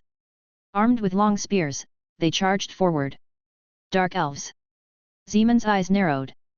Finally, the real threat had arrived. These were the true elites of the Dark Elf forces. The earlier waves had been nothing more than cannon fodder. The lizard cavalry surged into the fray, cutting through the golem lines with alarming efficiency. Blades flashed coldly, reducing the stone golems to rubble. They match the reports, Artir remarked, her sharp gaze fixed on the battlefield. Every one of them fights at a knight's level, rivaling the Blackrock cavalry of the Star Empire. As the lizard cavalry turned the tide, the battle descended into chaos. Yet, Zeman and Artir remained composed, calmly observing the scene. To the Star Alliance, the golems were expendable. But for the Dark Elves, each lizard knight was a precious resource, and every loss was a painful blow. This attritional warfare was bound to favor the Star Alliance. As expected, the Dark Elves' war horn soon sounded again, signaling a retreat. Just as the golems moved to pursue, a shadow streaked out from above, darting through over a dozen golems in an instant. A series of sharp cracks followed, leaving shattered fragments of stone strewn across the ground. Amid the debris stood a hybrid figure, half human and half spider. Her upper body resembled a stunningly beautiful dark elf woman, clad in tight-fitting armor that accentuated her curves. Twin curved blades gleamed in her hands. Her lower body, however, was a massive black spider, its metallic sheen glinting menacingly under the faint light. Her 8 legs appeared sharper than the double-bladed spiders themselves. A spiderling. Zeman's expression grew serious. This was the true threat. Seeing it in person, Zeman realized the spiderling was even stronger than the reports had suggested. Among the golems it had just destroyed was an elite iron golem, a second-ring legendary construct. For the spiderling to cut through such a foe with ease, it clearly surpassed the average 4th-ring legendary creature. Fortunately, the Star Alliance was not without its own trump cards. Zeman turned toward the figure standing silently beside him. The individual wore a large grey robe, obscuring their body entirely. Even most of their face was hidden beneath the hood, leaving only a pale chin visible. Truthfully, Zeman had been shocked to learn this was a puppet. Never before had he seen a construct so lifelike. If he hadn't known in advance, he might have mistaken it for a living human. Though it lacked the imposing stature of the golems, Zeman harbored no doubts about its combat capabilities. After all, it had been sent by his teacher specifically to deal with the spiderling. "Take care of it," Zeman said softly. The figure nodded slightly. The robe fluttered away, revealing a tall and slender young woman. She stood nearly 1.7 meters tall, clad in a skin-tight suit of silver scales that accentuated her curves. Without hesitation, she leaped from the wall. Mid-fall, her descent abruptly slowed, and moments later, she surged skyward, streaking toward the spiderling like a comet. The spiderling sensed the approaching threat immediately. It slashed its blades forward, sending twin arcs of black energy slicing through the air. Unfazed, the woman plowed through the attack. An invisible field shimmered around her, nullifying the dark energy. With a deft motion, she countered, hurling a bolt of crackling blue energy straight at the spiderling. Lightning arc! The spiderling screamed as electric currents engulfed its body, writhing across its flesh. From the rear ranks of the Dark Elf army, the commanders stared in disbelief. A spellcaster! Could that be the Star Alliance's leader? It has to be her. The Star Alliance was rumored to be led by a powerful wizard, and this young woman's mastery of magic left little room for doubt. Seize the opportunity. If we kill her, the Star Alliance will collapse, declared Loretta, the Dark Elf warlord commanding the army. Her troops surged forward, renewed by her rallying cry. But on the battlefield, the tide had already turned. The puppet woman's relentless assault overwhelmed the spiderling, leaving it bloodied and battered. Finally, with a decisive strike, her enchanted blade pierced the spiderling's chest, ending its life. The Dark Elves faltered, their resolve shattered. Loretta had no choice but to sound the retreat. As the Dark Elf army fled into the shadows, Zeman gave the signal. A blaze of light burst into the sky, illuminating the battlefield as waves of Star Alliance cavalry emerged from the darkness, cutting down the retreating Dark Elves. Though some managed to escape, the Dark Elf army had been decisively defeated. "Prepare the spiderling's remains for transport to Dragonwood," Zeman ordered. This was a matter of great importance, as emphasized by his teacher. Chapter 194. The Star Alliance had established spatial portals in every city-state, seamlessly connecting its vast territories. These numerous portals allowed for unprecedented efficiency in both resource transportation and troop deployment. On the same day the battle at Terran City concluded, the corpse of the spiderling was delivered to Sunan's laboratory. After some effort, Sunan successfully extracted divine energy from the corpse. 8 standard units of divine energy, far more than the Dusk Bell Striker or the multi-winged creature ever yielded, Sunan remarked with satisfaction. As a divine offspring, the spiderling's body contained significantly more divine energy than ordinary divine creatures. However, its limitation lay in being a one-time harvest, unlike the sustainable extractions possible with creatures like the Dusk Bell Striker. A trade-off, but a worthwhile one. After purifying the extracted divine energy of any faith contamination, Sunan immediately absorbed it. Upon checking his status, he noted a 0.66% increase in his spiritual refinement. Not bad. That's equivalent to over 2 years of cultivation, Sunan muttered with a slight smile. If every spiderling could provide a similar yield, his progress in spiritual refinement would accelerate substantially. It seems we can't rush to capture Mega Spider City just yet. Since first learning about the spiderlings, Sunan had toyed with the idea of sustainable development. Now, with confirmation of the spiderling's significant benefits to his spiritual refinement, the idea could finally be realized. If the Spider Queen was intent on sending him supplements, it would be ungrateful to refuse. Mega Spider City could become a renewable resource node, a divine energy farm, so to speak. Returning to his study, Sunan summoned Carolina. "Send the orders, increase pressure on the Dark Elves and extract as much of their war potential as possible, but do not capture Mega Spider City. Additionally, ensure that the corpses of spiderlings are preserved intact and sent to the laboratory immediately," he added. Carolina paused momentarily, her expression briefly puzzled. Applying pressure without taking Mega Spider City? What was the reasoning? The second half of Sunan's statement, however, brought clarity. Mega Spider City was being turned into a resource point. "Understood, Master," Caroline responded respectfully. What of the Red Widow? Sunan inquired further. The First Army has advanced to the northwestern frontier. Commander Corps has requested material support, and the Red Widow is currently coordinating logistics for that front, Caroline replied. The Star Alliance now had two medium-sized golem armies after their recent expansion, the First Army, led by Corps, and the Second Army, CO led by Zeman and Artir. While the First Army pushed toward the northwestern domain, the Second Army advanced toward Mega Spider City. The First Army had largely subdued the border regions between the southeastern and northwestern domains, officially pushing the front lines into the northwestern domain. This left Mega Spider City as the final unconquered area in the southeastern domain under the Star Alliance's expanding control. Such dominance had not been seen in the underground world for over 1,000 years. Even the city-states of the northwestern domain had begun forming alliances to resist the Star Alliance's might. What is the current situation in the northwestern domain? Sunan asked. Caroline replied, most city-states have united to form an alliance they call the Falling Star Alliance. Falling Star Alliance? Sunan's expression turned amused before he quickly returned to seriousness. Shift the focus of our military efforts to the northwestern domain. Mega Spider City can wait. If the capture of Mega Spider City was no longer an immediate priority, resources could be reallocated to dismantle the Falling Star Alliance. Zeman and Artir soon received Sunan's orders. Reading the directives on the parchment, they exchanged puzzled glances. This feels like a siege without an assault, Artir mused. Why hold back? Zeman, ever the thinker, replied, it likely has to do with the spiderlings. Perhaps they hold significant value for teacher. He may want as many of their corpses as possible. Wouldn't it be simpler to just capture Mega Spider City and eliminate all the spiderlings at once? Artir wondered aloud. Unaware of the spiderlings' creation process, neither of them fully understood the order's intent. But understanding wasn't necessary. If it's teacher's command, we follow it, Zeman concluded, unrolling a detailed map of the southeastern domain. This map, painstakingly drawn by the Star Alliance, had proven invaluable in their expansion campaigns. On it, the territories of the Star Alliance and the Dark Elves were clearly marked. Compared to the vast swathes under Star Alliance control, the Dark Elves' domain was a mere corner.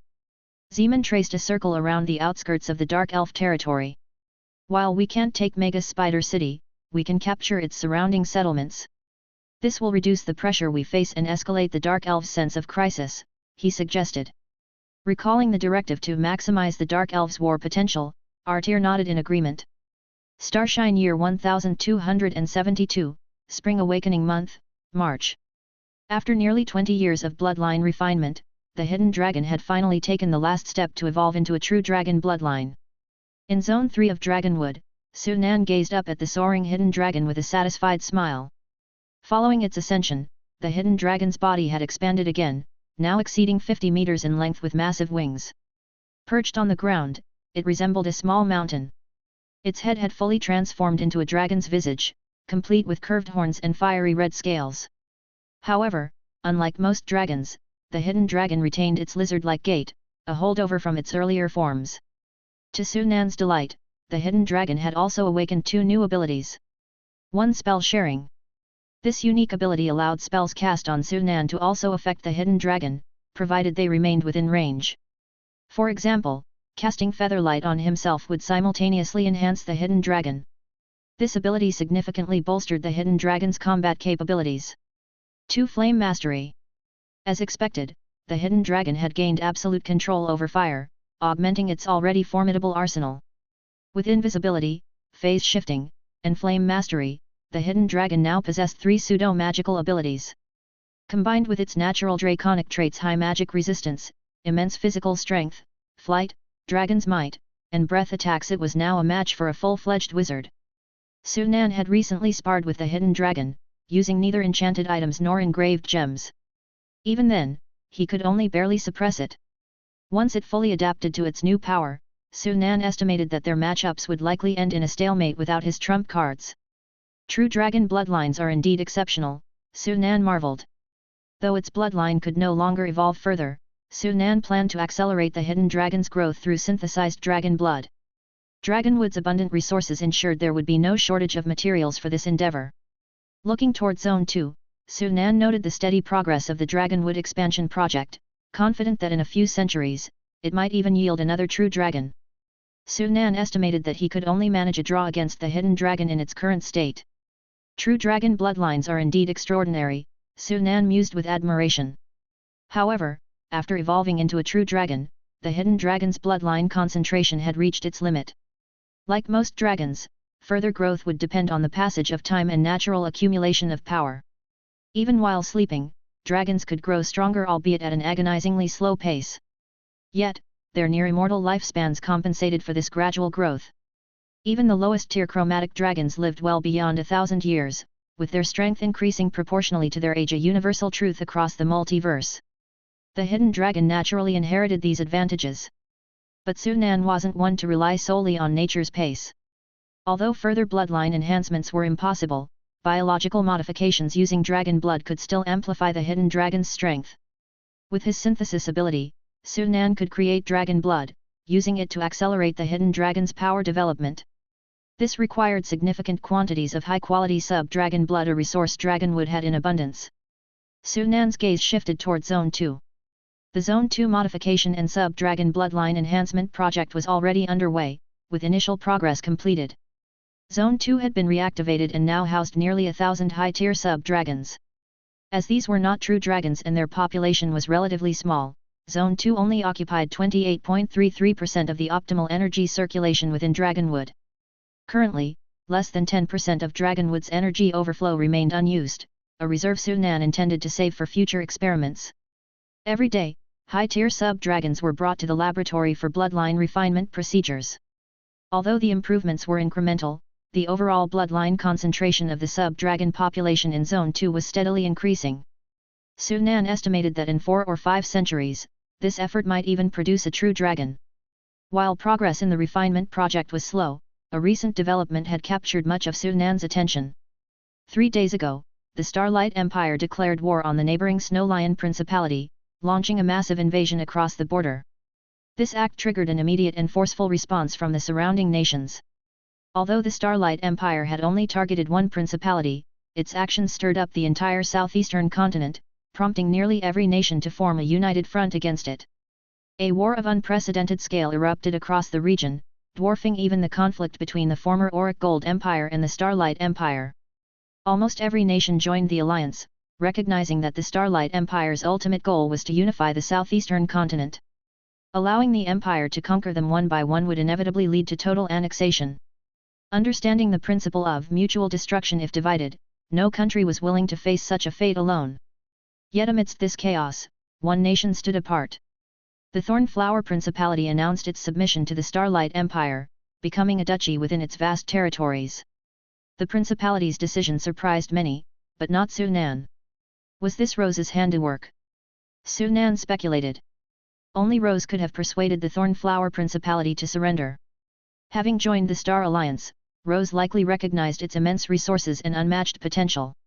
She may have convinced the Thornflower royal family to yield in order to preserve their bloodline. Only those with sufficient status within the Star Alliance, with access to deeper knowledge, could truly understand the colossal strength and development potential of this organization. When Sunan inquired, Rose simply said, it was the logical choice. It was indeed the right decision, Sunan remarked with a faint smile. The Starlight Empire had grown strong enough to conquer the southeastern continent without relying on the Star Alliance's golem armies. With its current power, the Empire could crush any resistance, securing unification by sheer force. From the moment war erupted, the outcome was all but certain. A resounding dragon's roar shattered Sunan's thoughts. Looking up, he saw the hidden dragon soaring across the skies above the academy, its massive wings casting vast shadows over the ground.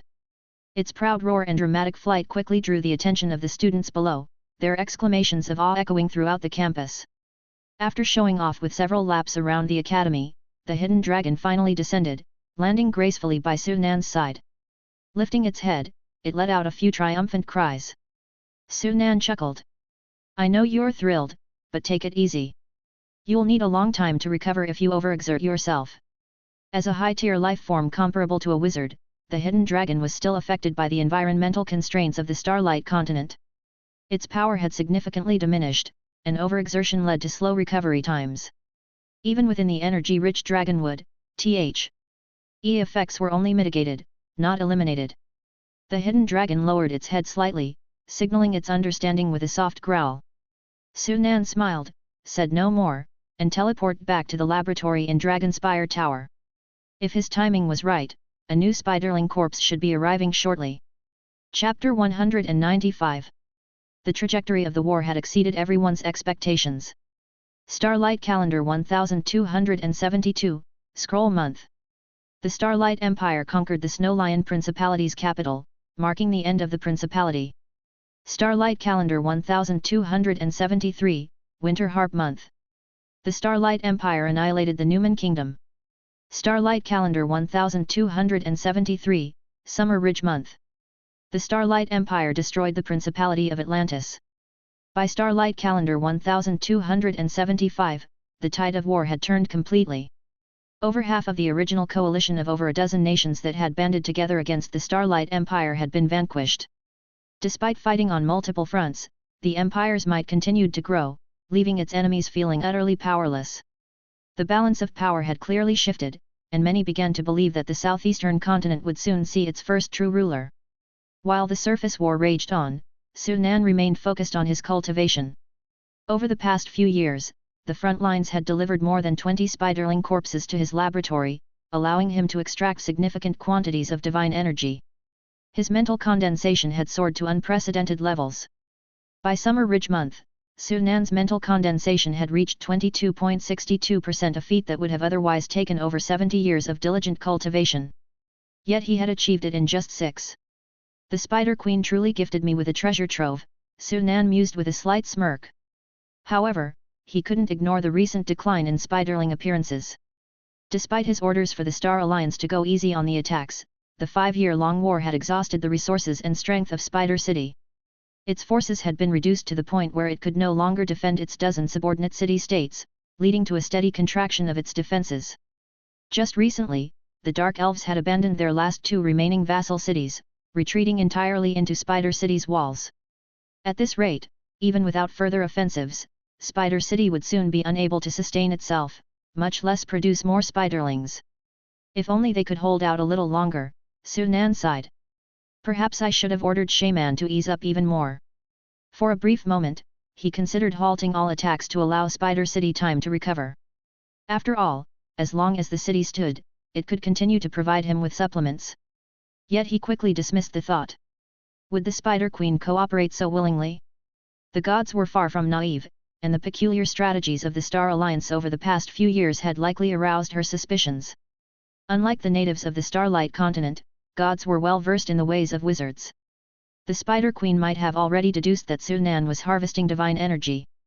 Shaking his head, Sunan set aside his concerns. Meanwhile, in the northwest region, the war was progressing smoothly. The so-called Falling Star Alliance proved no match for the Star Alliance. With the deployment of the newly formed 3rd Medium Golem Legion, the Falling Star Alliance already struggling was pushed to the brink. Its defeat was only a matter of time. Everything was moving in the right direction. Spider City. War's oppressive shadow loomed over Spider City. The streets were eerily quiet, save for the occasional heavily armed Dark Elf patrols, all hurrying with grim expressions. As Tajana passed through the slave quarters, she could hear the screams of captives echoing from within the dilapidated houses. Some Dark Elves were venting their frustrations by torturing slaves, a grim practice that had grown more frequent as the war dragged on. Every day, numerous slave corpses were hauled out of the city to be burned. Reflecting on the past few years, Tajana couldn't help but sigh. This war felt like a mistake from the very beginning. The Dark Elves had gained nothing from it. The 12 houses of Spider City, once brimming with fervor and confidence, had been brought low first with disbelief, then despair. The ritualistic creation of over 20 spiderlings had cost them dearly, yet all had fallen to the mysterious wizard girl of the Star Alliance. Even ambushes involving multiple spiderlings had failed, with every attempt ending in total annihilation. Eventually, Spider City became so fearful of this girl that they avoided targeting any city-state where she was present. But no matter where they turned their attention, the girl would inevitably appear on the battlefield as soon as a spiderling emerged. After several devastating encounters, she became the Dark Elves' living nightmare. She and the Star Alliance were like an unyielding mountain, unshaken by the Dark Elves' relentless assaults. The war brought Spider City nothing but dwindling resources and lives. Many dark elves had willingly sacrificed themselves to fuel the creation of spiderlings, yet their efforts proved futile. Tajana saw no glimmer of hope for victory against the Star Alliance. Tajana! A familiar voice snapped her out of her thoughts. She turned to see Venia approaching briskly, eyeing her curiously. What were you thinking about so deeply? I've called you several times, Venia said, frowning. Nothing. Tajana shook her head and glanced at Venia, who looked dusty and travel-worn. Did you just come back from outside? Venia nodded. The weapons master needed skilled hands to scout the Star Alliance's movements, so I volunteered. Did you find anything? No. Venia's face darkened as she shook her head. Those spider constructs are too tricky. Even I couldn't sense their presence, so we didn't dare get too close. Hearing this, Tajana's expression turned grim. The Dark Elves, known for their prowess in assassination and stealth, rarely encountered creatures capable of rivaling them in the shadows. Yet, the Star Alliance's double-blade spiders were an exception. These constructs emitted no soul aura, and their life signals were faint to the point of being nearly imperceptible. When motionless in the shadows, even Dark Elves found it nearly impossible to detect them. To make matters worse, they moved with extraordinary speed and navigated the underground world's treacherous terrain with ease far surpassing Dark Elves in scouting capability. In the early days of the war, when the Dark Elves were unaware of the double-blade spider's power, they suffered heavy losses during reconnaissance missions. Many highly trained scouts had fallen to the spider's razor-sharp limbs.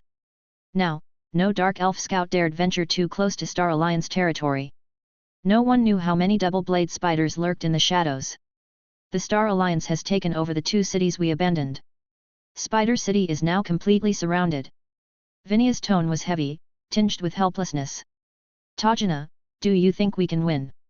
Tajana pressed her lips together before speaking softly. Spider City still has the protection of the Spider Queen.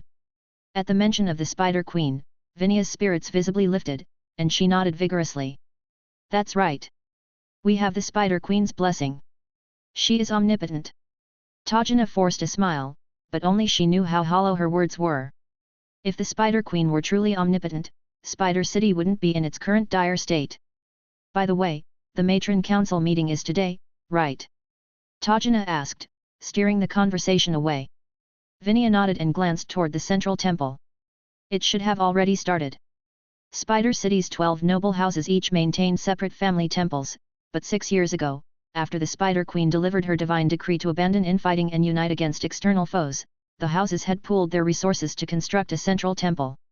This new temple dwarfed any family temple in scale, housing not only the Spider Queen's statue but also serving as the venue for discussing critical matters. At that moment, the temple's Grand Council Hall was filled with the 12 matriarchs of the noble houses. 12 dark elven women, all youthful and strikingly beautiful, sat around a long table.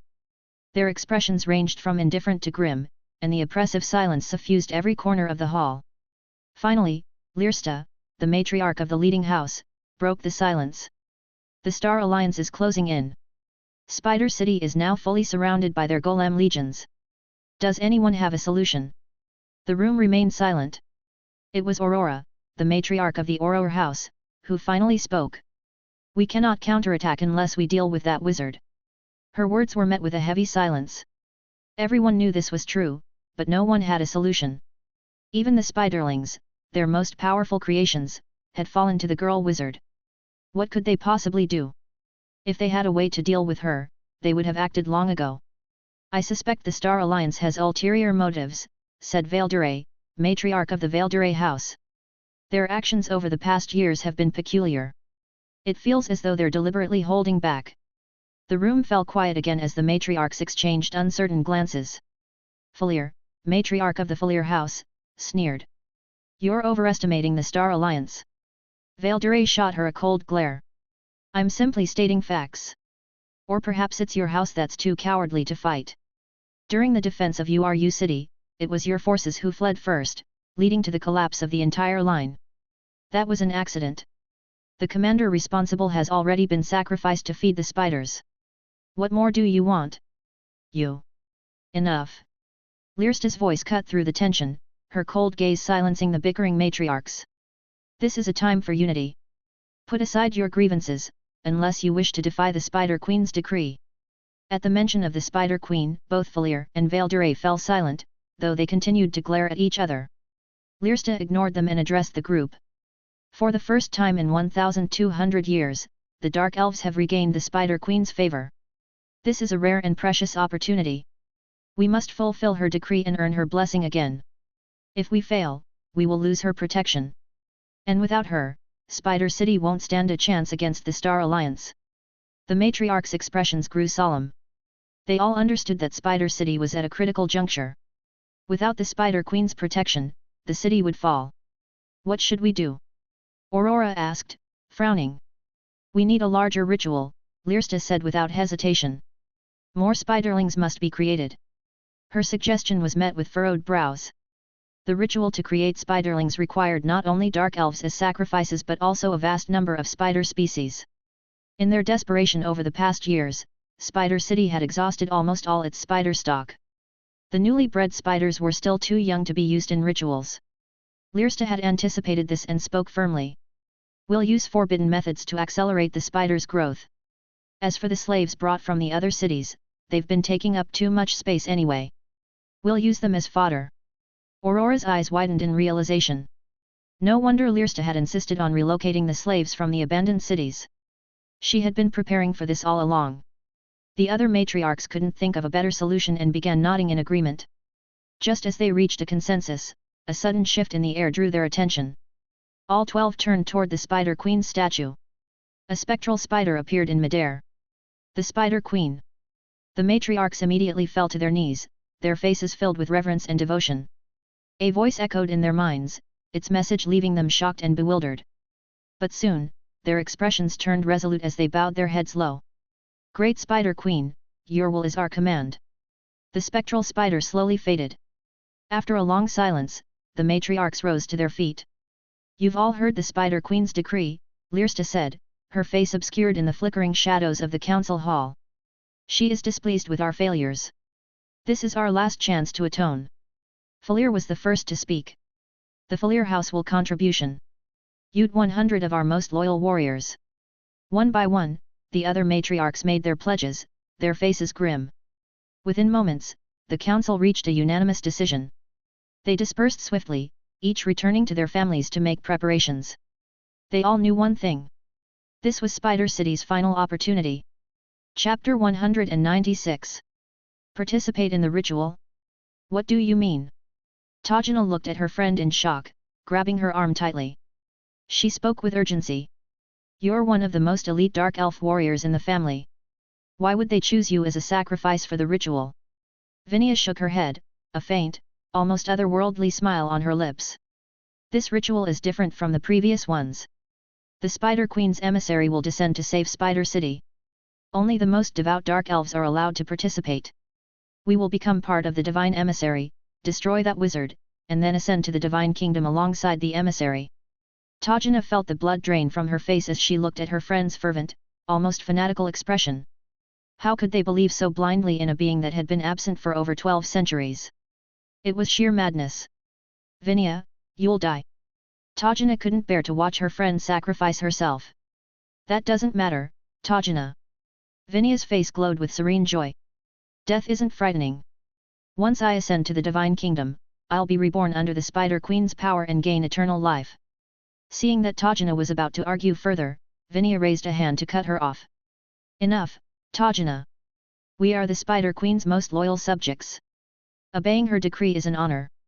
Without waiting for a response, Vinia turned and strode toward the central temple.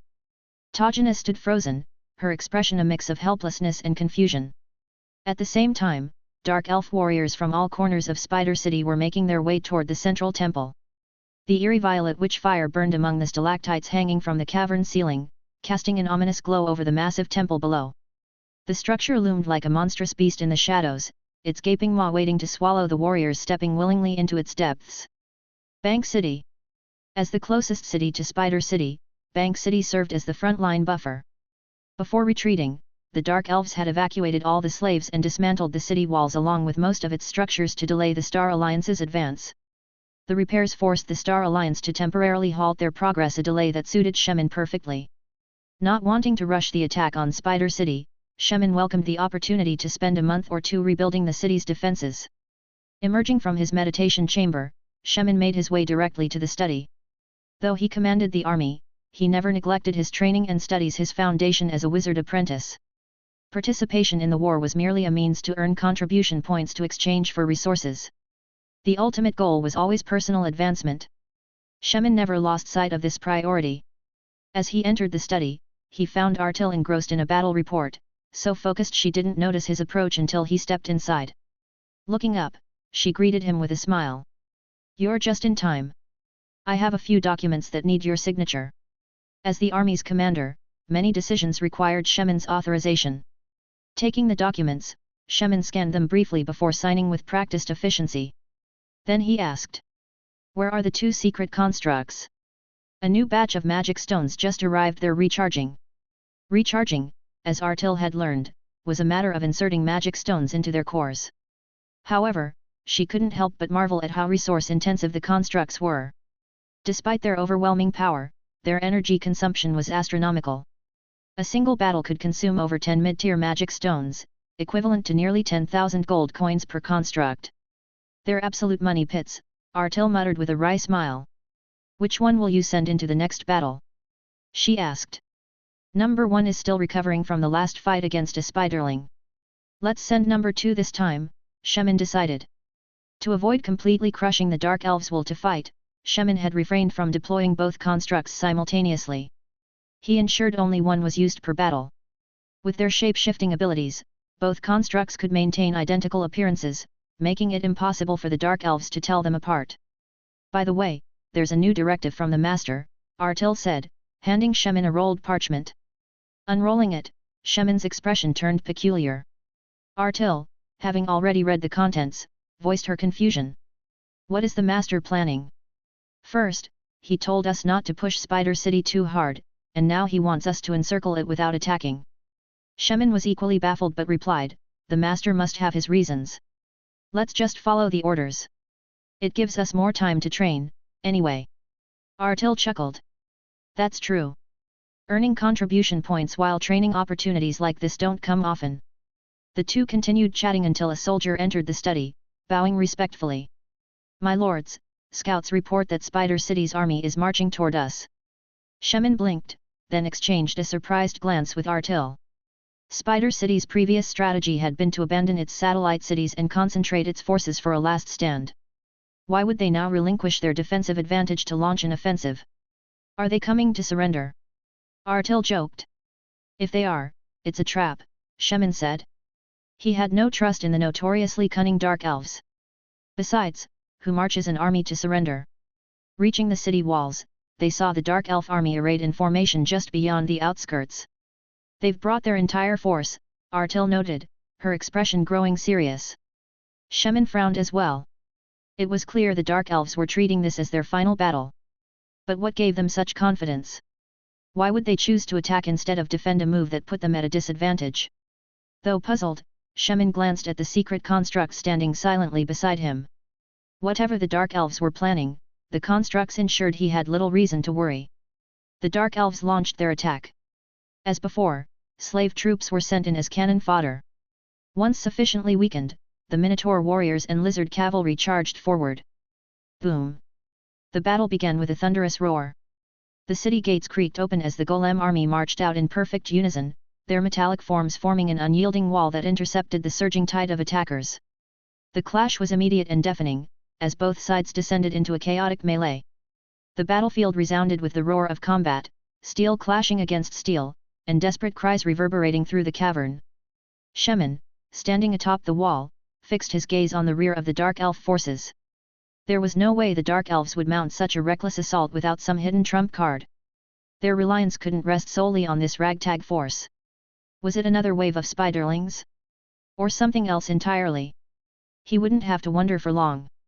A shadow suddenly launched from the Dark Elf encampment, shooting into the air with blinding speed. It paused briefly before hurtling toward the battlefield like a black lightning bolt, halting mid-air above the chaos below. The faint glow of phosphorescent crystals illuminated the figure, revealing its terrifying form. "Spiderling? No. That's not right," Artil murmured, her pupils shrinking.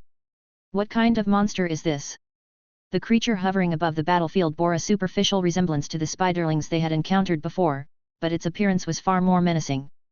Its spider-like lower body was massive, pitch black, and shone with an eerie metallic sheen, as if it absorbed the light around it. Its 8 limbs swayed lethargically in the air, their razor-sharp edges glinting ominously. Above the monstrous arachnid body rose the torso of a dark elf female, completely bare and devoid of armor. Her jet-black skin was marked with crimson runes, the intricate patterns forming grotesque, blood-red spider shapes. Under the faint phosphorescent light, her appearance exuded a macabre yet otherworldly allure. Shemin's heart sank as he scrutinized the abomination. He couldn't explain why, but the creature radiated an overwhelming aura of danger, far surpassing anything he had felt from the previous spiderlings. Before he could voice his thoughts, the creature let out a piercing shriek, its sound waves visibly distorting the air. With shocking speed, it hurtled toward the city walls, its 8-bladed legs slicing effortlessly through the air. 2 elite steel golems moved to intercept it, their chests glowing with arcane energy as they unleashed a barrage of sonic pulses and magic missiles. The monster didn't even flinch. It plowed through the attacks as though they were nothing but mist, its bladed limbs carving deadly arcs in the air. In an instant, both golems were reduced to shattered fragments, their sturdy frames cleaved apart like paper. A floating adamantine golem activated its levitation spell and rose to meet the creature head-on. Its massive fists, enchanted with devastating force, swung with bone-crushing power. The monster retaliated with twin scimitars, severing the golem's arms with terrifying precision. A flurry of strikes followed, reducing the once imposing construct to a heap of lifeless scrap metal. It all happened in the blink of an eye, leaving Shemin and Artil stunned. Shemin snapped back to reality, his voice sharp and decisive. "Pull the remaining golems back. They're no match for this thing." The monster showed no interest in the retreating golems, its focus fixed solely on the robed figure standing atop the city walls. Without needing instructions, the cloaked puppet girl shed her robes and leapt from the wall, meeting the creature head-on. A cascade of fire and lightning erupted from her hands, slamming into the spider-like monster with explosive force. Unlike before, the creature didn't attempt to tank the attacks. Instead, it dodged with unsettling agility, closing the distance between them in a heartbeat. Its scimitars and bladed limbs struck simultaneously, aiming to shred its opponent.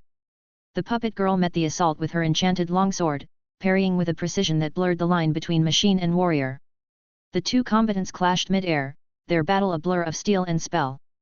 The puppet's relentless attacks alternated between melee strikes and rapid spell casting, her prowess as a dual-threat combatant evident. The monster, however, was no mere brute. Its numerous bladed limbs, coupled with its crimson runes that seemed to negate any incoming magic, allowed it to hold its own against the puppet's onslaught.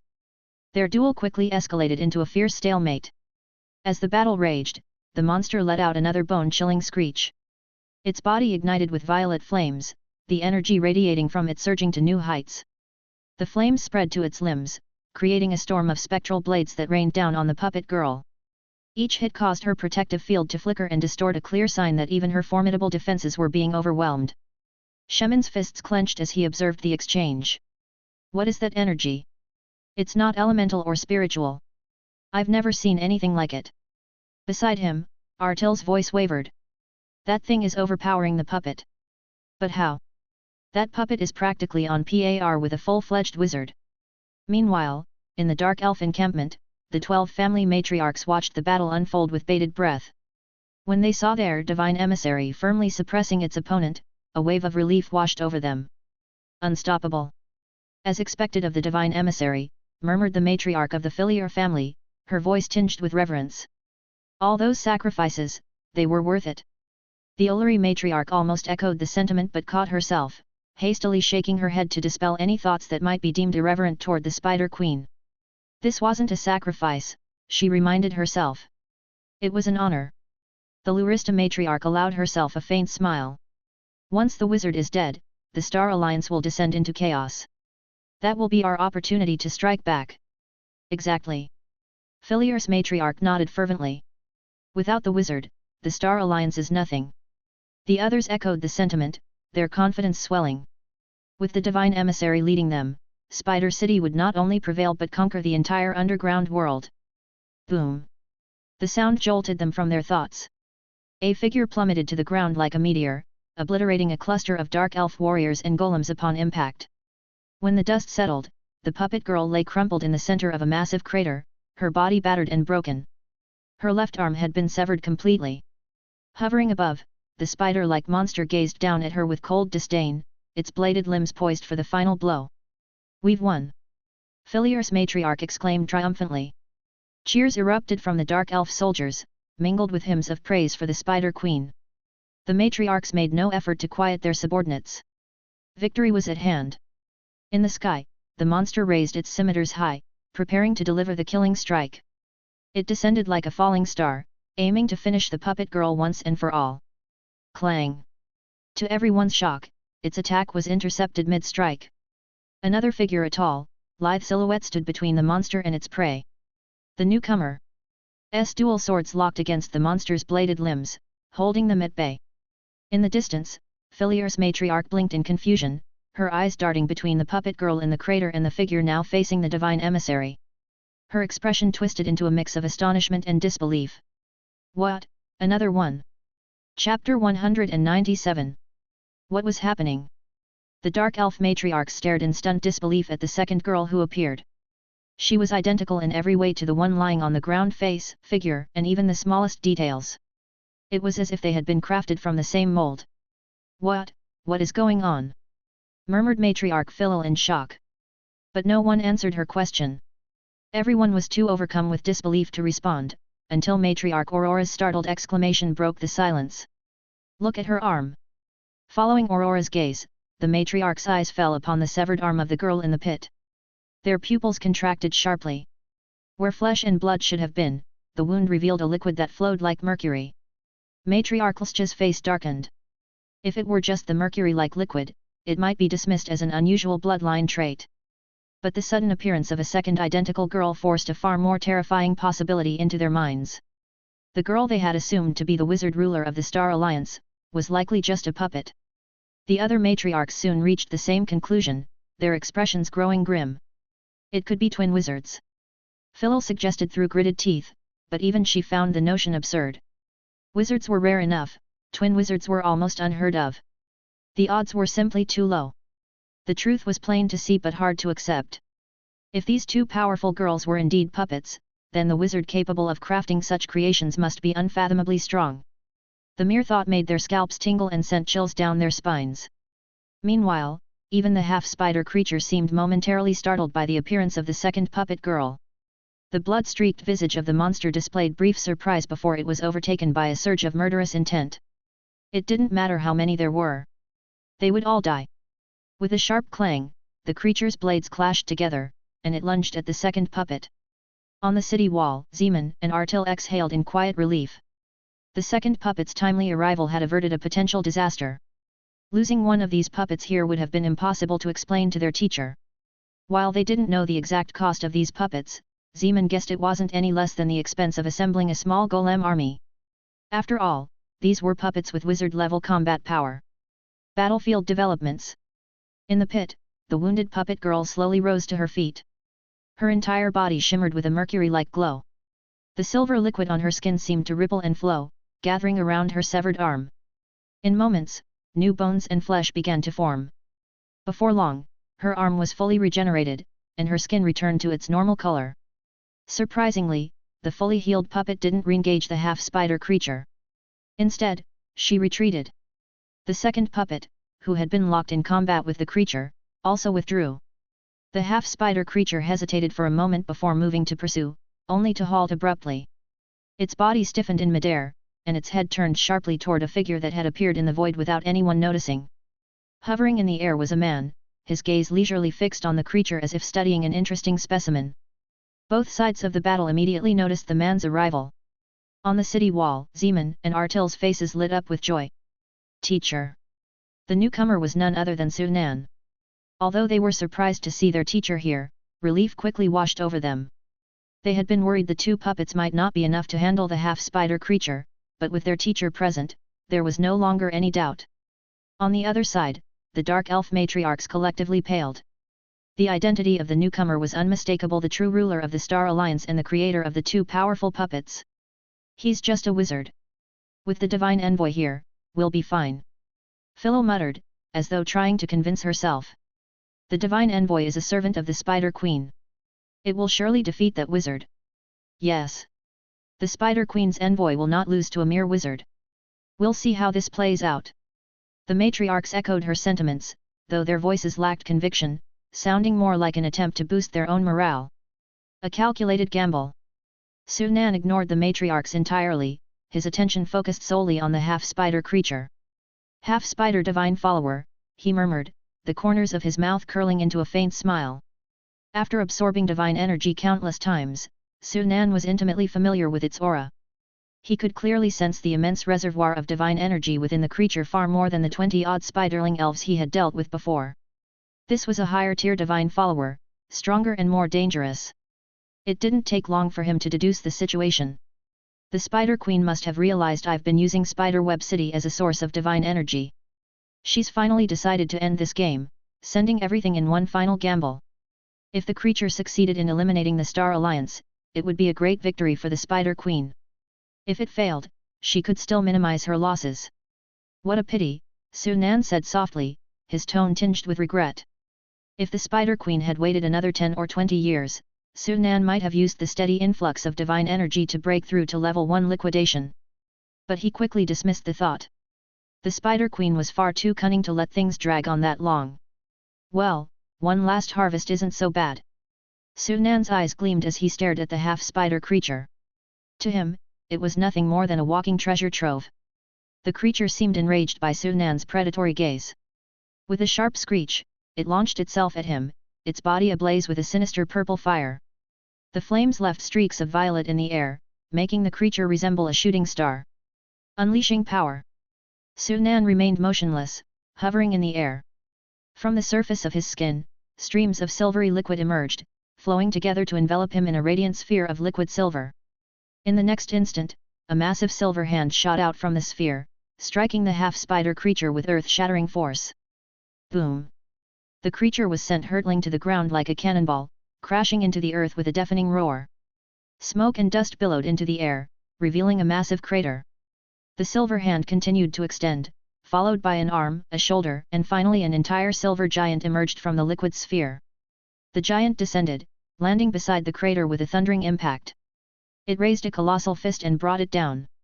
The half-spider creature struggled upright, crossing its twin scimitars to block the blow. Bang! The impact sent shockwaves rippling through the air, but the creature's 8 legs barely bent under the force before it straightened again. It had matched the giant's strength blow for blow. Sunan raised an eyebrow in surprise. This thing is stronger than I expected. Clearly, it hadn't been using its full strength against the puppet girls, likely to conserve energy in the Starlight Continent's restrictive environment. Still, this was no ordinary creature. It was a level 1 gaseous wizard level entity, fully capable of killing a level 1 gaseous wizard in direct combat. This won't be resolved with ordinary methods, Sunan mused, his eyes narrowing. The silver giant unleashed a flurry of punches, its fists blurring into a storm of silver.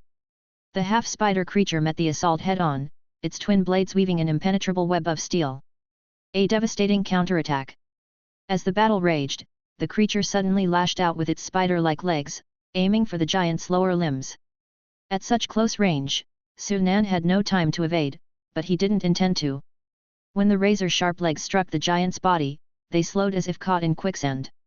Before the creature could pull back, the silver giant rippled like water, and Sunan emerged from within. In his hand was an inscribed gemstone, etched with intricate runes. The half-spider creature sensed danger and tried to retreat, but it was too late. In the next moment, blinding lightning exploded outward, filling the entire battlefield with its radiance. Inscribed gemstone, thunderburst. Unlike ordinary spells, inscribed gemstones released all their energy in a single catastrophic burst. Though expensive and single-use, their power far exceeded that of most third-ring spells. The lightning engulfed the half-spider creature in an instant, drowning out its agonized screams beneath the deafening roar of thunder. The inscribed gemstone not only carried energy 3 times stronger than a standard rune inscription but also unleashed all its energy in one devastating burst. While this came at the cost of being single-use and high in production expense, the sheer destructive power it provided was undeniable. In an instant, a surge of blinding lightning engulfed the half-spider divine follower, its furious screams drowned beneath the deafening roar of thunder. Arcs of electricity radiated outward, spreading across a radius of 300 to 400 meters. Many dark elf warriors caught within the range were instantly paralyzed, their bodies freezing in place. Before they could recover, the immunity to paralysis granted the golems the opportunity to crush their heads with ruthless precision. A desperate escape. The lingering energy of the lightning storm had barely dissipated when a figure darted out from the crackling remnants, rushing toward the direction of the dark elf forces. Divine creatures do not experience fear, but they are capable of strategy.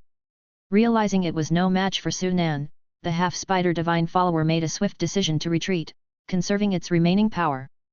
Sunan's cold gaze locked onto the retreating figure. With a flick of his wrist, a dark object appeared in his palm.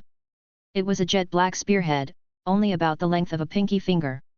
Its surface was edged with intricate lightning-shaped runes, emanating a chilling aura of destruction. This was one of Sunan's two prized arcane tools, the Black Thunder. As his fingers closed around it, radiant lightning erupted from his palm, quickly condensing into a long shape. In mere moments, the jet-black spearhead had transformed into a thunderous spear, its shaft formed entirely from condensed lightning energy. The spear radiated a terrifying and oppressive aura, its power so intense that even the retreating half-spider divine follower stopped in its tracks, its expression contorting in shock. A clash of divine powers. At that moment, a strange aura descended upon the battlefield, enveloping the divine follower. A shadowy black spider, about the size of a human hand, materialized on the creature's back, its ethereal form radiating divine energy. Sunan's gaze sharpened, a faint smirk tugging at his lips. "So, you've finally decided to intervene." Without hesitation, he hurled the thunder spear with all his might. The spear tore through the air with a deafening sonic boom, a streak of black lightning that seemed to split the sky. In the blink of an eye, it was upon the half-spider divine follower's back. Sensing the mortal danger, the spider shadow twisted and morphed into the shape of a slender, graceful hand. The hand reached out to intercept the spear, its movements fluid yet precise. Under the watchful eyes of all present, the hand clashed with the spear, unleashing an explosion of blinding light. Sharp, crystalline noises mingled with muffled rumbles as invisible shockwaves rippled outward, distorting the very air. Even spectators far from the impact site could feel the oppressive force, their consciousness wavering under its weight. For a moment, time seemed to freeze. Then, the delicate hand began to fracture, breaking apart piece by piece before disintegrating into ash. The Black Thunder Spear, undeterred, continued its trajectory, piercing through the divine follower's back. The creature's body froze mid-air before plummeting like a lifeless puppet, crashing heavily into the ground. The Spider Queen's whisper. As the dust settled, Sunan faintly heard a soft, malicious laugh echoing in his ears. "Young wizard, we will meet again." Sunan narrowed his eyes but showed no reaction. Without a word, he extended his hand, and the fallen body of the half-spider divine follower rose into the air. With a casual gesture, it disappeared into his spatial ring. Without sparing the dark elf army a glance, Sunan turned and flew toward Bank City. The collapse of morale. In the rear ranks of the battlefield, the dark elf matriarchs stared blankly at Sunan's departing figure. Their minds buzzed with shock, their thoughts in disarray. They had lost. The divine envoy they had pinned their hopes on was dead just like that. They had even witnessed their revered Spider Queen personally intervene in the final moment, yet it wasn't enough to stop the wizard's attack. If even the Spider Queen couldn't deal with this wizard, what hope did they have? Spiderweb City was finished. The same realization struck all 12 matriarchs simultaneously. The final blow. As if to punctuate their despair, the distant gates of Bank City swung open. A flood of golems poured forth, an unstoppable tide surging toward the battlefield. At the same time, the steady, thunderous sound of Marquis NG footsteps echoed from both flanks. Knights mounted on obsidian panthers and dragon antelopes charged from the sides, slicing through the battlefield like twin blades, heading straight for the rear ranks of the Dark Elf army. The matriarchs watched this scene unfold, their faces drained of color. Chapter 198. The death of the Divine Envoy not only deprived Spiderweb City of its final trump card but also utterly crushed the morale of the Dark Elf army. One charge from the golems was all it took to throw the Dark Elf forces into disarray, and their collapse quickly devolved into a one-sided slaughter. The battle was over. The stunned Dark Elf matriarchs hastily ordered a retreat, but under the relentless pursuit of the Golem army and rune-marked knights, their withdrawal turned into a rout. In the end, only a handful of battered survivors managed to escape back to Spiderweb City. The losses Spiderweb City suffered were catastrophic. The fall of Spiderweb City. Without the Spider Queen's favor, Spiderweb City had lost its strategic value. Sunan wasted no time and immediately gave the order to assault the city. The Golem army reached Spiderweb City the same day. Within an hour, they had breached the gates and stormed the city. With this victory, Spiderweb City fell, and the last territory in the southeastern region came under the control of the Star Alliance. For the first time, the southeastern underground world had a single, unified ruler. Harvesting divine energy. Back in the Dragon Bone Tower's laboratory, Sunan began extracting the divine energy from the half-spider divine follower's corpse. As expected, the amount of divine energy was staggering to 13 standard units, far exceeding that of any spiderling elf. What surprised Sunan, however, was that the divine energy carried not only the usual faith corruption but also a potent soul toxin. This toxin would inflict a curse-like damage on a wizard's soul, causing irreversible harm that would take a long time to heal, even for those who managed to resist it. That cunning spider even prepared this trick, Sunan muttered coldly. It was clear that the Spider Queen had anticipated his strategy of harvesting divine energy and had laced it with a hidden trap, hoping to strike at him unnoticed. Without the synthesis cube, he might not have even discovered this insidious scheme. As expected from a god known for her deceit, she even plans for revenge after failure. Had it been another wizard, the Spider Queen's ploy might have succeeded. But against Sunan, such tricks were futile. As for her earlier veiled threats, Sunan dismissed them with a sneer. While the Spider Queen's influence had penetrated Starlight Continent, it was clear her power was heavily constrained by the continent's barriers. Without the Dark Elf faith or ritual offerings, her ability to extend her reach had grown even weaker. And once the continent's planar barriers were fully restored and the wizards began returning en masse, the Spider Queen wouldn't dare to interfere again, let alone descend upon the continent directly. Her threats were nothing more than the barking of a defeated dog. A satisfying harvest. Within Spiderweb City, Sunan found no significant relics from the Spider Queen. The only traces of divine power came from a few statues scattered throughout the city. He extracted all their divine energy and fed it into the synthesis cube for purification. The cube not only removed the faith corruption but also eradicated the soul toxin. Once the divine energy was purified, Sunan immediately absorbed it. By the time he finished, his spiritual refinement had increased by an impressive 17.57%. Gaseous state, 40.19%. Sunan exhaled in satisfaction as he glanced at the updated data. This harvest had saved him decades of cultivation time. Even without additional divine energy, at his current pace, it would only take about 200 years to break through to the liquid state. And divine energy wasn't his only means of accelerating cultivation. The Black Forest Key. Sunan hadn't forgotten the original purpose of the Spiderweb City campaign, to uncover clues about the Black Forest, one of the 3 legendary wizard inheritances. The Philo family, one of Spiderweb City's 12 ruling houses, was rumored to hold a lead. He had instructed Zeman to interrogate the Philo family immediately after the city fell. Surprisingly, results came faster than expected. The very next day, Zeman delivered the information Sunan sought. An unexpected confession. Are you saying a dark elf volunteered the information? Sunan raised an eyebrow as he looked at Zeman in the study. Yes, teacher, Zeman replied, his expression a mix of confusion and amusement. After capturing Spiderweb City, I detained all members of the Philo family, including their matriarch and combat leader. I handed them over to the lion-headed Sphinx for interrogation. However, all the female dark elves refused to talk, likely due to their faith corruption. The males, though cooperative, knew nothing of value. Dark elves revered women, a tradition rooted in the Spider Queen's favor for female followers. The goddess often granted greater blessings to women, solidifying their dominance within dark elf society. Thus, it was unsurprising that male dark elves had little access to sensitive information. What was surprising was the one female dark elf who did speak up. What's her position in the Philo family? Sunan asked. Her name is Tajana. She's a warrior within the family, but more importantly, she's the matriarch's daughter. Sunan's expression turned slightly amused. A daughter betraying her mother? Not too surprising.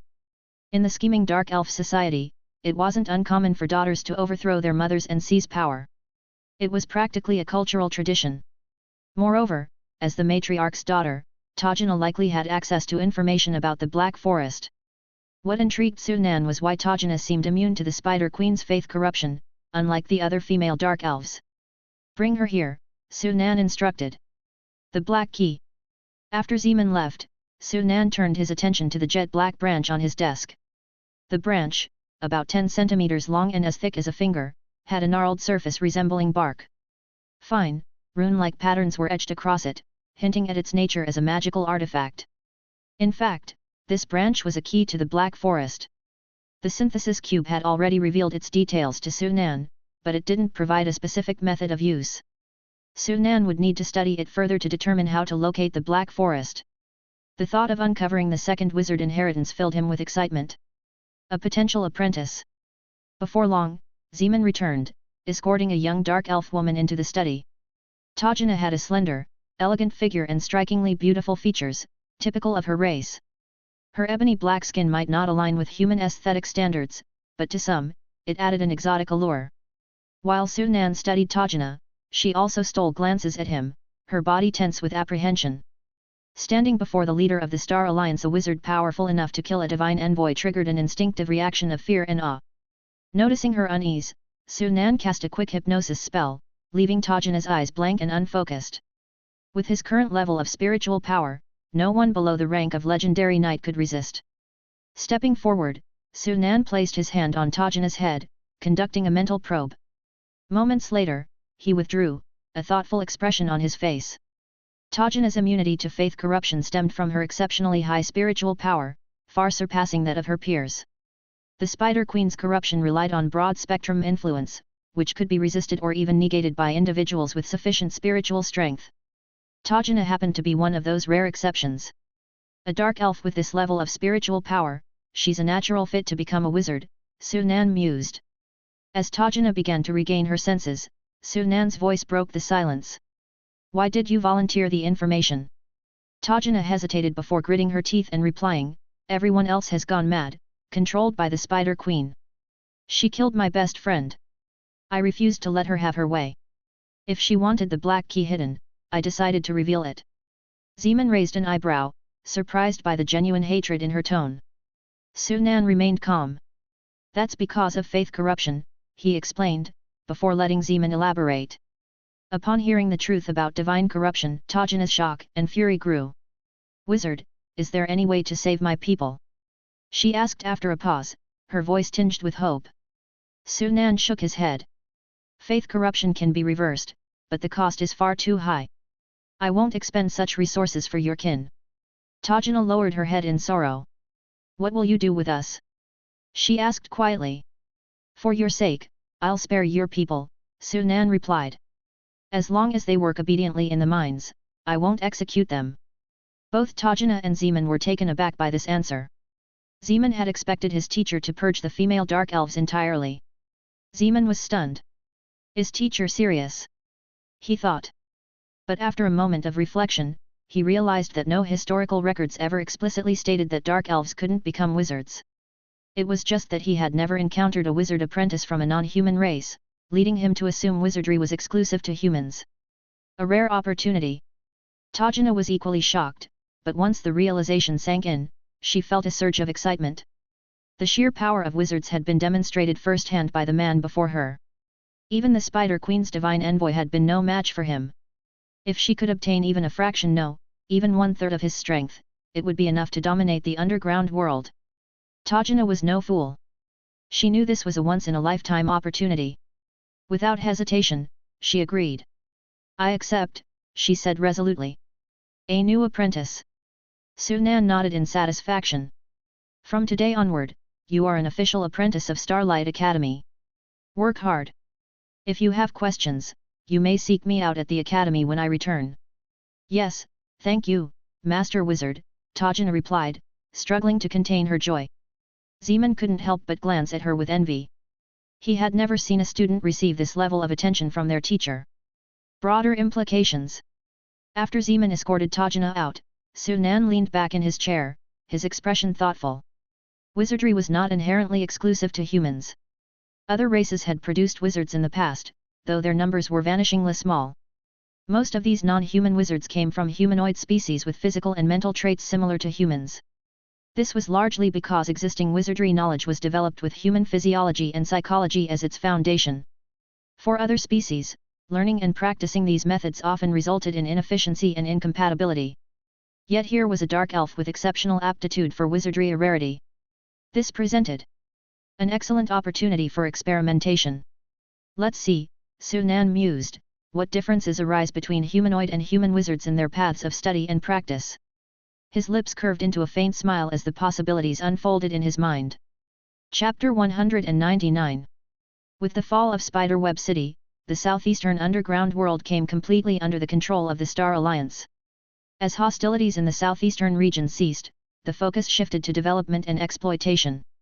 With few external threats remaining in the southeast, most military forces were redeployed to the northwestern front, leaving only a minimal garrison behind. Dragonbone Tower, study. Sunan flipped through the recent battle reports. The campaign in the northwest was progressing smoothly. After several crushing defeats, the falling Star Alliance was on the verge of collapse, reduced to scattered, uncoordinated skirmishes. All that remained was to systematically clear out the remaining resistance. In just 4 or 5 years, the Northwest would fall completely under Star Alliance control. When that happened, the entire underground world would be his. The thought brought a faint smile to Sunan's lips. In Sunan's grand plans, the underground world held immense strategic importance, possibly even more so than the surface world. The underground world's vast resources, particularly its abundant mineral wealth, were critical for building a wizard tower. A wizard tower was essentially a massive fortress capable of housing thousands of residents and serving as a center for research and cultivation. The materials required for its construction were staggering, with stones and metals calculated in the tens of thousands of tons. Without sufficient financial resources, even the tower's outer shell would remain an impossible dream, let alone its advanced internal facilities. In the age of wizards, any wizard capable of constructing a tower usually controlled at least one private domain or colonized plane. Sunan intended to transform the underground world into his private base, ensuring a steady supply of resources for his future advancements. The surface world, by contrast, currently served as a market for Star Alliance goods and a recruitment ground for fresh blood for Starlight Academy. Reports indicated that the Starry Empire's unification war was nearing its final stages. Only 3 or 4 nations remained in resistance, and their defeat was merely a matter of time. The reports estimated that the Starry Empire would conclude its southeastern campaign within 2 years, after which it would likely regroup and begin an offensive into the northwest.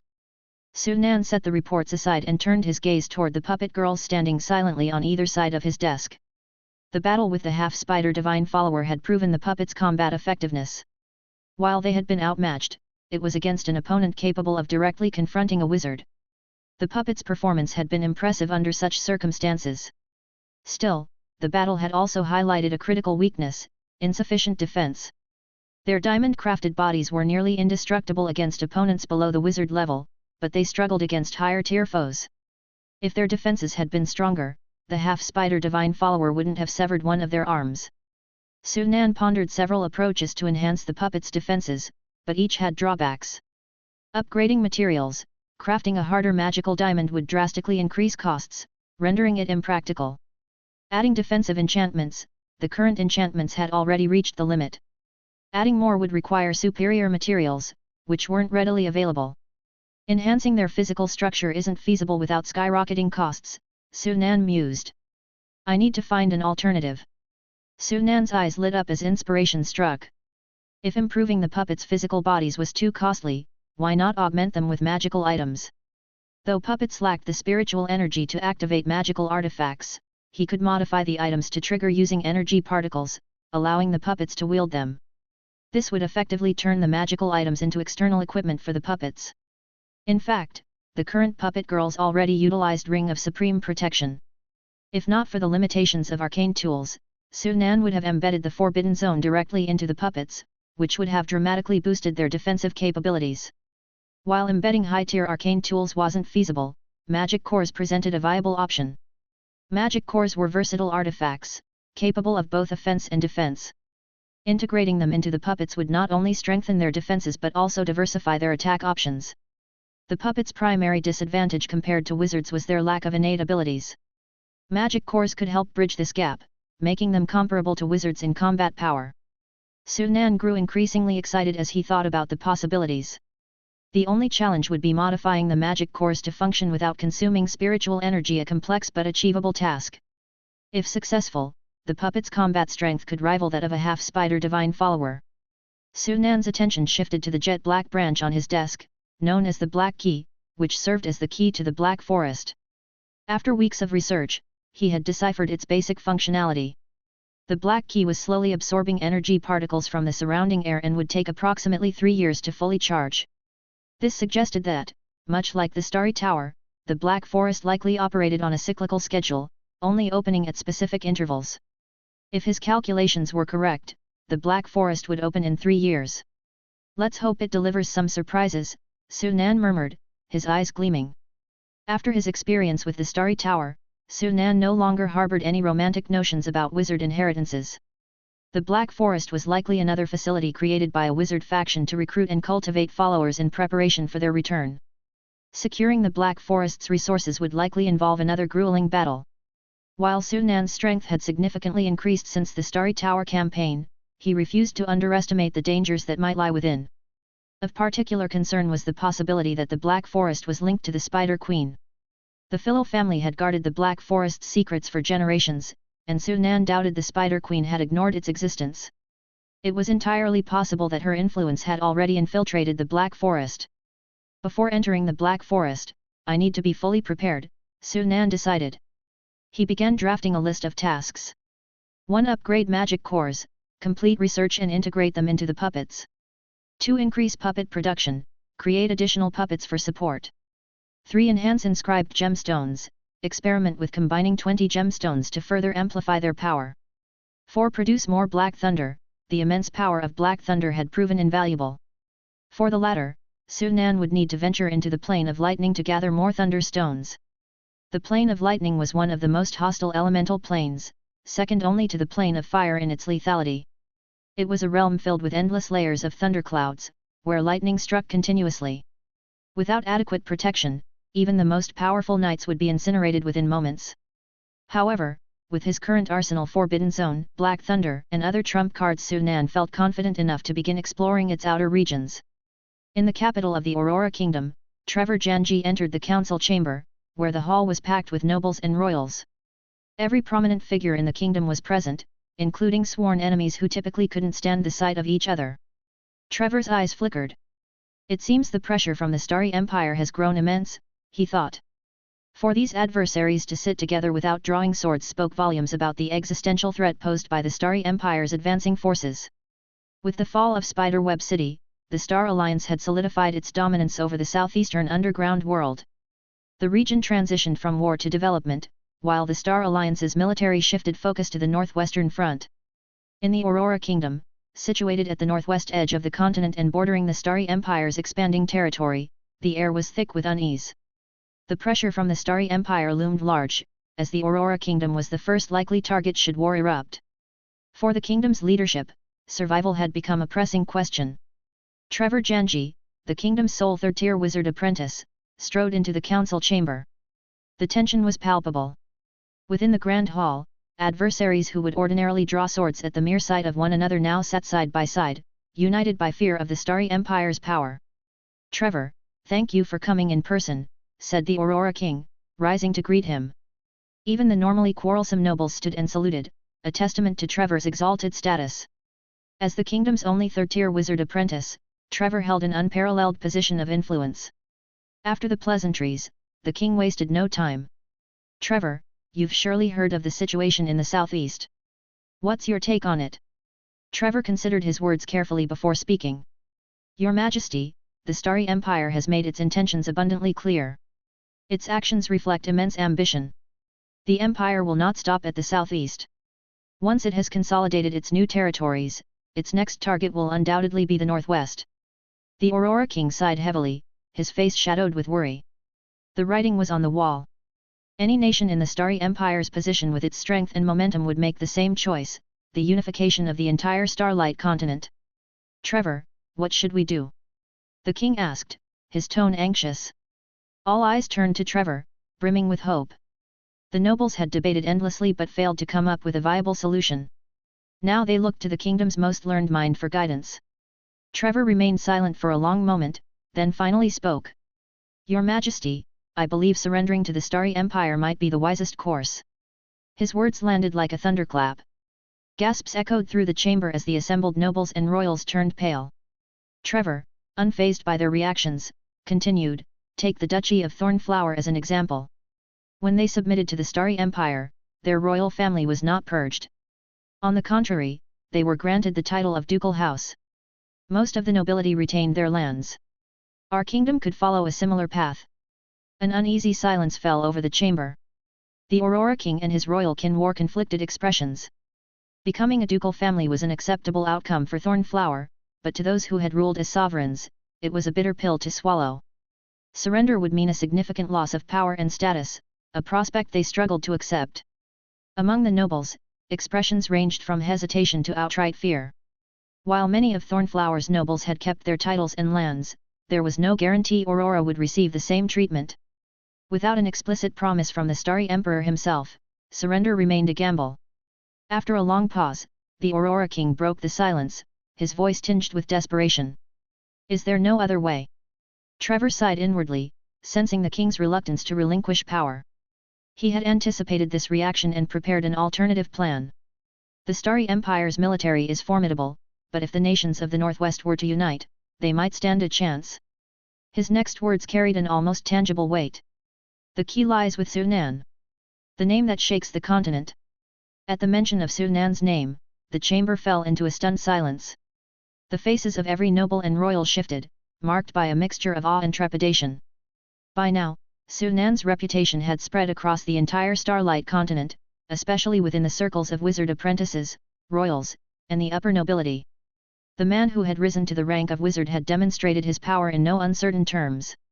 The moment he achieved his breakthrough, Sunan had unleashed his might, obliterating over a dozen third-tier wizard apprentices of the Council of Truth. This decisive show of strength had sent shockwaves throughout the continent. When the news reached the Northwest, it had ignited a storm of fear and admiration. Trevor continued, "Sunan is not merely a wizard. He is the backbone of the Starry Empire's current dominance. Without him, the Empire's conquests would not have been so swift, nor its expansion so steady." "Are you suggesting we ally with him?" a cautious noble interjected. Trevor shook his head. "No, not an alliance. That's impossible. Sunan has made it clear that his allegiance lies with the Starry Empire. However, we can still learn from him. By investing resources into nurturing our own wizards, we can create a counterbalance. A single wizard holds more power than an entire army. If we had even one wizard on our side, the equation would change." The Aurora King and his advisors fell into deep thought. Trevor's proposal was bold but not without merit. Wizardry was a force unparalleled in its influence and destructive potential. If the Aurora Kingdom could produce its own wizard, it might be able to deter the Starry Empire or at least negotiate from a position of strength. Yet this plan was fraught with challenges. Wizards were rare, and nurturing one required immense resources, time, and luck. Even so, the chamber buzzed with cautious optimism. For the first time in weeks, the Aurora Kingdom's leaders saw a glimmer of hope. "Remember," Trevor concluded, "our survival hinges on how we act now. The Starry Empire is not invincible, but we must act decisively and strategically. And above all, we must not underestimate." Chapter 200. In the northwest of the continent, the Council of Truth stood as the most infamous and feared wizarding organization. Known for its ruthless practices, it had reigned supreme for centuries, silencing dissent among wizards across the region. Yet, this once mighty organization was casually obliterated by Sunan.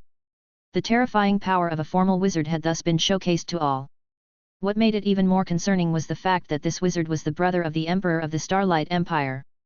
If he were to intervene in the Northwest's affairs, no alliance of nations could hope to stand against these brothers. Everyone in the hall knew this truth, yet no one could come up with a solution. Even as this unsettling silence loomed, Triff James, the sole level 3 wizard apprentice in the Aurora Kingdom, remained calm. After a brief pause, he addressed the gathered nobility. "Sunan may be powerful, but he is not invincible."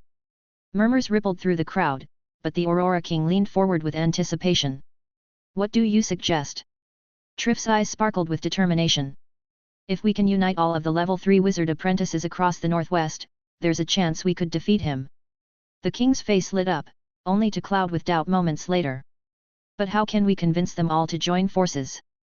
Our kingdom alone lacks the influence to rally such a coalition." Triff smiled knowingly. That's why we need the Russell family to take the lead. Their reputation among wizards across the Northwest is unmatched. If they make the call, others will follow. After all, no one wants to see the Starlight Empire dominate our lands. The king mulled over Triff's suggestion before nodding resolutely. Very well. I'll write to Fasado Russell immediately. At Starlight Academy. The bell chimed, signaling the end of class. Donovan quickly grabbed his friend Fleming and hurriedly made for the cafeteria. Move faster. Today's menu includes sarth fruits, and if we're late, they'll be gone. Fleming followed reluctantly. Isn't silver moon nectar just as good? It boosts mental acuity and costs the same. Why the rush? Donovan rolled his eyes. They're not the same. Sarth fruit salad tastes infinitely better.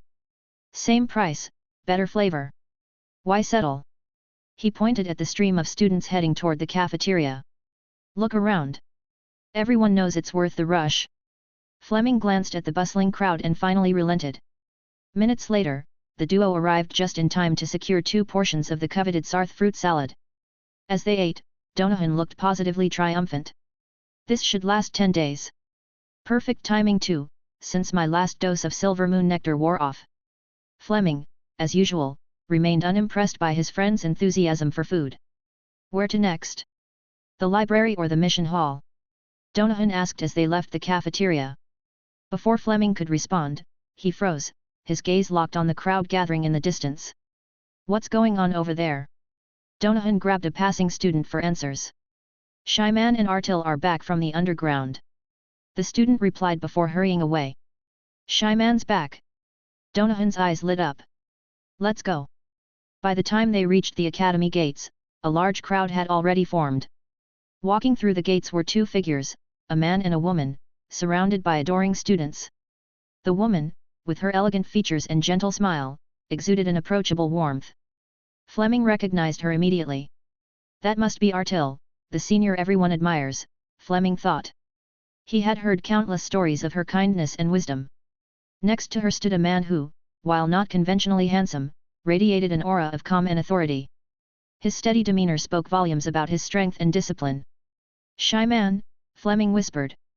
As the crowd buzzed with excitement, snippets of conversation reached Fleming's ears. Did you hear? Shyman's already completed his 7th star ring. At this rate, he'll be a level 3 wizard apprentice before he turns 50. Unbelievable. I'd be thrilled just to make it to level 2 by then. No wonder he's Sunan's prized disciple. Fleming's admiration grew as he listened. One day, he vowed, he too would achieve such greatness. As the crowd began to disperse, Donovan noticed Fleming heading in the opposite direction. Where are you going? To the meditation chamber, Fleming replied without looking back. Inside his villa-like dormitory, Shyman finally relaxed. Being the academy's chief isn't as glamorous as it seems, Artil teased. Don't even start, Shyman replied, shaking his head with a wry smile. He still wasn't sure how he'd earned the title of academy chief but had resigned himself to the role. Meanwhile, in the depths of the lightning elemental plane, miles away from the peaceful academy, a different scene unfolded. Here, amidst endless thunderclouds and crackling energy, Sunan floated silently, his body surrounded by a protective aura. The plane of lightning elements was as dangerous as it was awe-inspiring. Storms raged continuously, and bolts of lightning fell like rain, each strike powerful enough to incinerate a seasoned knight instantly. Despite the relentless chaos, Sunan remained unfazed. With his liquid metal talent forming a protective barrier, he ventured deeper into the storm. In his hands, he held a glowing orb detection sphere which vibrated faintly as it guided him toward the rare material he sought, thunderstones. The air here was so saturated with elemental energy that every breath felt electric. Sunan knew the risks of venturing into this plane, but the rewards were too great to ignore. Thunderstones were essential for crafting black lightning, one of his most powerful magical tools. He had already used his last one during the battle with the half-arachnid divine chosen and needed to replenish his supply. As he approached a cluster of jagged rocks crackling with raw lightning energy, Sunan's lips curved into a satisfied smile. Found them. He reached out, channeling his magic to carefully extract the stones. Each one pulsed with incredible power, and even through his protective barriers, he could feel their intensity. These will do nicely, he murmured. But as he stored the thunderstones in his dimensional space, the air around him suddenly shifted. A massive shadow loomed in the distance, its roar echoing through the storm. Sunan turned, his expression calm but his eyes gleaming with anticipation. "A lightning elemental warden," he muttered. This trip just got more interesting. In the northwest region of the continent, the Council of Truth was widely recognized as the most infamous wizard organization. Despite its notoriety, it was an undeniable fact that this organization had dominated the Northwest for centuries, keeping countless wizards under its oppressive rule. Yet this seemingly indomitable organization was obliterated effortlessly by Sunan, a formal wizard. The overwhelming power of a formal wizard was evident to all. Adding to the intrigue, this formidable wizard was none other than the brother of the Starlight Emperor. If Sunan chose to involve himself in the Northwest's affairs, no coalition of nations would be able to withstand the combined might of these two brothers. This was a truth everyone understood but one for which no one could find a solution. At Starlight Academy. Having just finished their class, Donohan dragged Fleming toward the cafeteria. "Hurry up! Today's special includes sarth fruits. If we're late, they'll be gone." Fleming sighed. "Isn't silver moon nectar just as effective for boosting mental acuity? Why does it matter?" Donohan rolled his eyes. "Taste. Sarth fruits taste way better, and they're the same price. Why settle for less?" Before Fleming could argue, Donohan pointed at the bustling crowd. "See? Everyone else thinks it's worth it too." After successfully grabbing their meals, the two found a seat to enjoy the coveted fruit salad. "Well, that should keep me going for 10 days, Donohan said with satisfaction. "Where to next?" he asked. "The library? Or the mission hall?" Before Fleming could reply, he noticed a commotion. A large group of students seemed to be moving toward the academy gates, their faces alight with excitement. "What's going on?" Donohan wondered aloud, stopping a passing student. "It's Shyman and Artil, they've returned from the underground," the student exclaimed before rushing off. "Shyman!" Donohan's eyes lit up. "Let's go!" At the academy gates, the duo arrived to find a massive crowd gathered around two figures. The first was a woman with elegant features and a kind, approachable demeanor. That must be Artil, Fleming thought, recalling her reputation for both beauty and warmth. The man beside her, Shyman, exuded a calm and composed aura. His steady presence hinted at his immense strength and capability. As they watched, snippets of conversation floated through the crowd. Shyman's already completed his 7th star ring. At this rate, he'll reach level 3 before 50. No wonder he's Sunan's star pupil. Hearing these accolades, Fleming's admiration grew. One day, he vowed, he would stand among such accomplished peers. Inside the lightning elemental plane, far from the bustling academy, Sunan found himself in an entirely different realm. The plane of lightning elements was a chaotic and awe-inspiring world. Thunder rumbled endlessly, and lightning illuminated the skies in jagged flashes. Sunan stood on a scorched plain, surrounded by blackened craters that stretched to the horizon. The air was thick with energy, and the ground seemed to vibrate with the pulse of elemental power. Overhead, purple lightning coiled and crackled within dense storm clouds, their shapes resembling serpentine dragons. Even after all his experiences, Sunan couldn't help but feel awed by the plane's raw majesty. No one had ever mapped the full extent of the elemental planes, as their boundaries were seemingly infinite. Each pocket of the lightning elemental plane held unique characteristics. Vast expanses of scorched earth pelted by unending storms. Seas of rolling thunderclouds and electric waves. Singular orbs of pure lightning, pulsing with unimaginable energy. But all shared one commonality: they were perilous in the extreme. The ever-present lightning strikes were lethal enough, but the real danger lay in the plane's inhabitants, elemental spirits. These beings, composed entirely of elemental energy, ranged from benign to terrifyingly aggressive. Among them, lightning spirits were notorious for their volatile and combative nature. While weaker spirits could be handled by level 2 apprentices, the stronger ones posed a significant threat even to level 3 apprentices. Above these were the elemental titans, creatures capable of contending with formal wizards. And beyond them, the legendary elemental lords, whose power rivaled that of gods. Sunan knew better than to venture anywhere near an elemental lord's domain. Fortunately, his current location appeared to be a relatively low-energy zone, unlikely to house any titans or lords. Activating his extreme guard ring, Sunan began to navigate the harsh terrain. Every few seconds, a bolt of lightning would strike the ground, sending shards of rock flying. Despite his precautions, Sunan's protective barrier had already taken several hits, forcing him to remain vigilant. Without the strength of a formal wizard, stepping foot here would be suicide, he thought.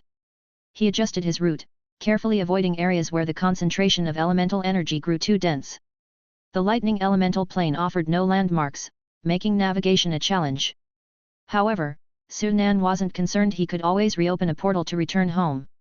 For now, his objective was clear: collect thunderstones for crafting. As he ventured deeper, the frequency of lightning strikes increased, and the roar of thunder grew deafening. Even in this relatively stable zone, the power of each strike was enough to obliterate anything below a legendary knight's level. Sunan pressed on, his gaze scanning for the faint glimmer of thunderstones. After several minutes, his efforts were rewarded. A cluster of jagged crystals embedded in a nearby rock face, pulsating faintly with electric energy.